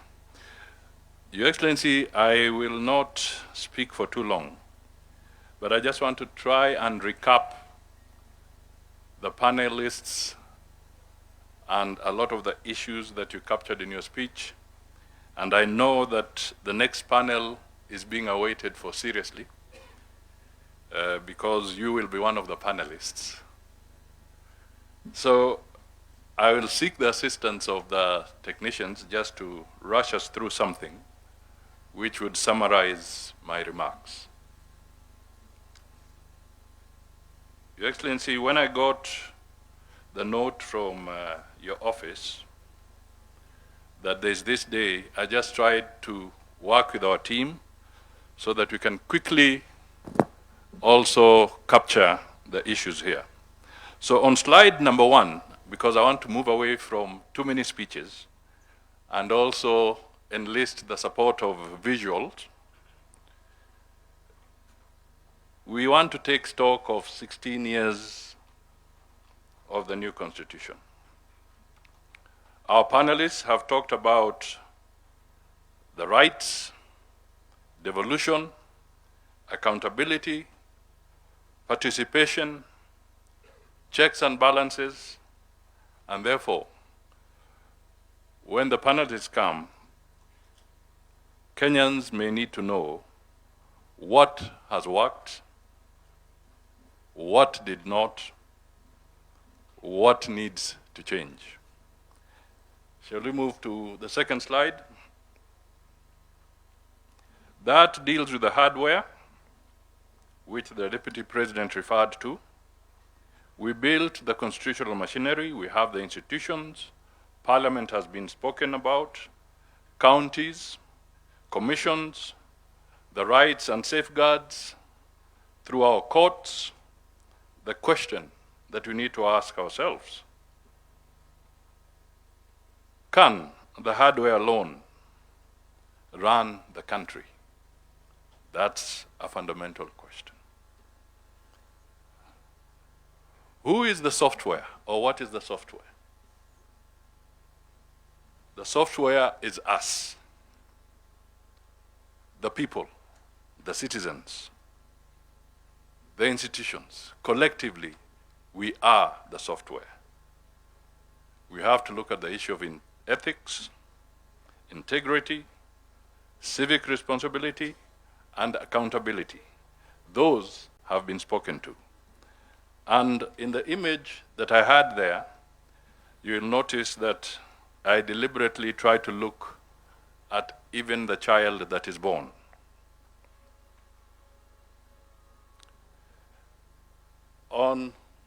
Now we can move to the next one. Values. Rules matter, but values make them work. What does the law require? What is the law trying to protect? What value is it trying to preserve? Ladies and gentlemen, constitutionalism is more than compliance. Let me move to the fifth slide. At the corner, you will notice something about litigation. These are the constitutional safeguards. We want to protect citizens. We want to restrain power. We want to strengthen accountability. But process must serve purpose. We need to ask ourselves, the processes that we have inbuilt, do they serve purpose? Let's move to the next one, participation. This is a fundamental principle. We must keep the principle. However, we must improve the mechanism of achieving this principle. When we engage, do we engage meaningfully? Is it representative enough? Is it proportionate? Is it technology enabled? I ask these questions because the AG mentioned the public participation bill, which has gone through Parliament. I think it's now with the Senate. It may be of interest to note that we did cost what is outstanding for the government of Kenya during this 5-year period in terms of either legislation or policy. And if we go through public participation in the way that it is currently formatted, we came to a figure of 20 billion Kenya shillings to go through the process of participation. Is that proportionate when compared to the need to strengthen SHA, to the need to do affordable housing, to the need to improve our education, is that proportionate? However, there's a rider there. Participation must not become a box-ticking exercise. It must be meaningful. Ownership. We have all talked about ownership. Our good friend, the late Kajwang, Honorable Kajwang, would always start his public rally by saying, "We the people." Can we stand here and say that this constitution belongs to us?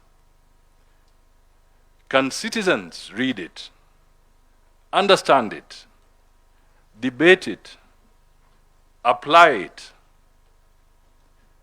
A constitution should not belong only to the lawyers.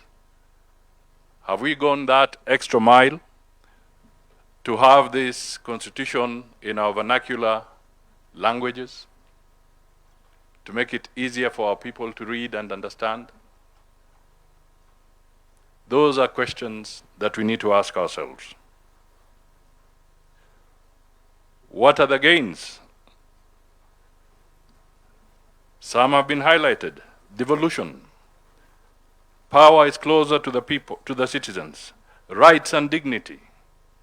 Institutional checks. Active citizenship. These gains must be defended. What are the misses? What have we built or what have we not built? Below that question, I underline corruption. Have we dealt with it? Impunity. Has it diminished or has it scaled? Weak institutional culture.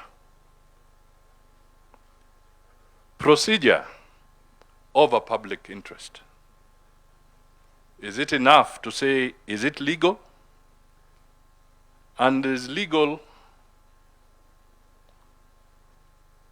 the issue that should be the only benchmark? Or should we ask ourselves, is it right for Kenya? Whatever we do, is it right for Kenya? Slide number 10. We are now talking 16 years later. Kenya has changed. 2010 to 2026. There's a new creature, AI. It is now with us. Technology, the economy, demographics, work, information, all now in this new environment of AI. Ladies and gentlemen, the Constitution must keep speaking to a changing Kenya. Let's just for a moment conceptualize the word sovereignty. How do we define sovereignty in this context? It's not just about the traditional borders. We have to look at sovereignty afresh. Reform. We should not be afraid to improve it, and I think the panelists came out very strongly on this. Let us refine what needs to be refined. Let us strengthen what needs to be strengthened, and let us simplify what needs to be simplified. Not for personalities, not for parties, but for Kenya. The law must serve people. We make laws to create safer communities, fairer institutions, better government, more prosperous citizens. Process must serve purpose. Let's move to the 13th slide. Is this constitution perfect? It may not be perfect, it is not. Is it defective? Some aspects of it may be. Is it capable of improvement? Yes. You all are familiar with the phrase, even a good tool becomes blunt with use. You do not, however, throw away a good tool. You sharpen it. So we have an opportunity in this debate to sharpen our tool. The 14th slide. Have we built the hardware? The answer is yes. Have we built the software? That is work in progress and ahead of us. Ladies and gentlemen, institutions matter, laws matter, courts matter, but above all, it is character that makes the system work. So, what is our national character? What defines us? Professor Hino, on the launch of the President's Day of Beyond Vision 2030, said that a study had revealed that Kenyan young are very robust, very optimistic. But scientifically, they have established there is one major challenge, the challenge of self-regulation. That comes with character. Ladies and gentlemen, my remarks end there because the people who are coming for this panel, I believe I should now invite them. It's not easy to invite a president on a panel. Mr. President, you are the first panelist.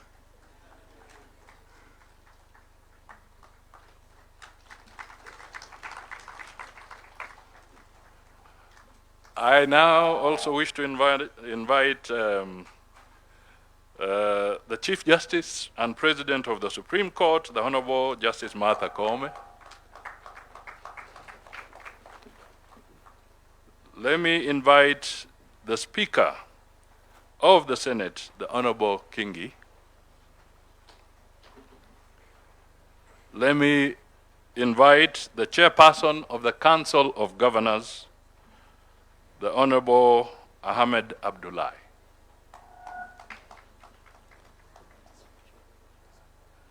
And to represent the National Assembly, the Honorable Gladys Sholay Boss.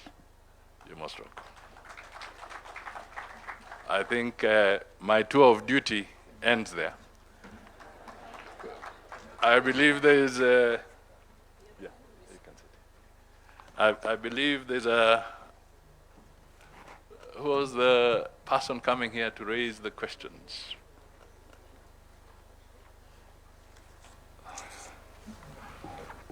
Our moderator, please. Latif. This man harasses us when he gets hold of us. Please.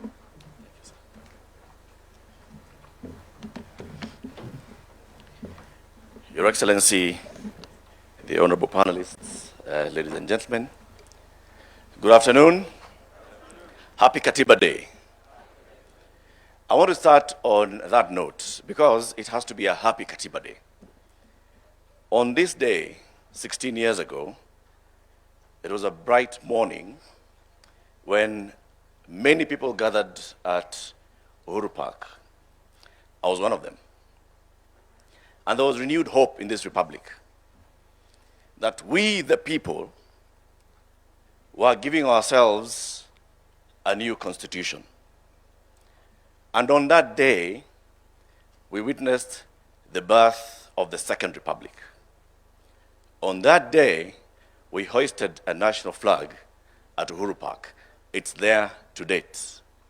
When you look at that flag, always remember that represents the Constitution that we're talking about today. Your Excellency, as we mark this 16th anniversary of our Katiba, we also ought to actually recognize that it is now a national day. And a national day means that we may do whatever else we want to do with ourselves throughout the year, but on one day, we shall anchor ourselves to the supreme law of the land and to the sovereignty of the people of Kenya. And that day is today. Please, let's clap for that. When we say we the people give ourselves a new constitution, many people may take that for granted. But actually this morning on our show, Fixing the Nation on NTV, we actually asked ourselves the question, if you went around many African countries and asked the people just ordinarily, ndugu jirani, hapa kwenu mna katiba? Some will actually not be able to answer and tell you whether they have a constitution or not. Go to any part of this republic today and mention the word katiba, and people know that we have a constitution. That anchors the fact that we, the people, are the owners of this constitution. We are the sovereign in this constitution. We delegate our sovereignty to institutions and to public offices. And for that reason, we had the various institutions speaking earlier today, and we also have the very top of our arms of government on this panel. Let's clap for them as we start this conversation. I want to start by just acknowledging some of the words that you said, Your Excellency, in your remarks to set the scene for today.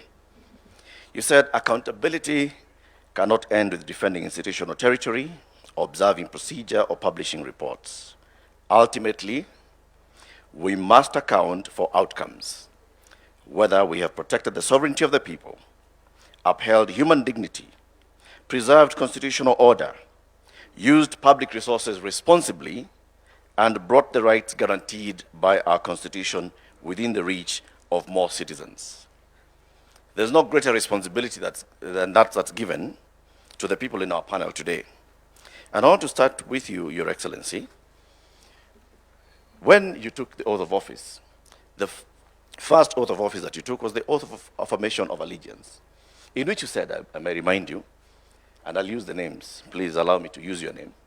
I, William Samoei Ruto, in full realization of the high calling I assume as President of the Republic of Kenya, do swear that I'll be faithful and bear true allegiance to the Republic of Kenya, that I'll obey, preserve, protect, and defend this Constitution of Kenya as by law established, and all other laws of the Republic, and that I'll protect and uphold the sovereignty, integrity, and dignity of the people of Kenya.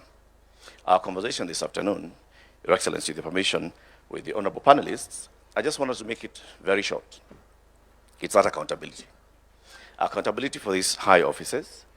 At the end of this, the program has you coming to make your closing remarks. So we'll not even do the closing remarks. We'll just do quick accountability for the person and the office that you hold. What have you done to uphold the Constitution? Your Excellency, you swore to obey, preserve, protect, and defend this Constitution of Kenya. Are you aware, sir, that your cabinet is unconstitutional?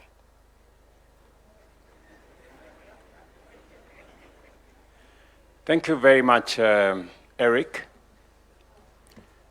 I am fully aware that the court has made a determination and given me time to realizing that that is work in progress to be able to do what I need to do. But in that context, let me speak to my oath of office in a broader context, and to speak to this day, Katiba Day. And as I have said in my earlier statement, this is not just a ritual. This is a time for us to reflect and account for what we have done in 16 years with respect to the tenets, the principles, the mandate, and the requirement of our Constitution. And putting that in the context of my oath of office and being accountable for that oath of office, and putting it in the context of what, again, I said earlier in terms of how do we account for the authority that we exercise and whether that is making impact on the people of Kenya, especially on what you said, whether more and more citizens are closer to the rights that the Constitution envisaged. And I will say the following, that by way of accountability, when we seek a mandate like the way I did, I made commitments to the people of Kenya. And those commitments were not just statements. They were not just slogans. They were commitments that ultimately I must be held account, because that is what the Constitution demands of me as president. And I would want to put it in this context. Number one, I made commitments about how to transform the nation and what I need to do. And I made proposals to the people of Kenya that this is how I intend to stabilize the economy. This is how I intend to make sure that we have access to health getting to the majority of citizens. This is how I intend to work on making sure that there is decent housing as it's required by the Constitution. This is how education that is provided for as an obligation to government in the Constitution, this is what we are going to do. This is how we are going to work on access to water and all the other requirements of the Constitution. And I can confidently tell the nation today that subsequent to my election and my commitment that I will be faithful to the Constitution,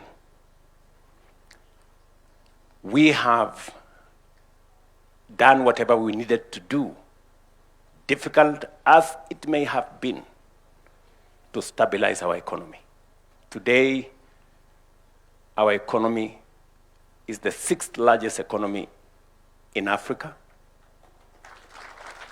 Our interest rates have come down.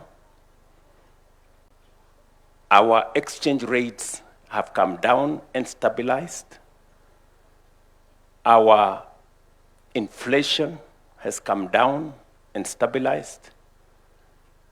And our sovereign debt position is way different from what it was. We did not only,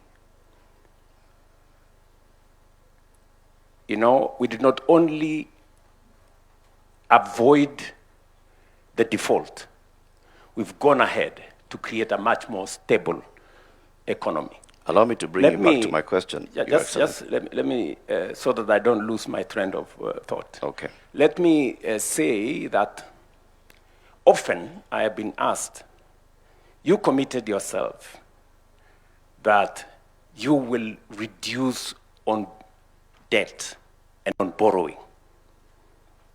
And I want to answer that question in this forum because prudent management of public resources is part of accountability, is part of accounting by leaders. You know, sometimes we reduce accountability to just be about, you know, corruption and those other things, which are fundamental. But the worst form of corruption is to make a commitment that you have no intention of keeping. True. And so when I made a commitment that we are going to think of how to develop our country without burdening ourselves with too much borrowing or debt, and sometimes disproportionately disadvantaging generations that come after us. Right. I can say on this podium today, if you look at where we were in terms of debt and where we are today, we have significantly, by multiples, reduced the rate of acquisition of debt in our country. Let me give you an example. When Moi left office, we had a sovereign debt of 630 billion. That is what Kibaki inherited. In 10 years, Kibaki took that sovereign debt to 1.8 trillion. That is 3 times, by a multiple of 3, roughly. When my brother, President Uhuru, left office in 2022, he left behind a debt of 10.3 trillion. It had grown by 5 times, 500% in 10 years.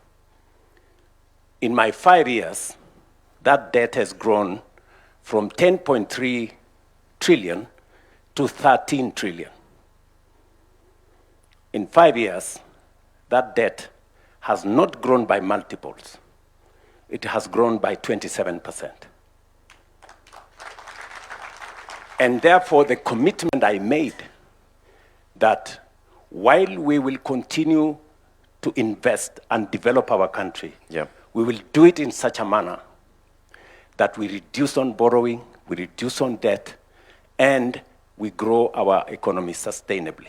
So I'm just giving an example of how accountable one must be. So back to my question, sir. I will come to your question. Just allow me to set the context. I just want to phrase it again. Yes. So that we don't lose track of what we are saying. And you've used the words that I do not want to repeat, but let me just use them. Worst form of commitment, of corruption, is making commitments that you do not keep. Yes. You made a commitment in your gender charter to have a 50% representation of each gender in your cabinet. Today, your cabinet is unconstitutionally composed of the requirement not more than 2/3 of the same gender. I just want to seek, because the issue here is constitutional accountability, Your Excellency. Correct. So in that regard, because this sends a strong signal to the rest of the Republic, what is your answer to that? Why is the cabinet unconstitutional? What are you going to do about it? There is a court order that has not been vacated by any other court that has given you until the 28th of October to reconstitute your cabinet. Correct. Precisely what I'm telling you is, in the context of commitments that you make, you may not necessarily get 100%, but you can get 80%. In your estimation, have you passed that exam or did you not pass? If the commitments you made, you have achieved 80%. There are some commitments that are work in progress. But what I was trying to point to you is that of the commitments I made to the people of Kenya. Commitments on the economy, commitments on education, commitments on agriculture, commitments on housing, commitments on making sure we control our debt, commitments on making sure that we have universal health coverage. I can confidently say we are at 80%. That does not mean we have discharged every commitment. There are commitments that are outstanding. Among them is that one on making sure that we respect the two-third gender principle. Will you reconstitute the cabinet? It is, that's a much more simpler thing to say. Okay, let me just... But let me just, you know, we are speaking in context. Yes. You know, don't make it simplistic. I am not, sir. Because, you know, there are many people who are telling me, for example, I heard from exactly what you are saying, you must get 100% for you to have passed. I don't think that is fair to say, for you to have passed, you must get 100%. I think what we are saying is, have we, in the collective assessment of the people of Kenya, yes, have we kept our part of the bargain substantively? You remember I used the words progressively in my statement several times. Yes. Have we made progress progressively? Yes, we have done. Have we done 100%? No, we have not got 100%. Some of it, as was said here by leaders, is work in progress. And its attainment may not happen today. Just the same way, the court has ruled that Parliament is unconstitutional because of the two-third gender rule. Yes. That determination was made by court, I think, almost 5 years ago, 6 years ago, to be exact. But it's work in progress, you know. I did make proposals myself to Parliament on how we could attain the two-third gender rule. It is still work in progress in Parliament. And I think progressively, without being too aggressive against ourselves, that is work in progress. Thank you. Thank you, Your Excellency.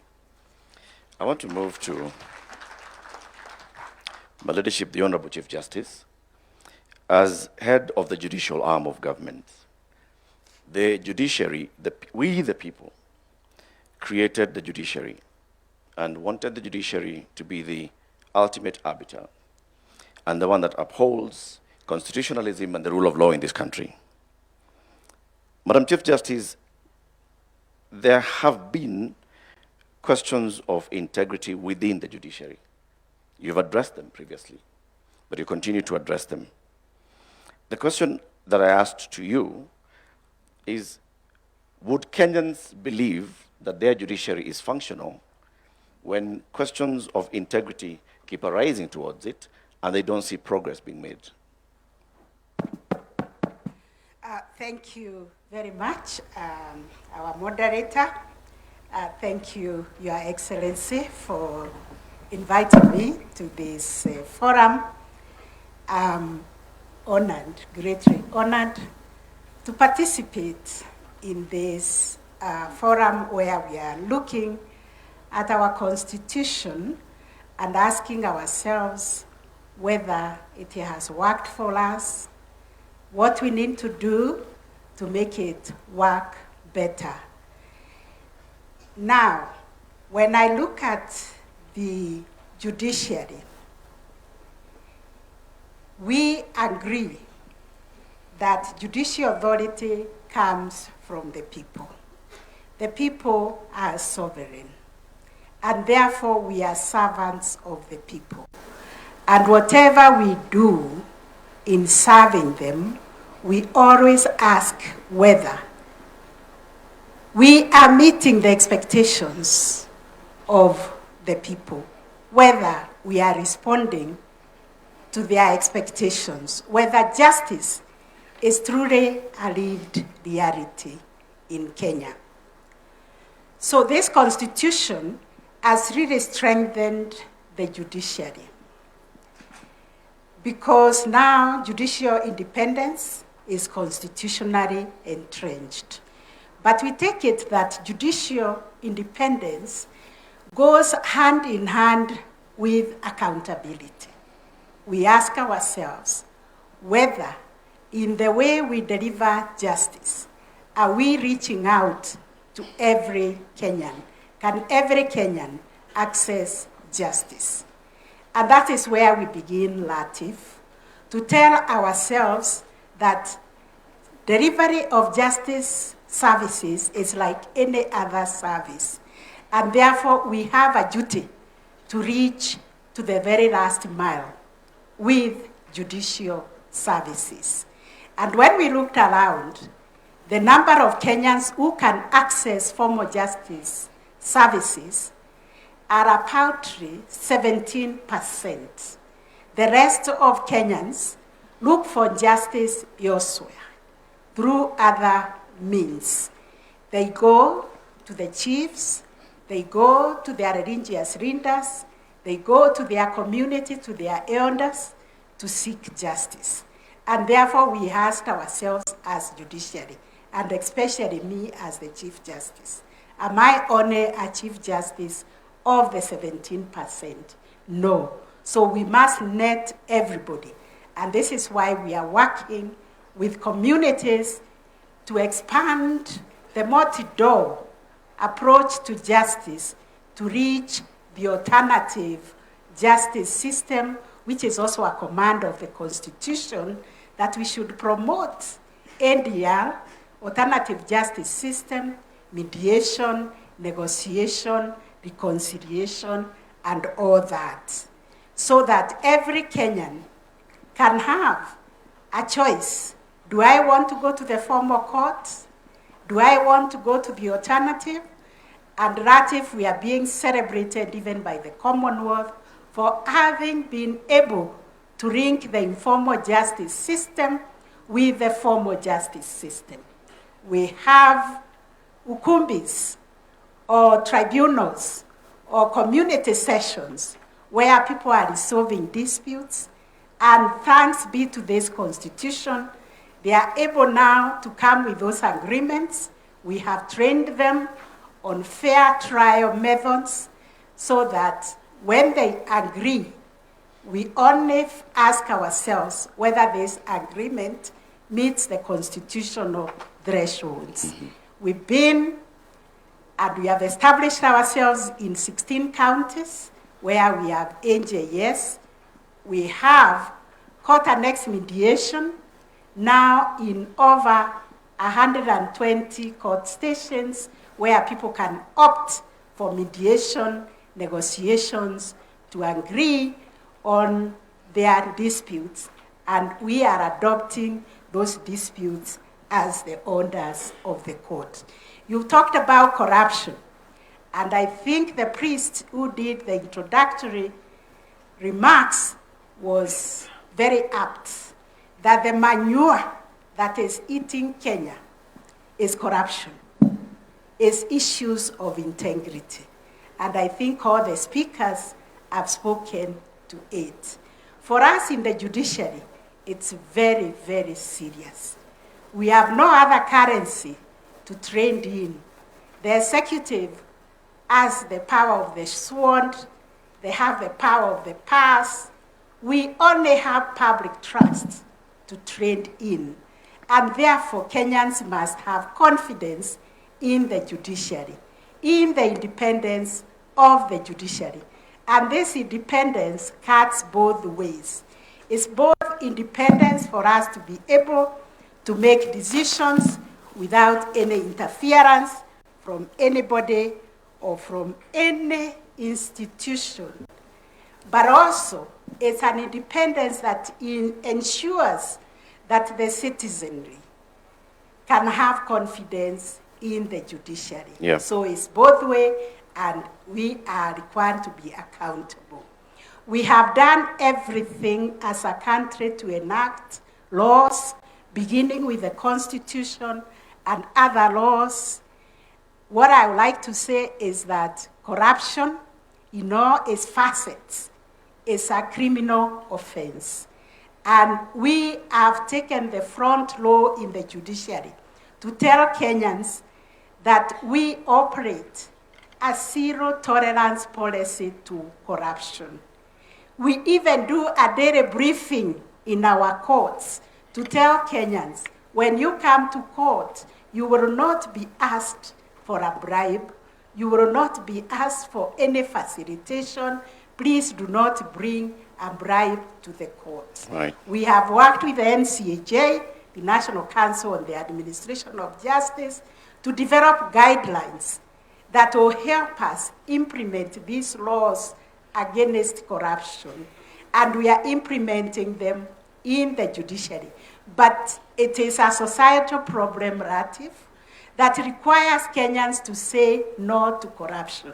It requires a national conversation, because as much as we try to insulate ourselves in the judiciary, we are within this ecosystem where people believe in giving a bribe, or even believing somebody who has no connection with the judge or the magistrate, that I know the magistrate, I know the judge, I will fix your case, I collect money to go and take to the judge. The judge or the magistrate may not even know, but sometimes they know. Yeah. And therefore I've been saying it is wrong. We as judges and magistrates and judicial staff cannot be dispensing justice with one hand and committing a crime with the other.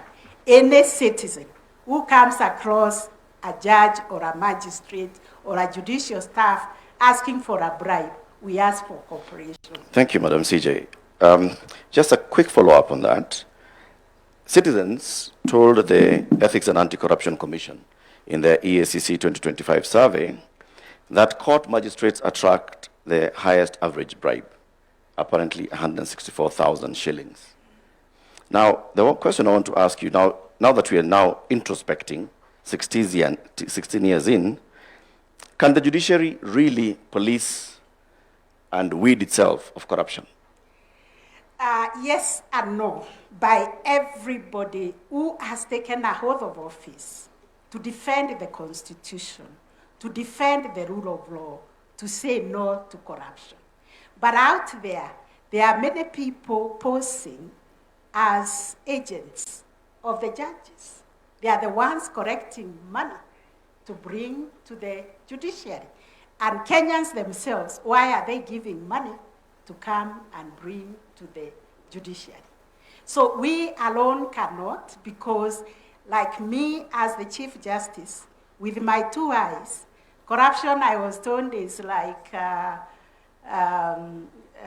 is it sodomy, or is it, what offense takes place, adultery, which takes place in the dark places. So with my two eyes, how can I know who is negotiating a bribe in their houses, in their chambers, in the hidden places where they do those things? So it's a societal problem, Ratif, that we all need to embrace and say no to corruption.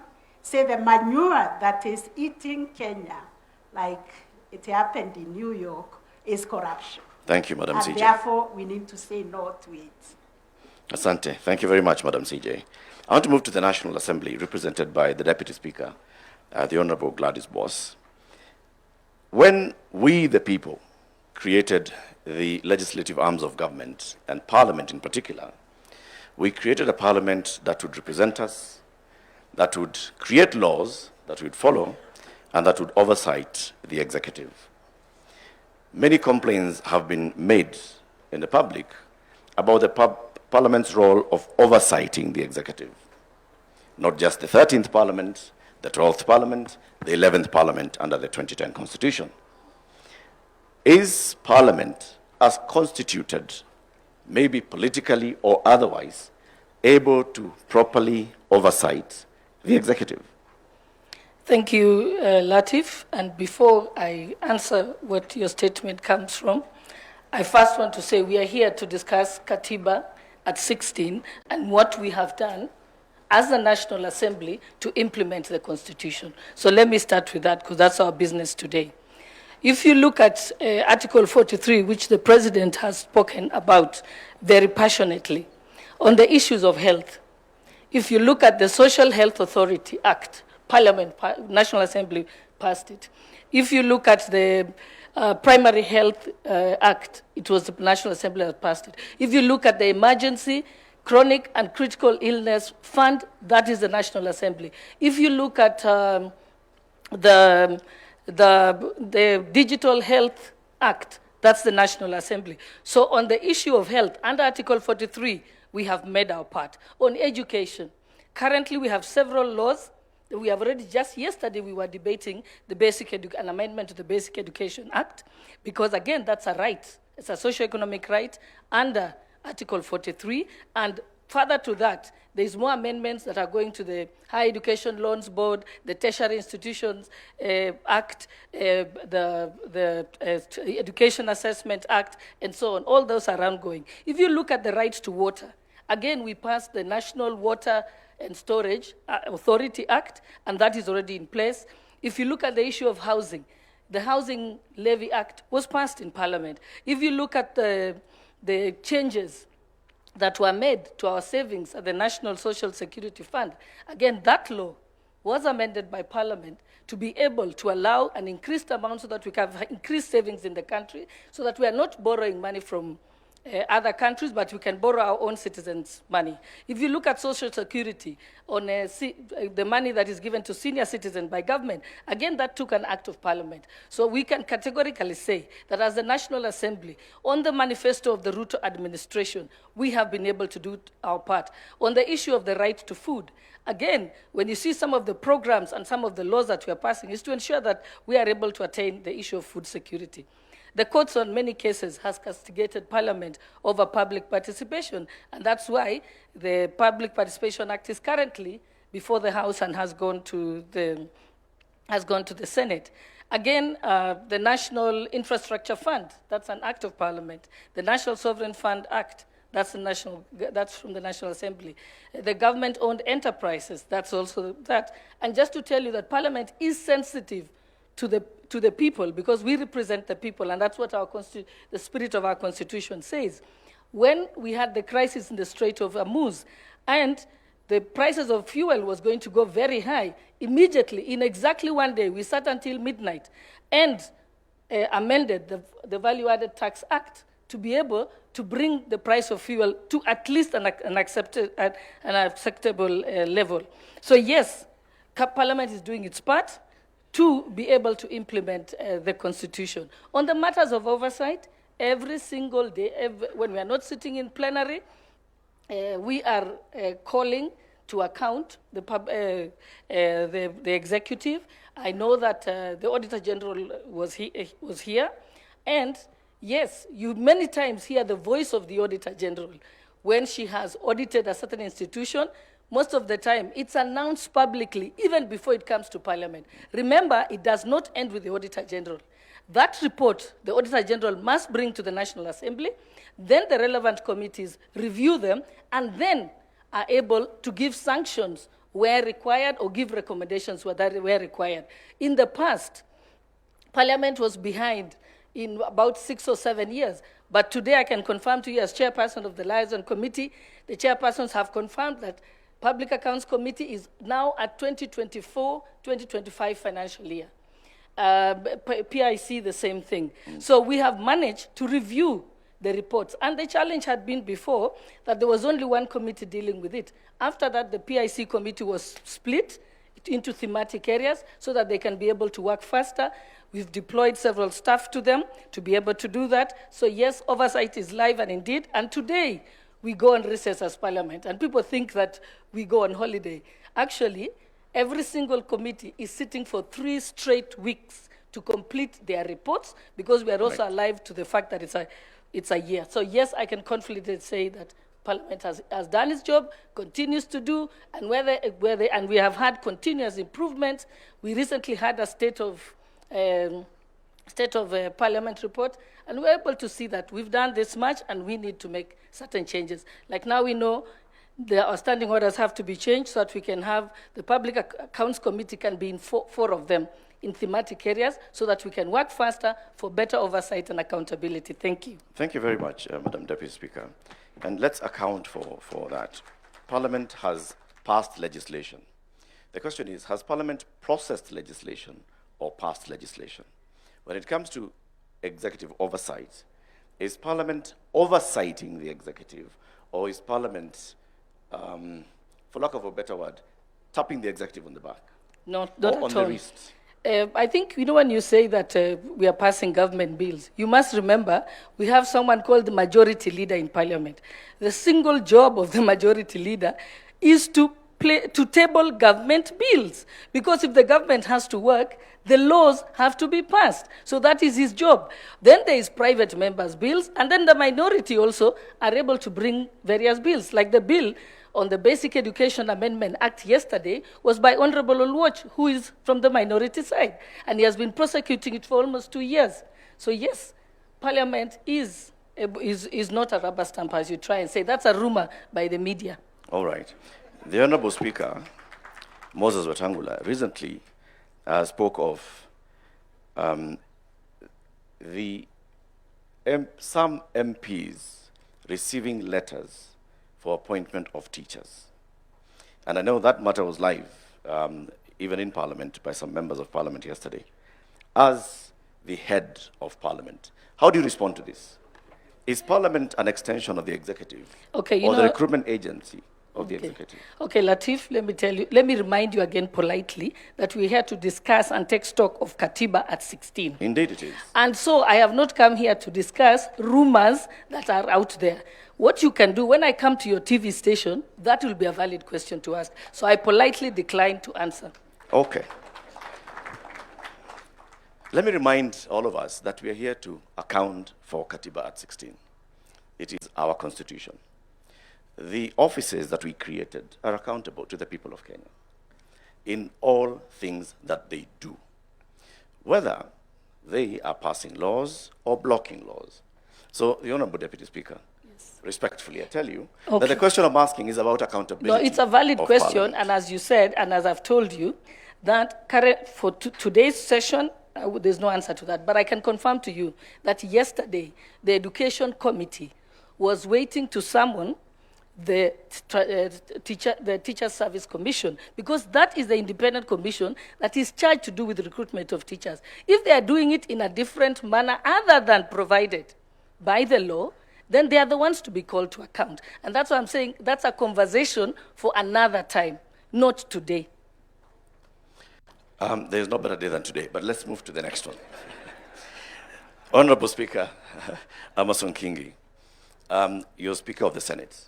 You served as the county governor for 2 terms, and you know the role of the Senate that we, the people, established is to defend and promote democracy, devolution.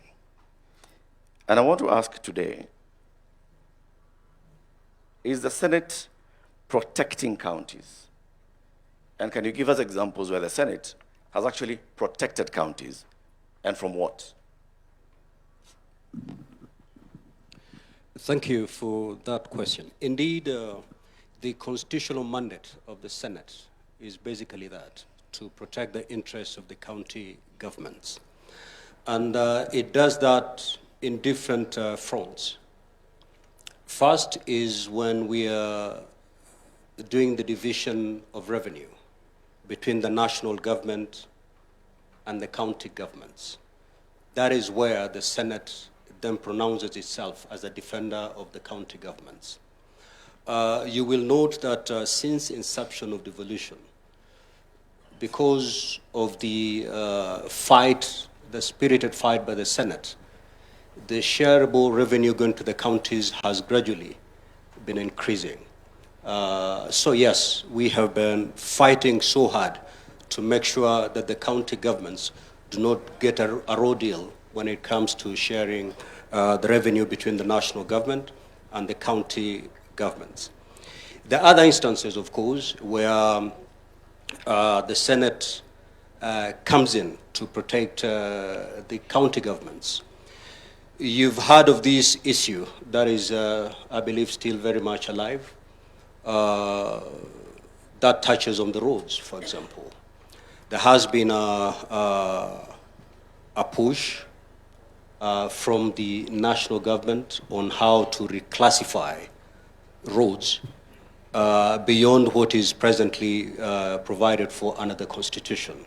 And I think the Senate has taken a very firm stand on how we should handle that matter, again, protecting the interests of the county governments. So yes, the Senate has been there fund on behalf of the county governments. Have there been instances, Honorable Speaker, when the Senate has felt the national government overreaching its mandate to claw into functions of devolution?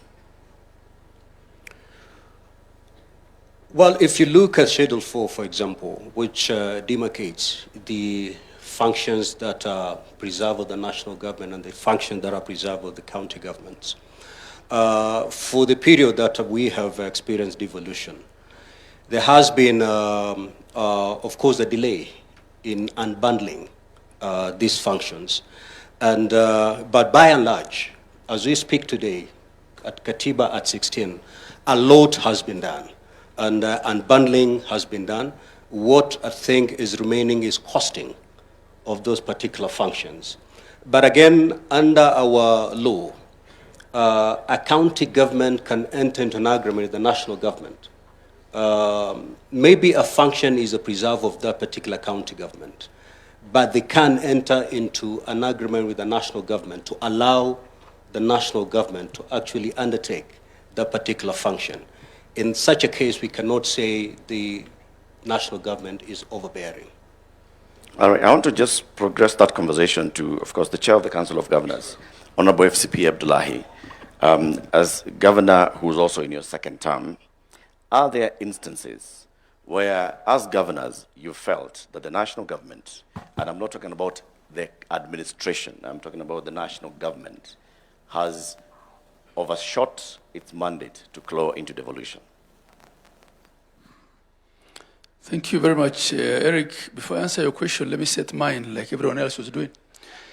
Devolution has done extremely well, and it's the, that everyone here that has been on this podium has said it's that one single takeout that has been very beneficial to Kenyans out of our 2010 constitution. And without giving numbers necessarily, if you just look at the expansion in healthcare, in agriculture, in early childhood education, the distances that have reduced for fetching water, and all the number of hospital beds, and I have the data here in a very refined manner, devolution has done extremely well. Now, on the issue of national government and the whole matter of clawback, you'll have to understand that in a robust democracy such as ours, and where we came from, you know, we were not 47 countries coming together. We were one country, and we were not coming out of war, right? We had a very strong centralized government. And the clamor for the new constitution was partly to spread that power at the center and devolve resources and decision-making over those resources. So there'll always be areas of conflict between national and county government. And this is why we have a very elaborate architecture of intergovernmental relations. And we try as much as possible to solve you know, disputes intergovernmentally, right? And at times then, when we don't quite agree, that's why we have courts. And this is the same everywhere. I was just checking the number of cases that US states filed against the Trump government in the last 2 years. There are over 100. So this is normal. And two, clawback globally of decentralization, because devolution is a form of decentralization, doesn't really have to happen through change of law. It mostly happens through,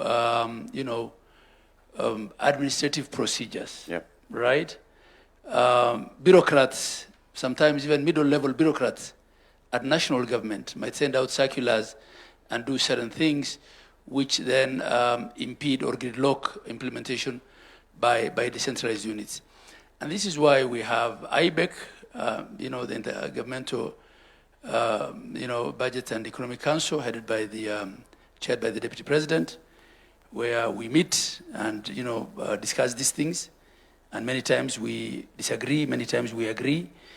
We have summit, where as a body of governors, the council, we may even disagree with the president, right? And we come back together again to see how we refine, certain procedures. So I would say, largely, we've done very well. Right. And sometimes some of those administrative interventions are necessitated not so much by, the clamor for clawback, but just to get things more standardized, right? Especially in the area of health, technology, equipment, for instance. We might be quite protective of that space as governors, but again, when you look at what, for instance, the NESP, the National Equipment Support Program, has done, and sometimes we ask ourselves, could we have done this individually, as single counties? So clawback is something that we always, as governors, have to be wary of. But this is why then there are these elaborate arrangements of intergovernmental architecture. And this is why also sometimes we go to the Senate and tell the Senate, this is not acceptable to us. And the Senate, much as we have a lot of other differences on other things, still remains and is the key protector of counties, protecting counties against Big Brother, protecting counties against themselves. So this is part of the robust architectural framework that we have. We have over 42, I think by the last time I checked, intergovernmental partnership agreements between county and national government. And we take this through a lot of, legal procedure. We get, lawyers to look at them to see, how it could end, whether it is a clawback through the back door. And by the time we agree to sign those intergovernmental partnership agreements at a full council, then we are fairly confident that it's an arrangement that works for us. Of course, clawback is not only by national government, or the fear of clawback is not only with respect to the national government. Increasingly, it's also with the National Assembly. And because the National Assembly is also becoming quasi-executive by virtue of the funds they handle, CDF, I don't want to get to the politics of that. There's Matters Equalization Fund. It's the day for accountability. Right, Matters Equalization Fund. So the strict, separation of powers between executive, legislature, and the judiciary, and especially between executive and legislature, and the realities of our political patronage. I think those are things that will be with us for quite some time. But generally, I think this current administration has respected our space. Thank you. We, the people, have created layers of accountability for the devolution unit, the devolved units. There's the county assembly, there's the Senate, and of course there's directly the people of Kenya. You have a council of governors. Do you use that council of governors as an accountability tool where you self-check and you self-call out for, I don't know how else to put it, for bad behavior? Yeah, that's a good question. As chair of council, I don't have the, constitutional office powers that the people sitting on this panel with me have. I'm just a first among equals. I get elected. So the next year I will be elected on the 8th of October. So I'm more of a union official. But having said that, we also have, benchmarking and best practices and advisory and conversations that out of respect I can have as chair with individual governors. But I get this quite a lot when I visit counties where the public complain to me about their governors. So that's not my role as chair of council. But we try to do this through benchmarking, by sharing best practices, by not reinventing the wheel, and by also having honest conversations in our, council meetings. There are things I have publicly said as a council chair, that as a leadership we will not, protect non-remittances of statutory reductions or, continued, budgeting of pending bills. And these are conversations that we have as governors, but the architecture is not such that the COG is not an oversight body, right? It is an intergovernmental relation outfit. Thank you. It's an association, a club. Yes. And then the other question of the layers of oversight, this is a live debate that we're having now. Where does the oversight role of county assembly end, and where does that of the Senate begin? And I know there's a panelist who said county assemblies may not have, what it takes to oversight. I mean, it probably is. Then what are the requirements of being a county assembly member? Until very recently, the only positions that required any qualification was president and governor and their deputies. Everyone else could be elected with an ID. Now the courts have also said governors, like everybody else, need not have a degree. So those are debates that we have. We try to resist, as a council, appearing before the Senate for day-to-day operational accountability, and argued that that is best left to our CECs and the Assembly, and that the Senate comes in on big matters, on policy, when there's a crisis, when there's impeachment.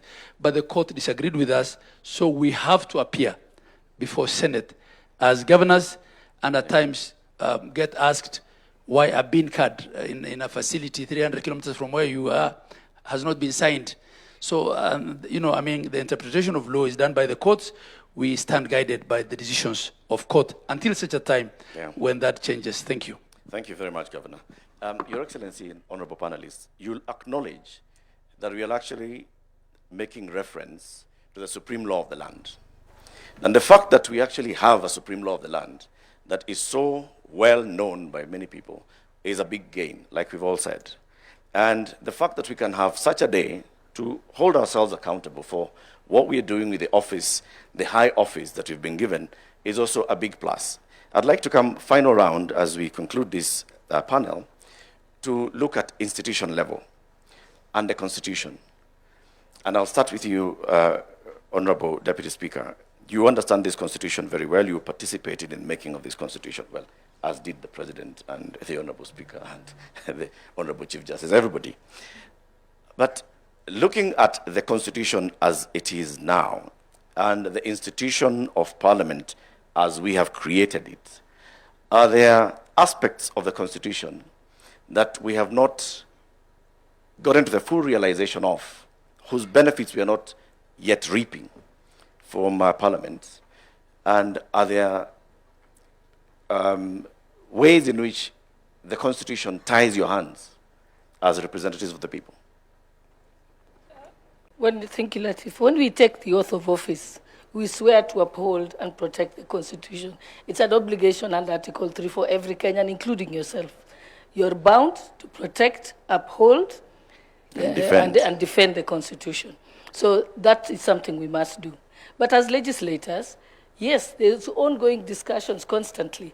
We have a committee on a Constitution Implementation Committee in Parliament. Its job is to constantly review various departments of the executive to find out if they have implemented the constitution. So they are constantly bringing reports, and a lot of them, a lot of their recommendations have helped because they are able to look at the list on the schedules, what should have been implemented by what date, and they are ensuring that that is actually happening. So that is the role of Parliament. So Parliament can't just amend the constitution, but our job is to have the constitutional implementation oversight committee. But yes, there is also conversations in the Justice and Legal Affairs Committee. I know when, which I sit on, when we have met the Electoral Commission and so on, and other arms of government, they say this probably needs to be changed. And what we have done is we normally give that report of requests to the implementation committee, and they are keeping a bank of that, so that when the time comes, when the Kenyans think that we should change the constitution, there will be a reference book and a reference document. So that is available in Parliament. And they've also taken stock of what needs to go to a referendum and what can be changed under parliamentary initiative. What fruits are we not reaping from this constitution? Sorry? What fruits are we not reaping? Are there any fruits that are contained in the tree of the Parliament that we are not enjoying yet? Within Parliament or the Constitution? As the people of Kenya, we the people. No, I think, like I said, having a constitution is not an event. It is a process. So we are walking that journey now.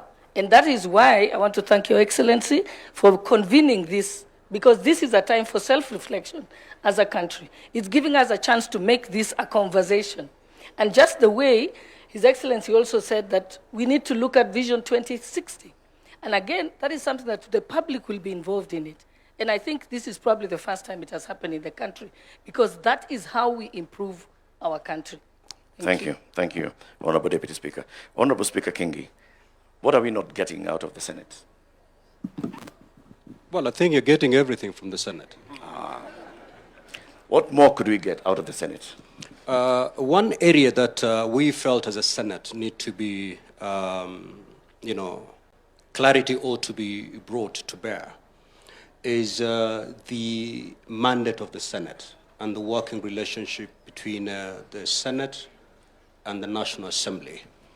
And for this Parliament, the working relation has been pretty good because I and Senator Wetangula tend to agree on a number of issues. But take, for example, the last Parliament. The Speaker of the Senate and the Speaker of the National Assembly are not seeing eye to eye. So we do not want to see this based on personal relationship between the office holders. We need a clear law that will define how these two houses work. And that's why the Senate has come up with a constitutional amendment. One, to expand the mandate of the Senate, and two, to bring clarity on how we can work together with our sister house, the National Assembly. Thank you very much. I'll just skip to Honorable Governor Abdullahi, and then we shall conclude with the Honorable Chief Justice and His Excellency the President.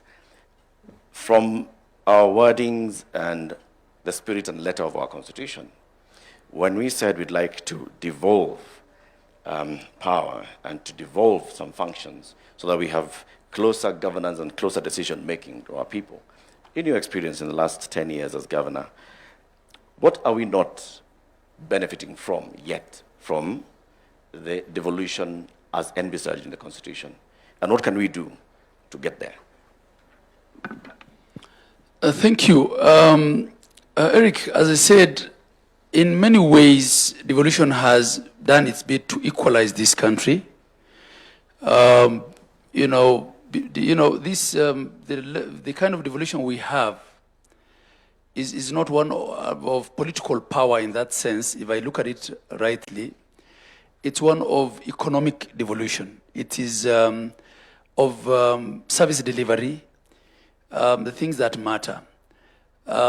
Given our diversity also, it might have been the right thing to do, because I know countries next door where there is ethnic federalism and states sometimes fight. One state picks up arms against the neighboring state.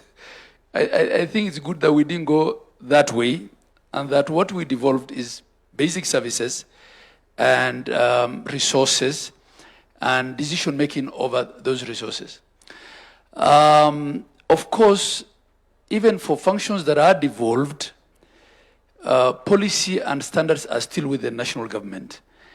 And the question of accountability, which is what we are discussing here, especially with respect to fiscal management, at times also may limit how much you decentralize decisions with respect to resources. Because if you take them then very low and you're responsible for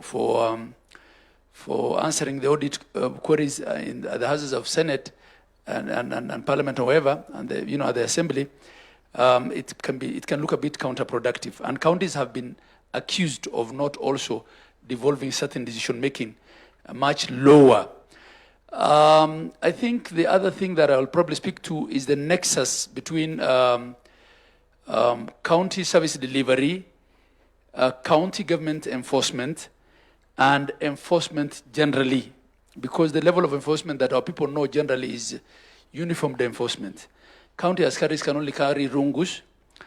So at times, we may increasingly are seeing that bylaws made by counties may not get as much support in enforcement as national laws would. I think this is probably an area that we need to look at, and that probably also speaks to why the county policing authorities are not enforced up to now, because of resistance from police operations teams.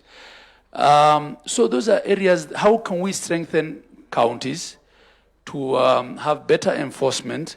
How can we require them to devolve their services further? Those are conversations that we can have. But generally, I think a lot has improved. As I said, our intergovernmental relations is much better today than when we started 13 years back, right? But overall, of course, expectations also shift. The expectations that there were in 2013 are not the same expectations.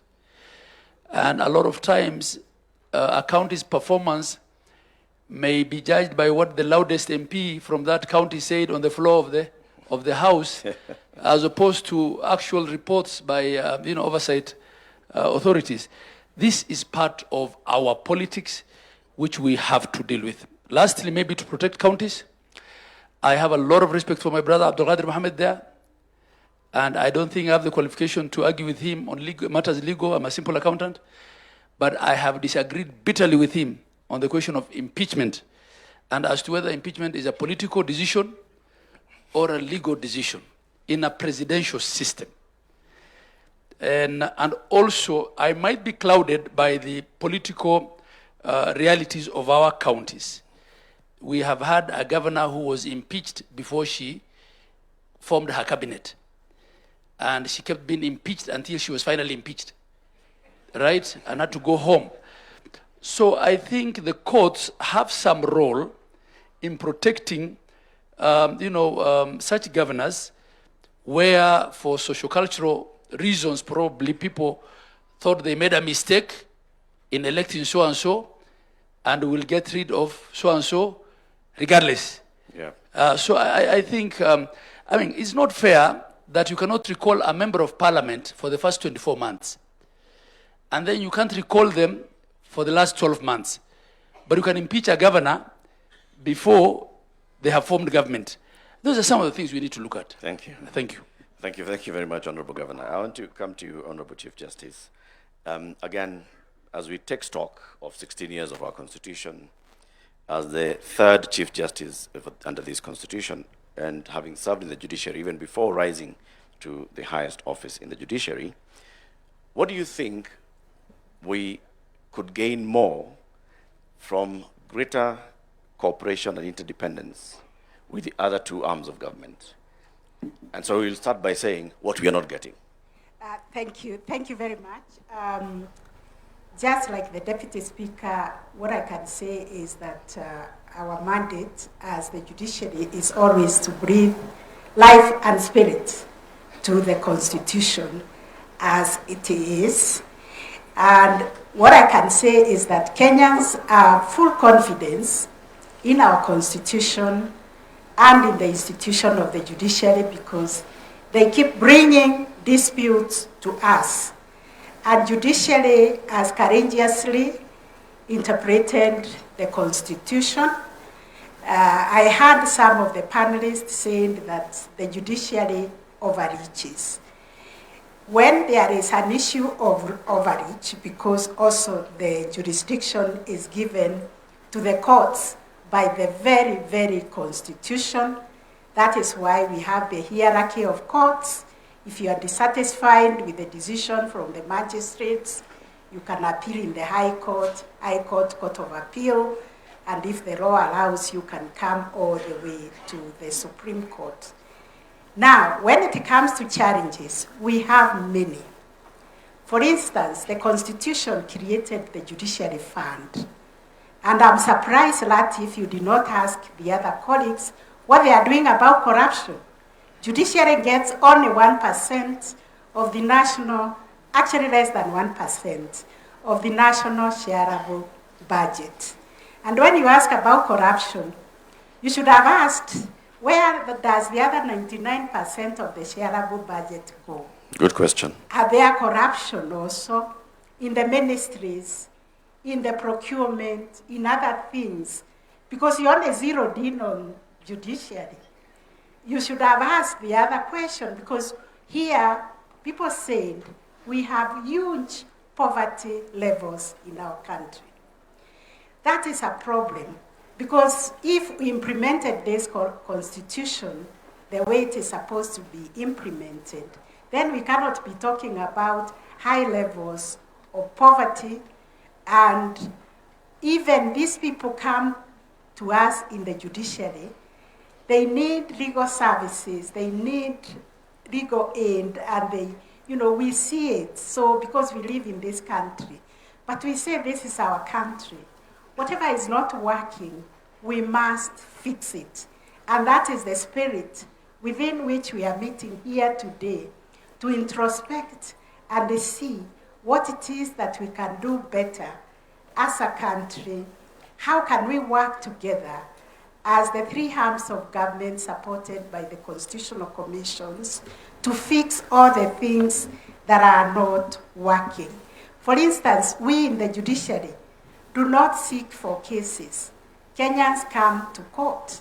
And because this Constitution has given them the right, when you compare this Constitution with the old Constitution, you could not take the government to court. You could not obtain an injunction. You could not obtain a conservatory order against the government. But this one allows any citizen even to come to court on their own right or on behalf of another citizen. It allows everybody the right to bail. It doesn't matter what offense they have committed. So we are grappling also with understanding our mandates. We are grappling with understanding the checks and balances. But what I can say is that we need to sustain this institutional dialogue. Right. Because at the end of the day, we are all serving one Kenyan.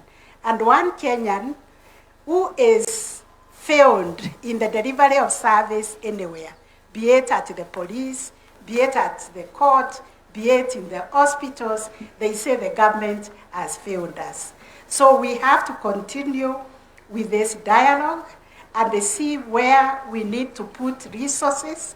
In the judiciary, you can see the Supreme Court. It looks actually very dilapidated. Your Excellency, you renovated the State House recently. Look at the Supreme Court. We need institutions that can even reflect the power, the authority, and the mandate that is given to the institution of the judiciary. Our budget is so meager, so that even as we say we want to reach the last mile, we have now 60 small claims courts. Everybody in the 150 court stations we have is asking for a small claims court, because this is how you reach the ordinary wananchi. But the budget does not allow us to do that. We are required to have courts in every sub-county, and that I understand it to be a constituency.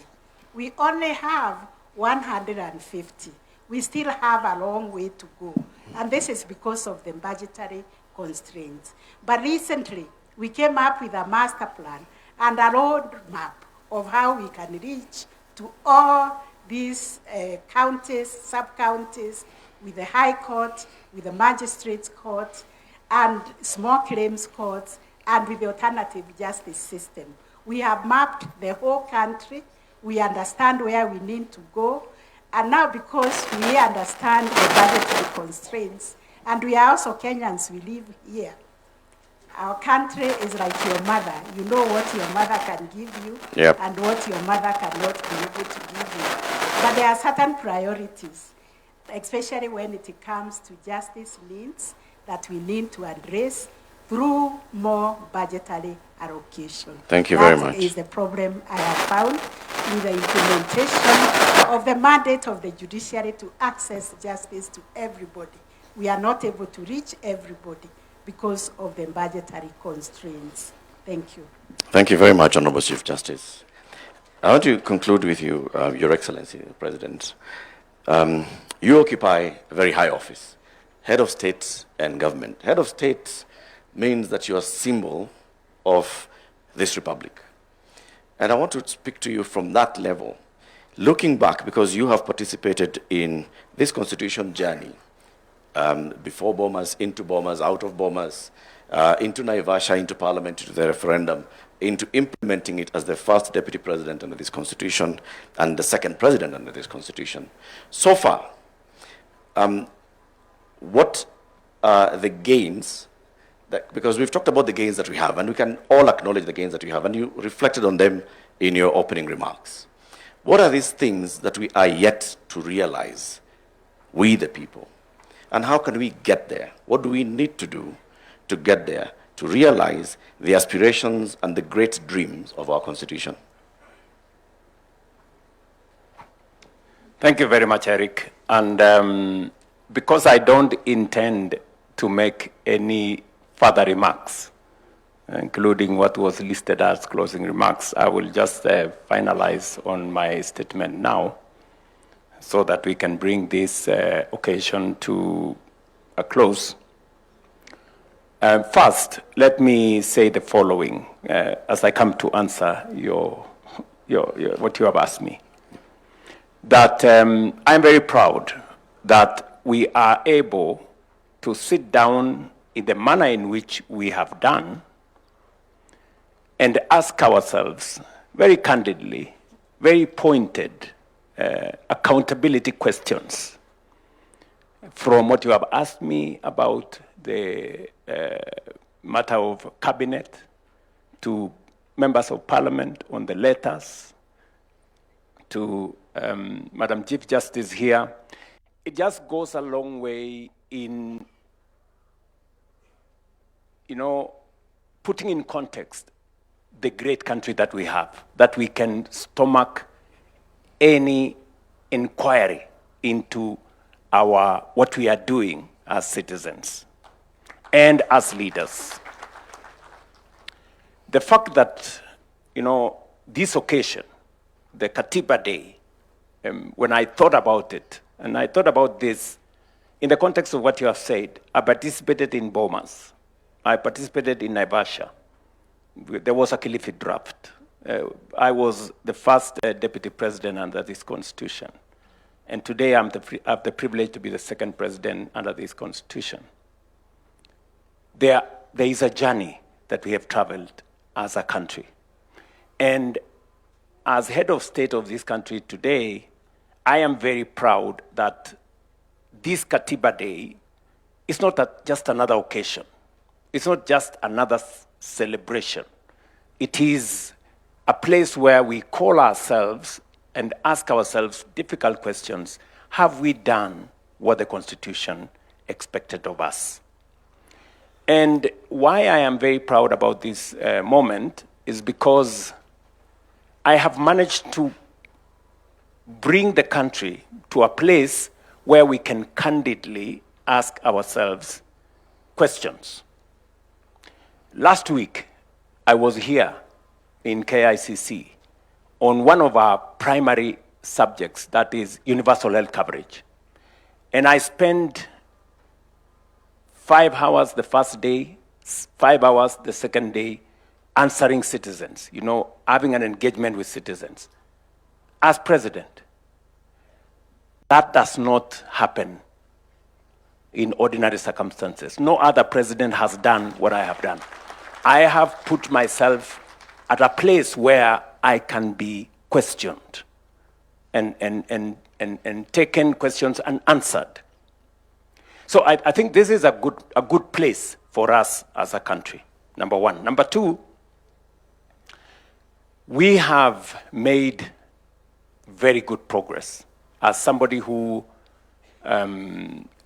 worked under the old constitution and the new constitution, I can proudly say, as others have said here, Mutava Mushimi, all the other good people, including Abdikadir and all the other people, that we have made progress.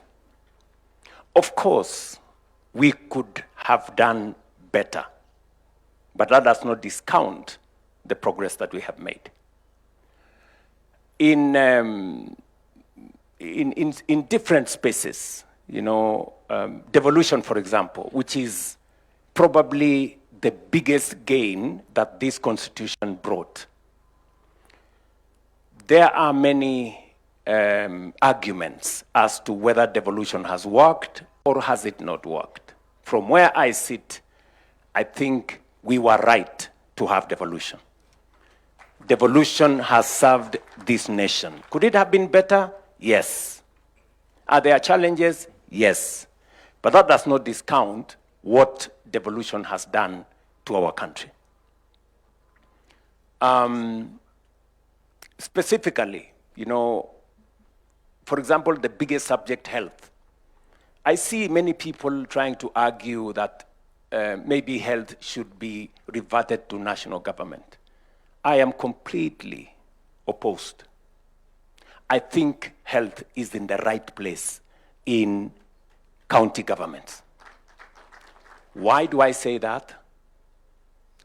If you look at delivery of health, there are counties where we had only one doctor. Example, Wajir here. Today, there are 70. There are many more health workers. Supervision has been devolved from the national government to the county. County workforce, health professionals are held to account. In the past, there used to be doctors who never reported to their stations for 10 years and nobody knew. That is no longer possible. The county governments have appropriated that space properly. And so, have they done many other things better than was the case in the old system? Let me also say, having served as the first chairperson of the Intergovernmental Budget and IBEC, that we started off with a lot of territorial fight between the national government and the county government. And rightfully so, because there was still a hangover by the national government to try and control counties. And then there was also, a bit of that, I must admit. But progressively, we have come to appreciate that there are roles assigned to counties, there are responsibilities and mandate assigned to the national government. And that way, we have found a way of living together. In fact, I have had a wonderful 4 years working with county governments, maybe because I had the benefit of what happened in the last 10 years.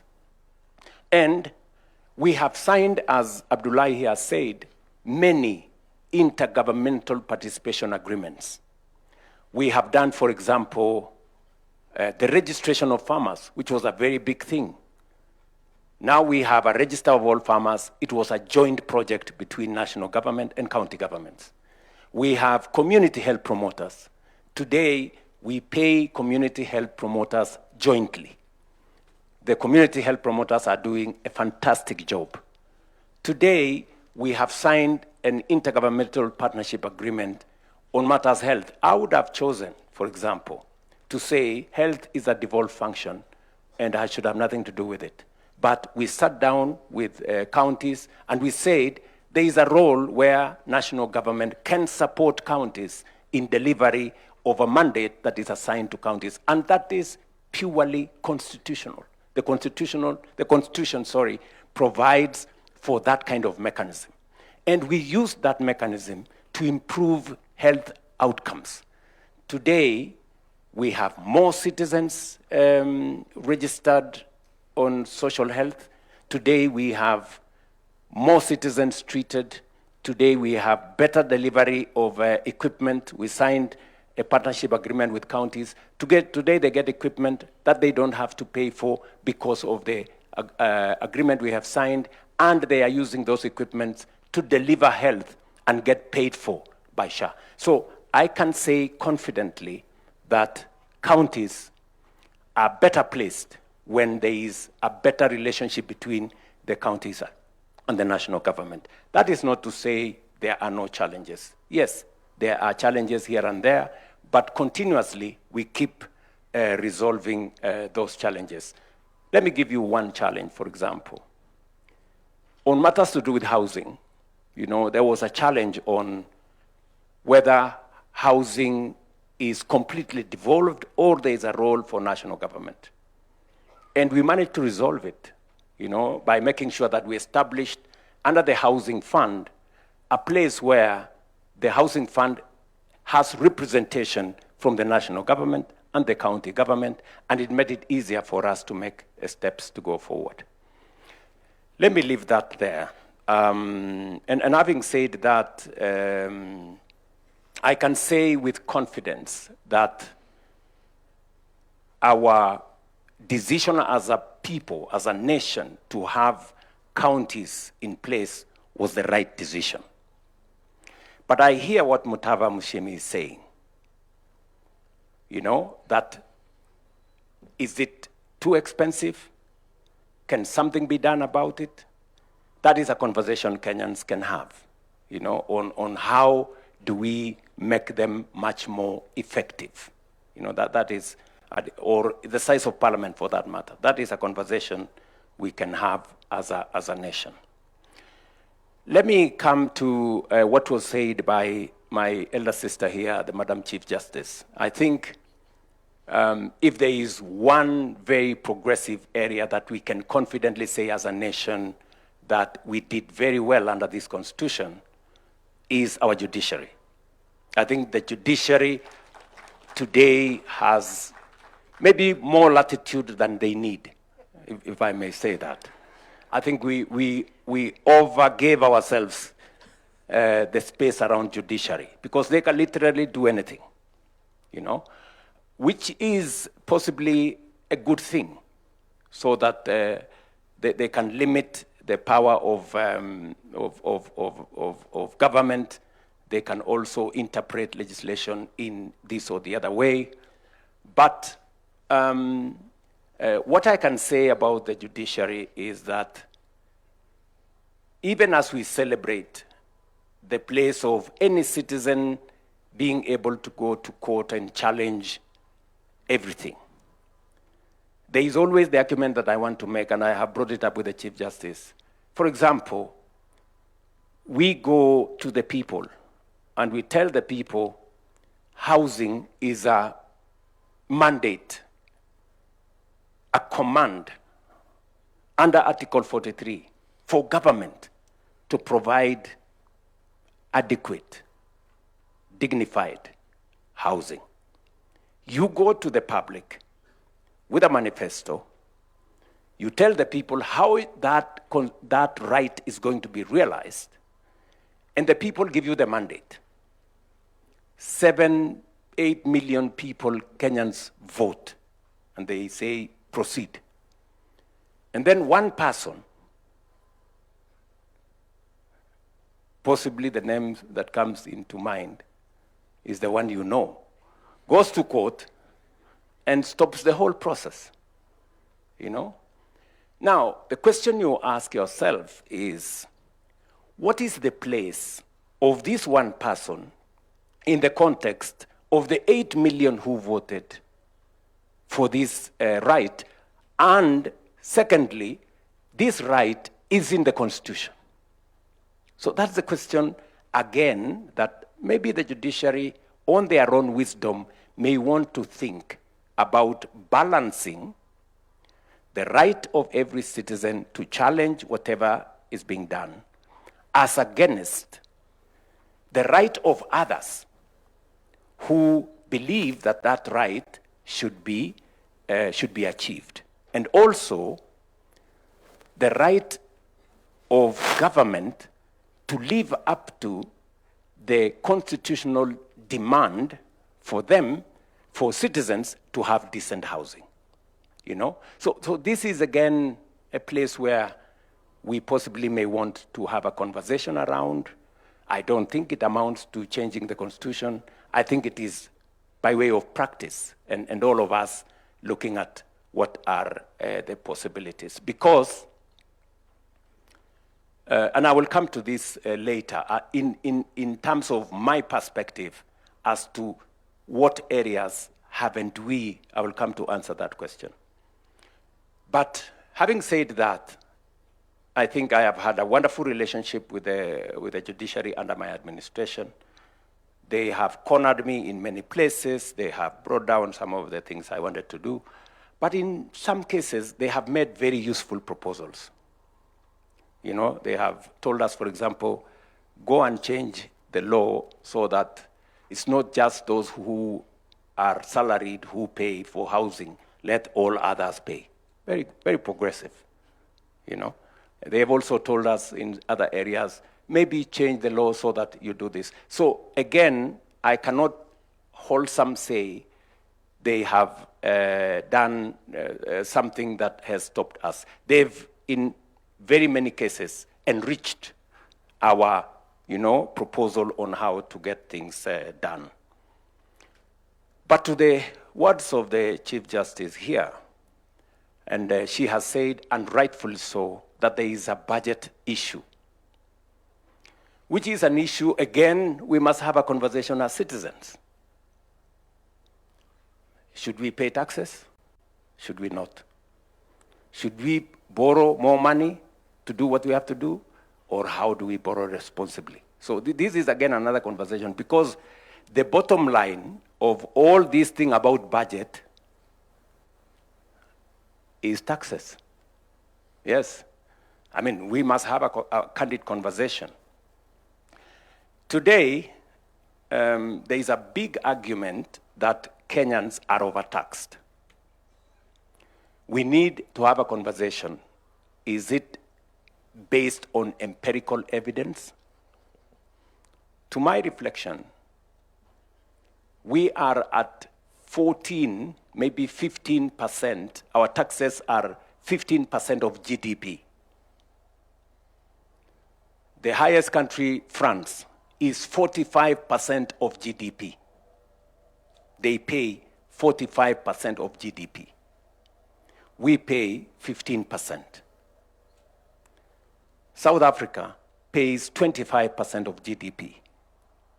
So is the argument that we are overtaxing ourselves right, or is it not? And is it possible for us to provide for every service that we need without thinking of where we are going to raise the revenue for us to do that?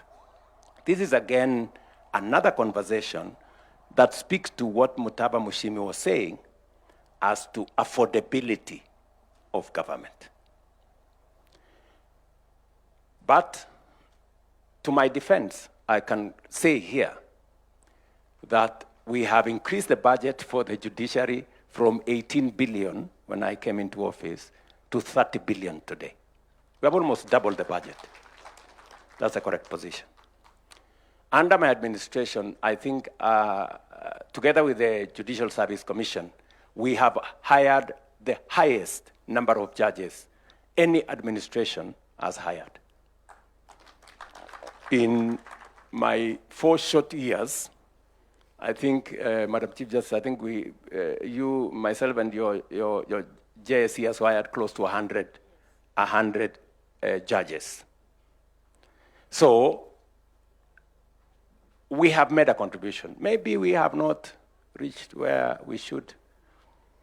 I sympathize that the building at the judiciary is not in very good shape. But I don't know whether you really want to renovate, because you have to be ready for the consequences of renovation. The audit out there is very vicious. You know, you don't know how much shit I've gone through on lectures on whether it was the right thing to renovate a State House. I've tried to make argument that this place was leaking. This is the address of the people of Kenya, any citizen, but I don't know whether I have succeeded. So as you think about renovating and rebuilding a judiciary, I will warn you that there will be consequences for that. But I guess you have the mettle for it. And I think with the new facility that we have negotiated with yourselves and the World Bank, we now have a facility of about 20 billion shillings to be able to rethink about how we can empower the judiciary to do more. I think we have done a couple of other things, including looking at the retirement benefits of judicial officers, their transport, and many other things, which I don't want to say. But I think we have tried to make a contribution in that direction. Let me say finally that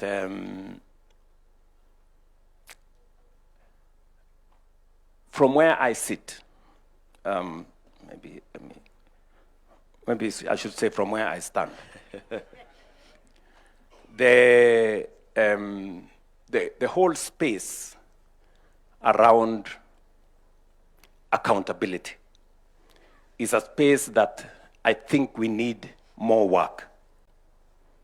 To your question now, Latif, the whole space around accountability is a place we need to do more work. Why do I say so? We have had arguments on who needs to prosecute. We have had issues raised by citizens on why the DPP enters, withdraws cases. We've had issues, what the chair of the Ethics and Anti-Corruption has said here, on prosecutorial powers to be given to the EACC, the delay in the processes. There are too many processes that ultimately that becomes a challenge. I think those are very valid.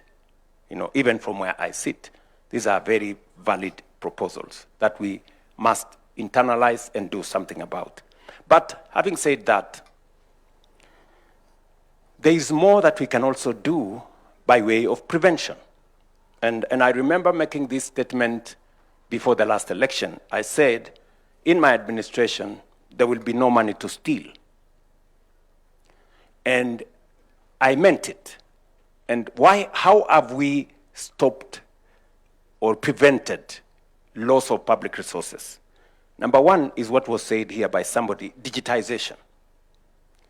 Just by digitizing government services and payment, we have significantly reduced transactions in cash that end up being areas of corruption. Today, I can confidently say we have eliminated paying for government services using cash. And this is to enhance accountability, traceability, and who pays what. We had 1,000 plus government pay bills all in shady places. Today we have one. And the Treasury can see all government payments and where it is going. Number two, we have implemented what we call Treasury Single Account. Treasury Single Account enables government to see how much money we have in which places and how much idle money there is in government. We used to go to borrow using the instruments that we have, and most of the time we borrowed money which we had, you know? And sometimes we went to the market to borrow our own money. And it was not very intelligent. I don't want to say it was foolish. So we have eliminated that, and John Buddy is here, and we have made huge savings just by making sure that we have all our money with our visibility. Number three, and by the way, this single treasury account was a conversation that was there for almost 15 years, but there was no courage to implement it because there were people benefiting from these dark places. Number three, we have implemented what we call electronic EGP, electronic government, electronic procurement. We've made the whole procurement of government services transparent. John Buddy was telling me, an item, say for example a pen, procured by government on 17th floor was different price procured by another ministry on 10th floor. That is no longer possible because we have standardized procurement. We know how much it costs, and every government entity pays the same for the same service or for the same commodities or other procurement products. Again, we are possibly saving up to 10% of all our procurement just by making e-procurement possible. I can tell you, we've gone through hell trying to implement this. The amount of requests we've been asked to excuse, or you know, our issues are very urgent, or you know, these issues are very sensitive, or these issues. But I want to thank John Buddy, he has said no. And we are forcing everybody to go through the mill. We've also done one thing, which Abdikadir will tell you how difficult it is to do.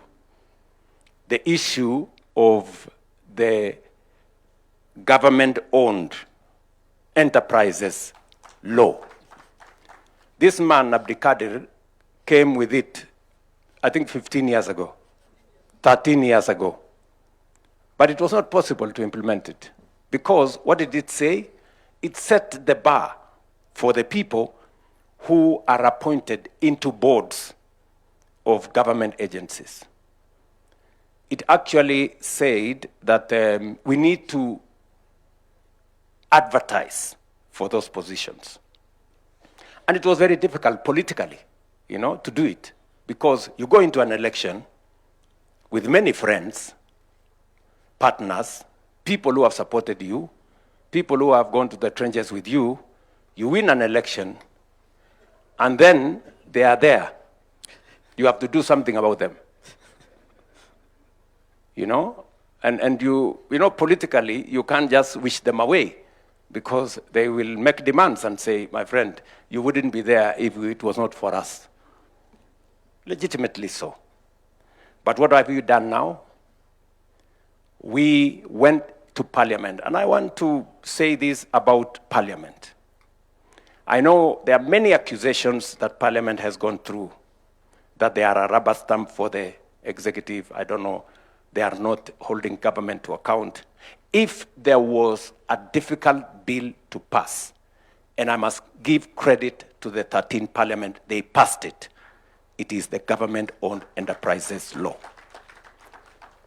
Literally saying that those people passing the bill will not qualify to be appointed into parastatals when they are not sitting in Parliament. You know how, and you know, all these politics are very slippery place. You are in today, you can be out tomorrow. So, but I want to credit the 13th Parliament. They passed this law. I signed it into law. And today, many of my friends who I had appointed to boards in Kenyan, in Kenya Airports Authority, in Kenya, I don't know where, Kenya Pipeline, and many other places, they have had to exit. Because now the law says those who participated in the last election cannot be board members. I have lost a few friends, but it comes with what it is. And why are we doing this? We want to, as much as possible, professionalize the running of government agencies and to depoliticize those boards. And again, I must say that has worked in a very significant way. And then finally, we have, and I'm talking to accountability, we have also, number 5, we passed the conflict of interest bill into law. Again, very many members of parliament, members of Senate are very unhappy about this bill, because it literally says members of their families cannot participate in procurement or supply of goods and services to government. Again, it was to establish a distance between those who wield authority or power, whether they are sitting in parliament or they are sitting in the executive. I don't know whether we extended to the judiciary, I don't think we did, cannot participate because they have the propensity to influence those contracts this way or the other. Again, I can confidently tell the country we passed that law. And we are progressively, pushing corruption to the limits, even as we do the other things. You remember it was said here earlier, what about the ethics part? What about what other, apart from prosecution and all this, are there other things being done to deal with corruption? This is part of it. And we've worked with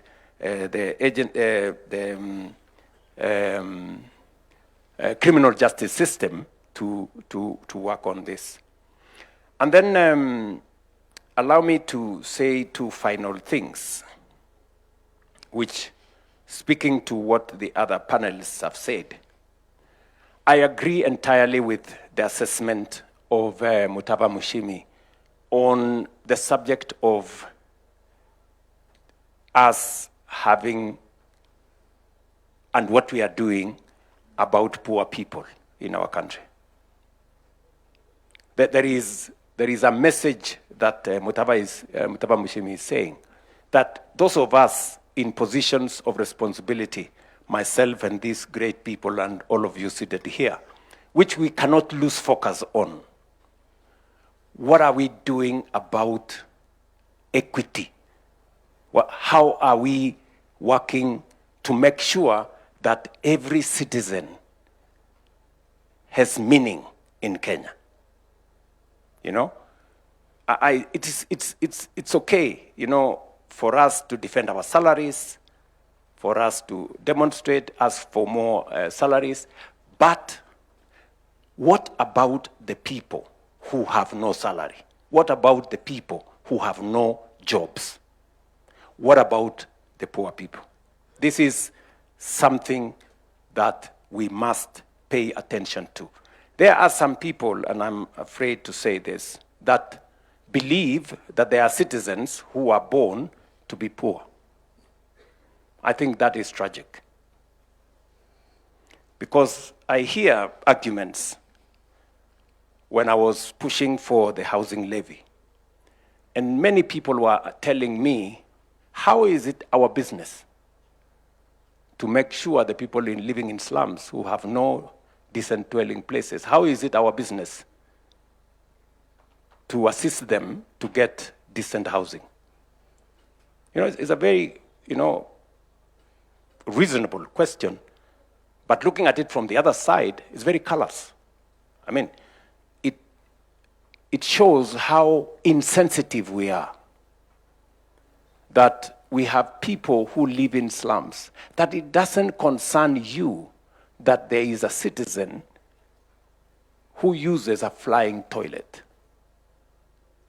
You know, it doesn't concern, you're not bothered. I mean, you really have to have a heart of stone, not to think about fellow citizens who have to pay to use a toilet. I mean, it is something that must concern us. And that is, I think, what my good brother there was saying. Or a citizen who decides to stay at home, they are sick, but they prefer to stay at home and die because they have no means of getting medical treatment. I think that is something that should concern us. And as a result, it takes me to the place where we've not done very well. We've done very well with what Abdikadir said, political rights. We are a robustly democratic country. We vote whoever we want. We can picket, we can demonstrate, we can do whatever, literally, whatever we want. That we have done very well, and we must credit ourselves for it.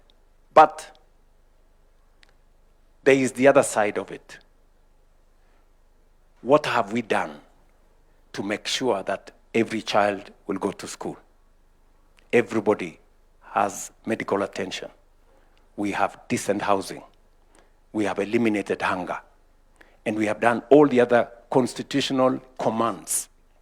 That is the place that we haven't done very well. And that is where we must focus going into the future. And that is why I am inviting all of us to have a national conversation, you know, on the future of Kenya, a development charter for ourselves, so that we can enjoy our democratic rights, but also make sure that every citizen lives a dignified life. I think these are the two, you know, sides of what we must achieve. And I say this with a lot of humility, that it's upon us, you know, to do whatever it is that we can to make sure that we deliver on these two commitments. Let me say this. Our right to choose, our democratic right to choose, must be exercised in choosing what is best for everybody, or what is best for us. We should be able to make the best choices for Kenya. And again, let me paraphrase what Abdikadir said. If you choose a thief and expect that they will not steal from you, you are not being intelligent. If you choose somebody who is incompetent and expect them to deliver on anything, then you are not being serious. If you choose a person who has no vision, who has no plan, who has no agenda, and expect them to take your country anywhere, then you are not being serious. I think these are the choices that are on the table for us. And finally, I have spoken for too long.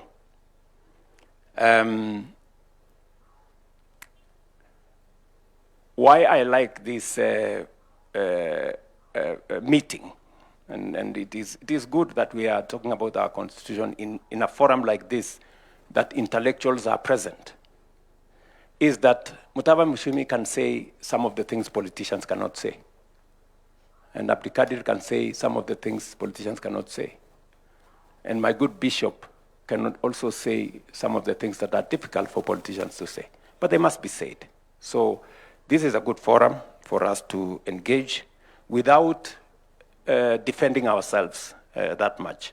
And finally, I think we need to do more. We have gaps in matters to do with our gender equity. I think we can do something about the two-thirds gender rule. And I think I can do something about making the, not just the two-thirds gender rule, but also the constitutionality of our cabinet. I think that is a space that even me, I have some homework to do on matters to do with gender and all that.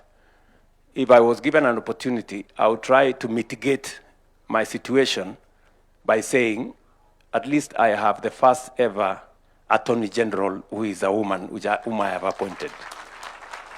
And I can also try and mitigate my case by saying, by appointment, maybe the cabinet does not meet the two-thirds gender rule, but by operation, it does, because I not only have the AG, but also the Secretary to Cabinet sitting in my cabinet. But anyway, that's a conversation for another day. So I want to say to all of us, this is a very good conversation, Madam Chief Justice, I think. And Abdullahi, my good friend from the Council of Governors and the Houses of Parliament, I want to say to all of us, thank you very much. I think this is time we have spent very well. And thank you, Eric, for provoking us. Asante sana. Ladies and gentlemen, let's give a standing ovation to our panel, please. And a round of applause as I welcome Michael Gachagua to come and take over to the next space. I'd like us to do something.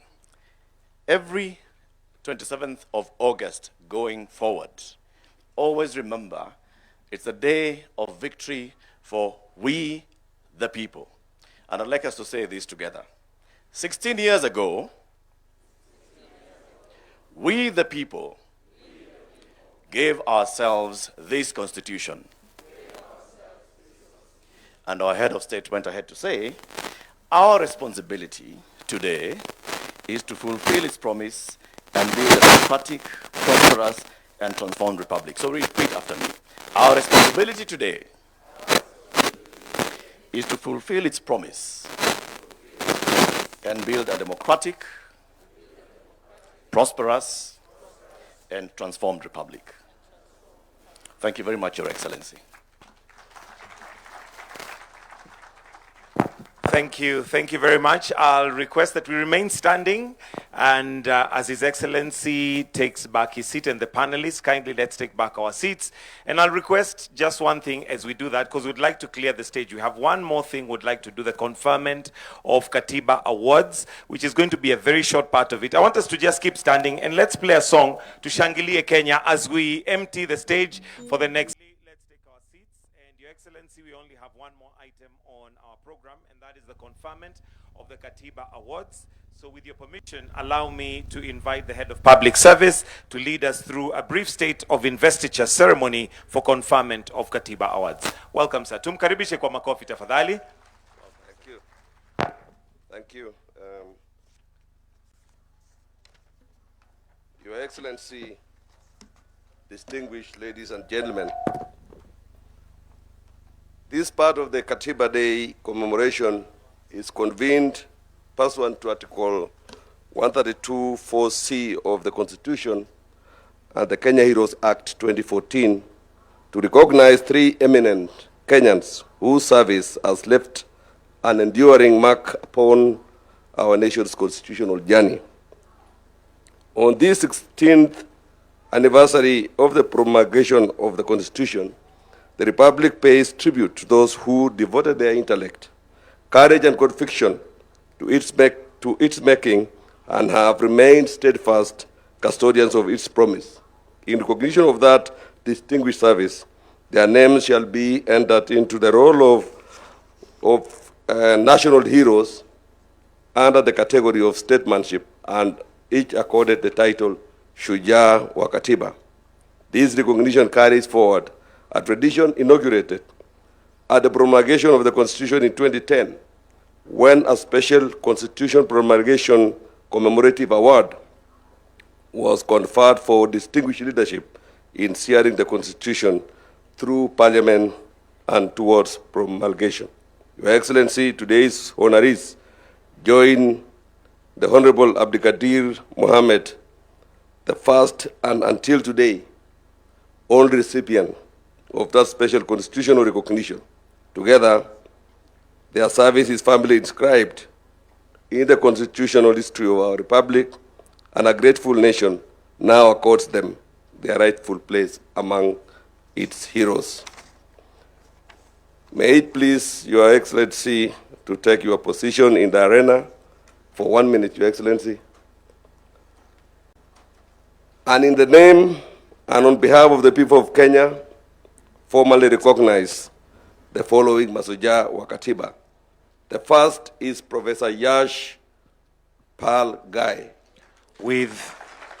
With uncommon wisdom and unwavering dedication, Professor Yash Pal Gai led Kenya's constitutional dawn.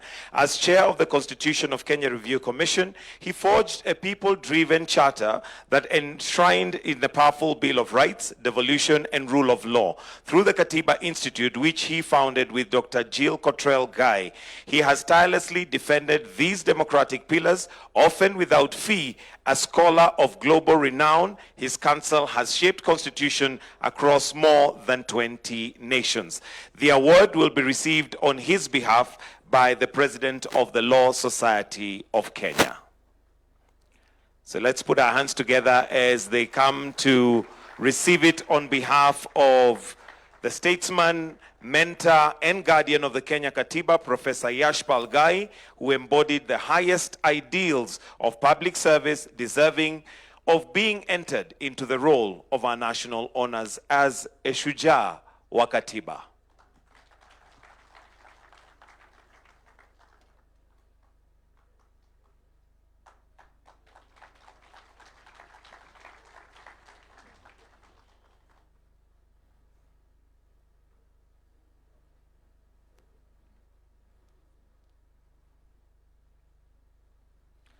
Thank you. Thank you.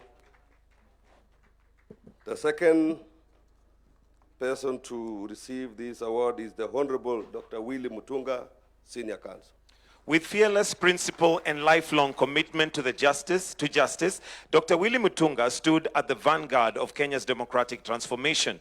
As for the first indigenous Kenyan to teach constitutional law, he nurtured generations of legal minds. He gave voice to the voiceless through the Kenyan Human Rights Commission and Kituo cha Sheria. As the president of the Law Society of Kenya, he became a steadfast champion of the multi-party democracy.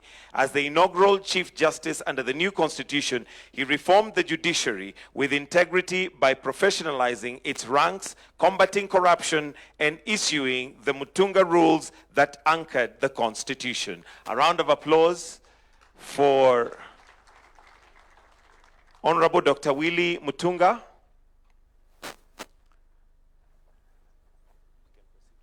Perhaps we'll proceed to the next one, maybe a member of the judiciary, perhaps to receive it on his behalf. Honorable Chief Justice Martha Koome to receive it on his behalf. A round of applause, please.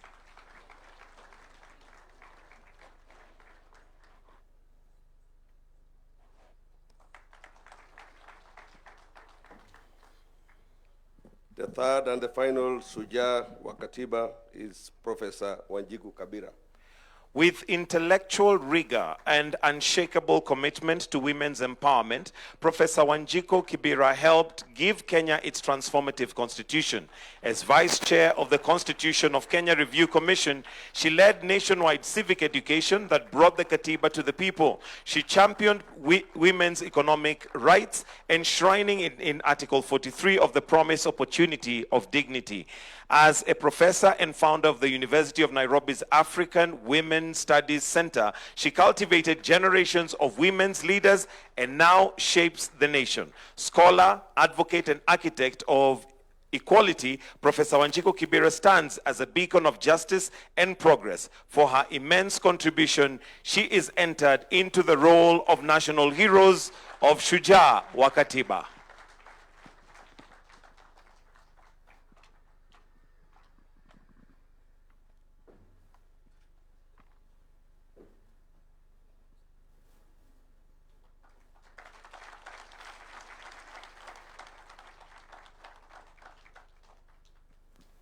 Your Excellency, sir, you may now resume your seat. Thank you.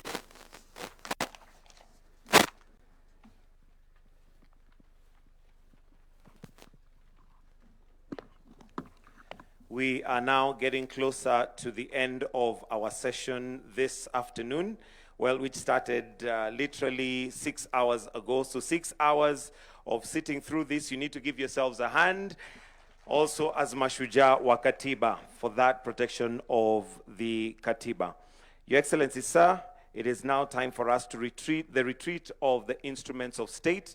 So I'll request that we be upstanding as we retreat the instruments of state. I invite the band to give us the song as we now withdraw the instruments of power that are here before us.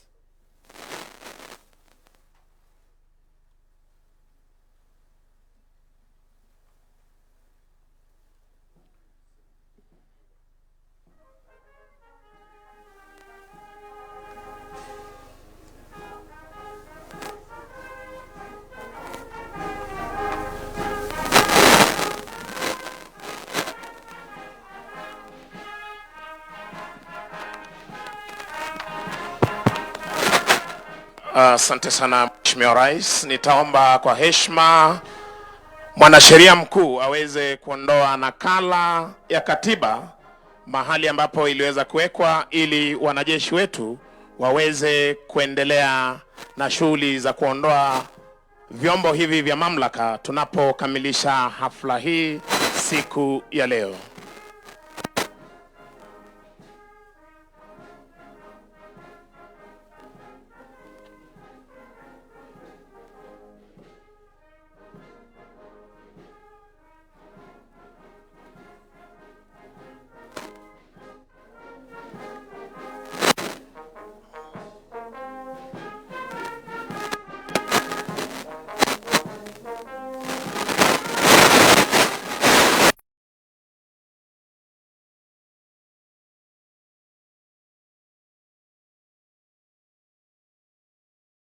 Za kujiuliza ni kwa nini katiba ya Kenya inaondolewa na mwanasheria mkuu. Kenya ni nchi ambayo inatawala ama utawala wake ni wa kiraia.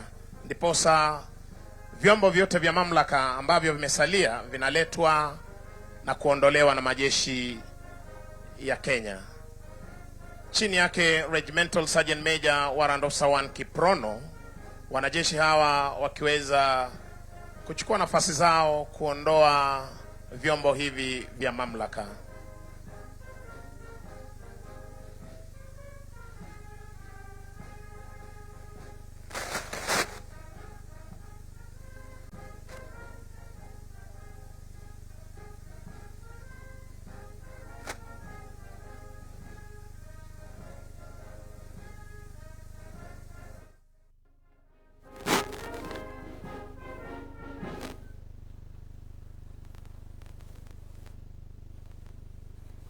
Kuweza kutazama Mheshimiwa Rais, hapa awali ni kwamba muhuri huu wa umma ni muhuri mzito ambapo utaweza kurejeshwa, utaweza kufunika kisha vyombo vingine vya mamlaka viweze kuondolewa.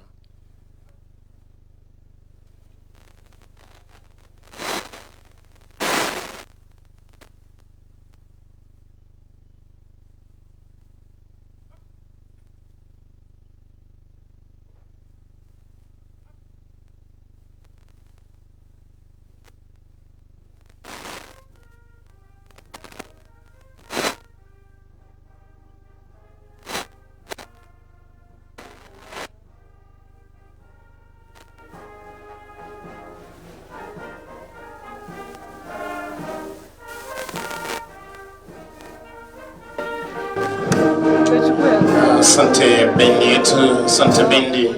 Mheshimiwa Rais, nitaomba kwa heshima tubaki tukiwa tumesimama kwa wimbo wa taifa, wimbo wa Jumuiya ya Afrika Mashariki, kisha baada ya hapo atatupa itifaki ya kufumukana sehemu hii.